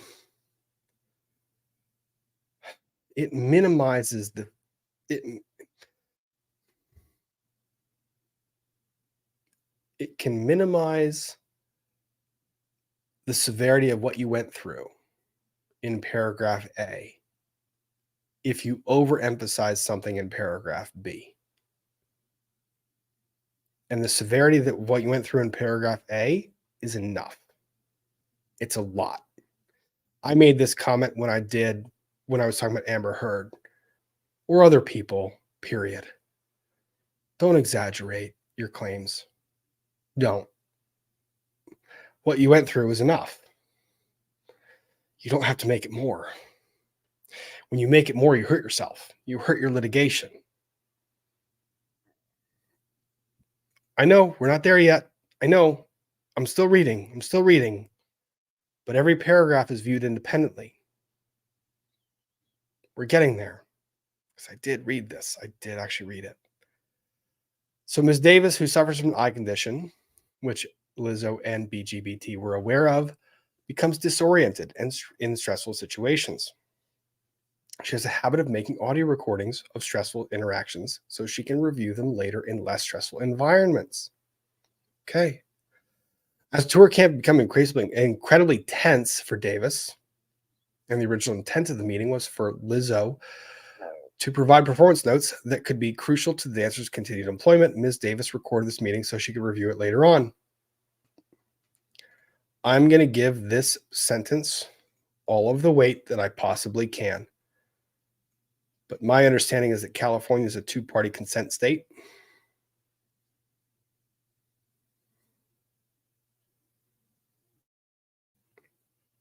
May 3rd, all the dancers were called to emergency wardrobe fitting. As they arrived, BGBT management and security were there waiting for the dance cast. Security took each dancer's phone. Well, that's a fucking problem. As they entered the room, once all were in the room, their phones were collected. Lizzo entered. Well, now we have an issue. There we go. Oh, now we're taking their property.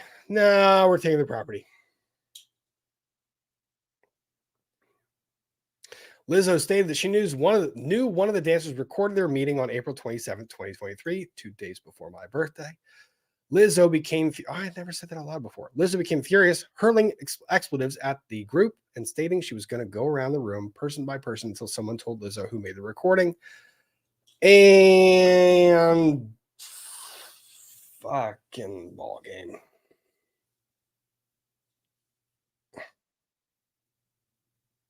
Ball game. Well, now we're getting to it. Like, you can see where this is going. That's what I'm saying. Ball game.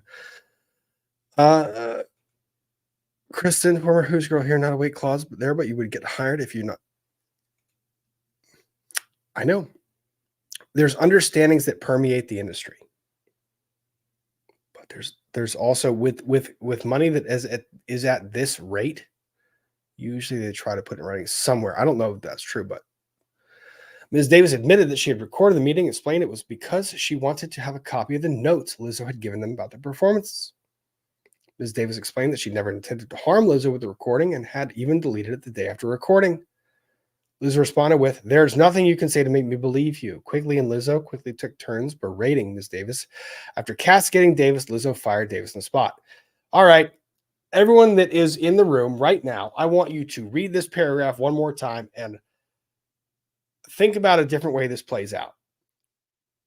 Like I said, this is a complaint. This is the best articulation of the facts that played out as articulated by the plaintiffs. But I want everyone to read that paragraph one more time and think of at least two different alternative theories of how that played out. Davis said, "I recorded it, but I promise it was just to have a copy of your notes. I never wanted to hurt you, Lizzo, and I deleted it the next day." Lizzo responded with, paraphrasing, "You're full of shit. I don't believe you." Quigley and Lizzo basically then start going back and forth.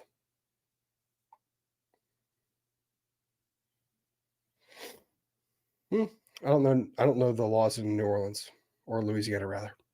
I'll have to check that. Before Lizzo left, Rodriguez asked if she could have a word with Lizzo.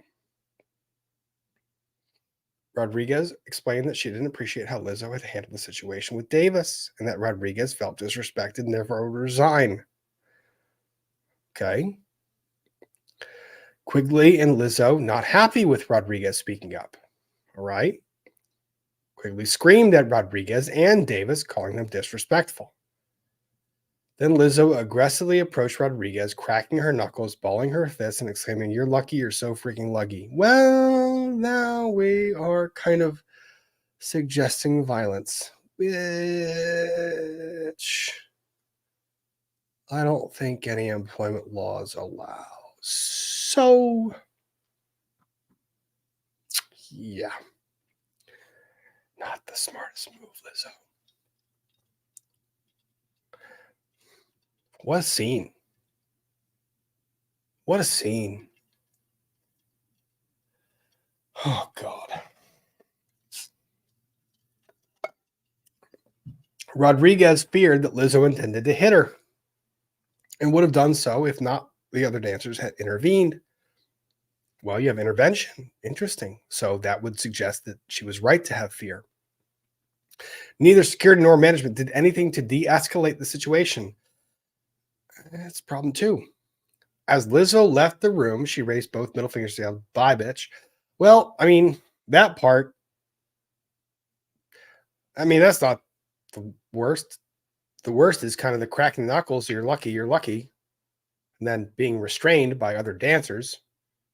So there's that part. Huh. Rodriguez then returned to the hotel room, escorted by three other dancers, as they feared Lizzo may return. Well, if those three dancers testified, then that's a big freaking win for Rodriguez. Davis was forced to stay behind, detained in the room where the meeting had taken place. Referred to as Robo. Well, that's insulting to me. Why is the security guard referred to as Robo? I am Robo. I am Robo. What? How are you detaining her? What lawful grounds do you have to detain her? Is there a basis for detaining her? No, none of those things exist. She's a private citizen. You are not law enforcement. How are you detaining her? Putting her in a room? Are you out of your fucking mind? The tour's manager demanded Davis let Robo rifle through her files on the phone. Go F yourself. Nope. See you later. 5. Fuck off. No.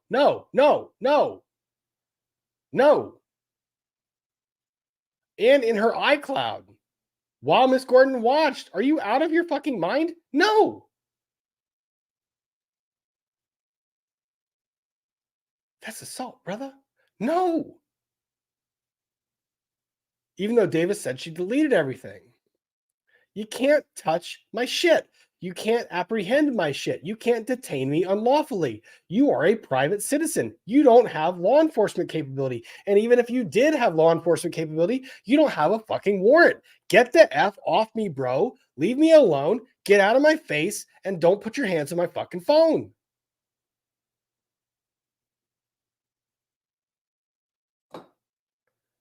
Davis was told not allowed to leave until her phone had been searched. Cool. While you have my phone, I'm just going to yell, "Hey, SIRI," not going to say it out loud to piss off devices. Please dial the police.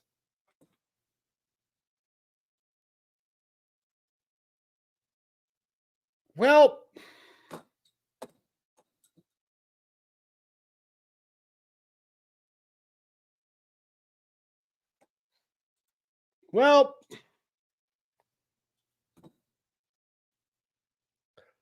oh my God. Yeah, half Irish. You're right. She was already fired. Oh my God. Uh-huh.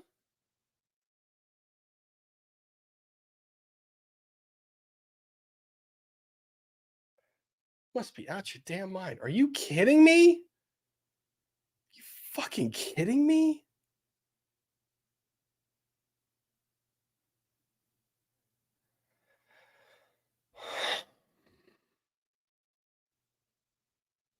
I didn't say the word. I said SIRI. I didn't say her name.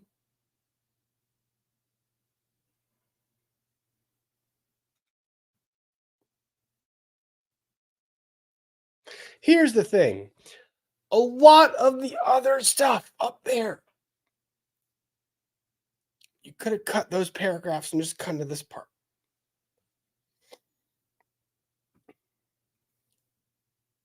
Nope. Baby Gator, they had an NDA saying no recording, and we can search devices if recordings are suspected. No. You might agree to that, but if I say no, you can't touch my shit, that means no, you can't touch my shit. If you think I am breaching your contract by not allowing you to touch my shit, you can sue me and try to touch my shit. You can't forcibly remove it from my property or from my person. That's assault. If I am holding my phone and you go and grab it out of my hands, that is assault. So, yeah. Tiffany, I saw that, but when you're in a room, that's false imprisonment. I think that this is, even though Davis doesn't say, my God, give me my phone back, shouldn't really have to. It's pretty much unlawful. And then they search her phone, even though basically after telling her, you can't leave until you give it to me. After being released from her confinement, nice choice of words, Davis hurried to her hotel room, packed her things, met up with Rodriguez, and left for the airport.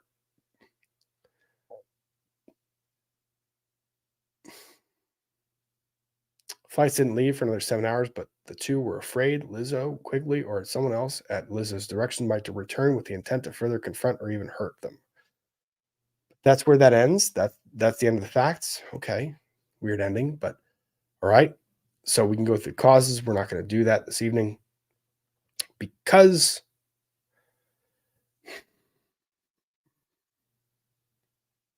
it's a little late. And yeah. No, I don't want that view. I want this view, but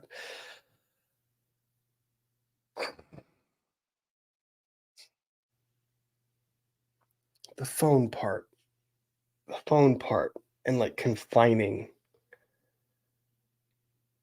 Oh no, the NDA doesn't hold up. Like if the NDA is basically saying like you have to turn your phone over if I tell you to, it's not lawful. It's not lawful. And I agree, just me. I know that those could potentially be criminal charges, but you don't know all of the facts. Yes, it's a one-sided recitation. You're right. That recitation got really bad at the end. Karina A. Hi, Rob. Hi, you, Karina. Thank you for being here. All right. I think this lawsuit is something I'm going to keep following. I have seen that Lizzo had a response. Where is it? Instagram. It was Instagram, right? Instagram. I don't even know what her account is. If I do just Lizzo, what's her Instagram account? Lizzo be eating. Okay. So we have the Instagram account. Let's do this. Share the tab. There's a response. So the last few days have been gut-wrenchingly difficult and overwhelmingly disappointing. My work ethic, morals, and respectfulness have been questioned. My character has been criticized. Usually I choose not to respond to false accusations, but these are as unbelievable as they sound and too outrageous not to be addressed. These sensationalized stories that doesn't say that they're false. From former employees who have already publicly admitted that they were told their behavior on tour was inappropriate and unprofessional. Well, there's a groundwork. As an artist, I have always been passionate about what I do. I take my music and my performances seriously because at the end of the day, I only want to put out the best art that represents me and my fans. With passion comes hard work and high standards. Sometimes I have to make hard decisions, but it's never my intention to make anyone feel uncomfortable or like they aren't valued as an important part of my team. I'm not here to be looked at as a victim, but I also...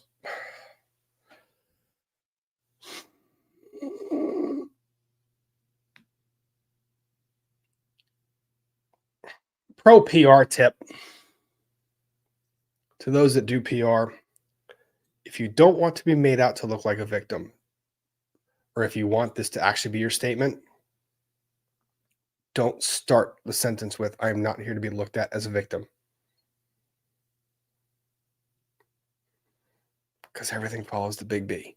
But I also know that I'm not the villain that people in the media have portrayed me to be these last few days. I'm very open with my sexuality and expressing myself, but I cannot accept or allow people to use that openness to make me out to be something I am not. There's nothing I take more seriously than the respect we deserve as women in the world. Why does that feel like gaslighting?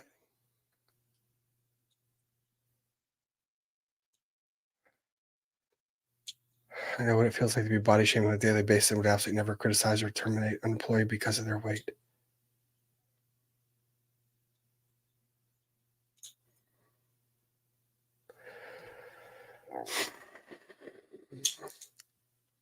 I'm hurt, but I will not let the good work I've done in the world be overshadowed by this. I want to thank everyone who has reached out in support to lift me up during this difficult time.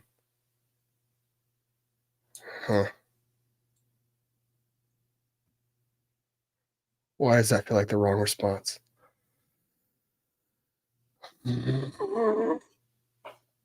Why does that feel like the wrong response? Why does that feel uncomfortably wrong?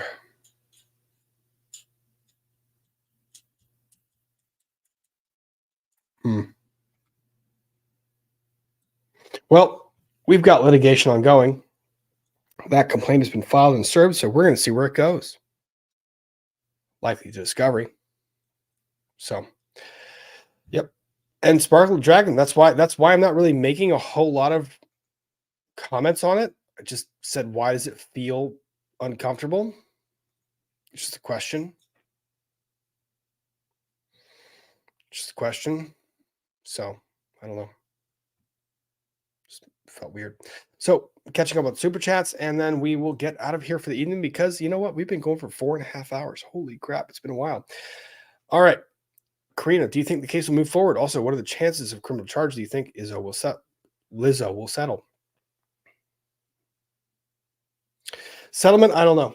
The dancers coming out suggest that she might lean towards that, but based on her PR statement, it was kind of like, no, I'm not, because I need to prove this wrong. Criminal charges, unlikely. It will move forward. They have stated enough to get past the motion to dismiss. Even with the things that we drew attention to, yes. Lilith, wouldn't that be unlawful search and seizure?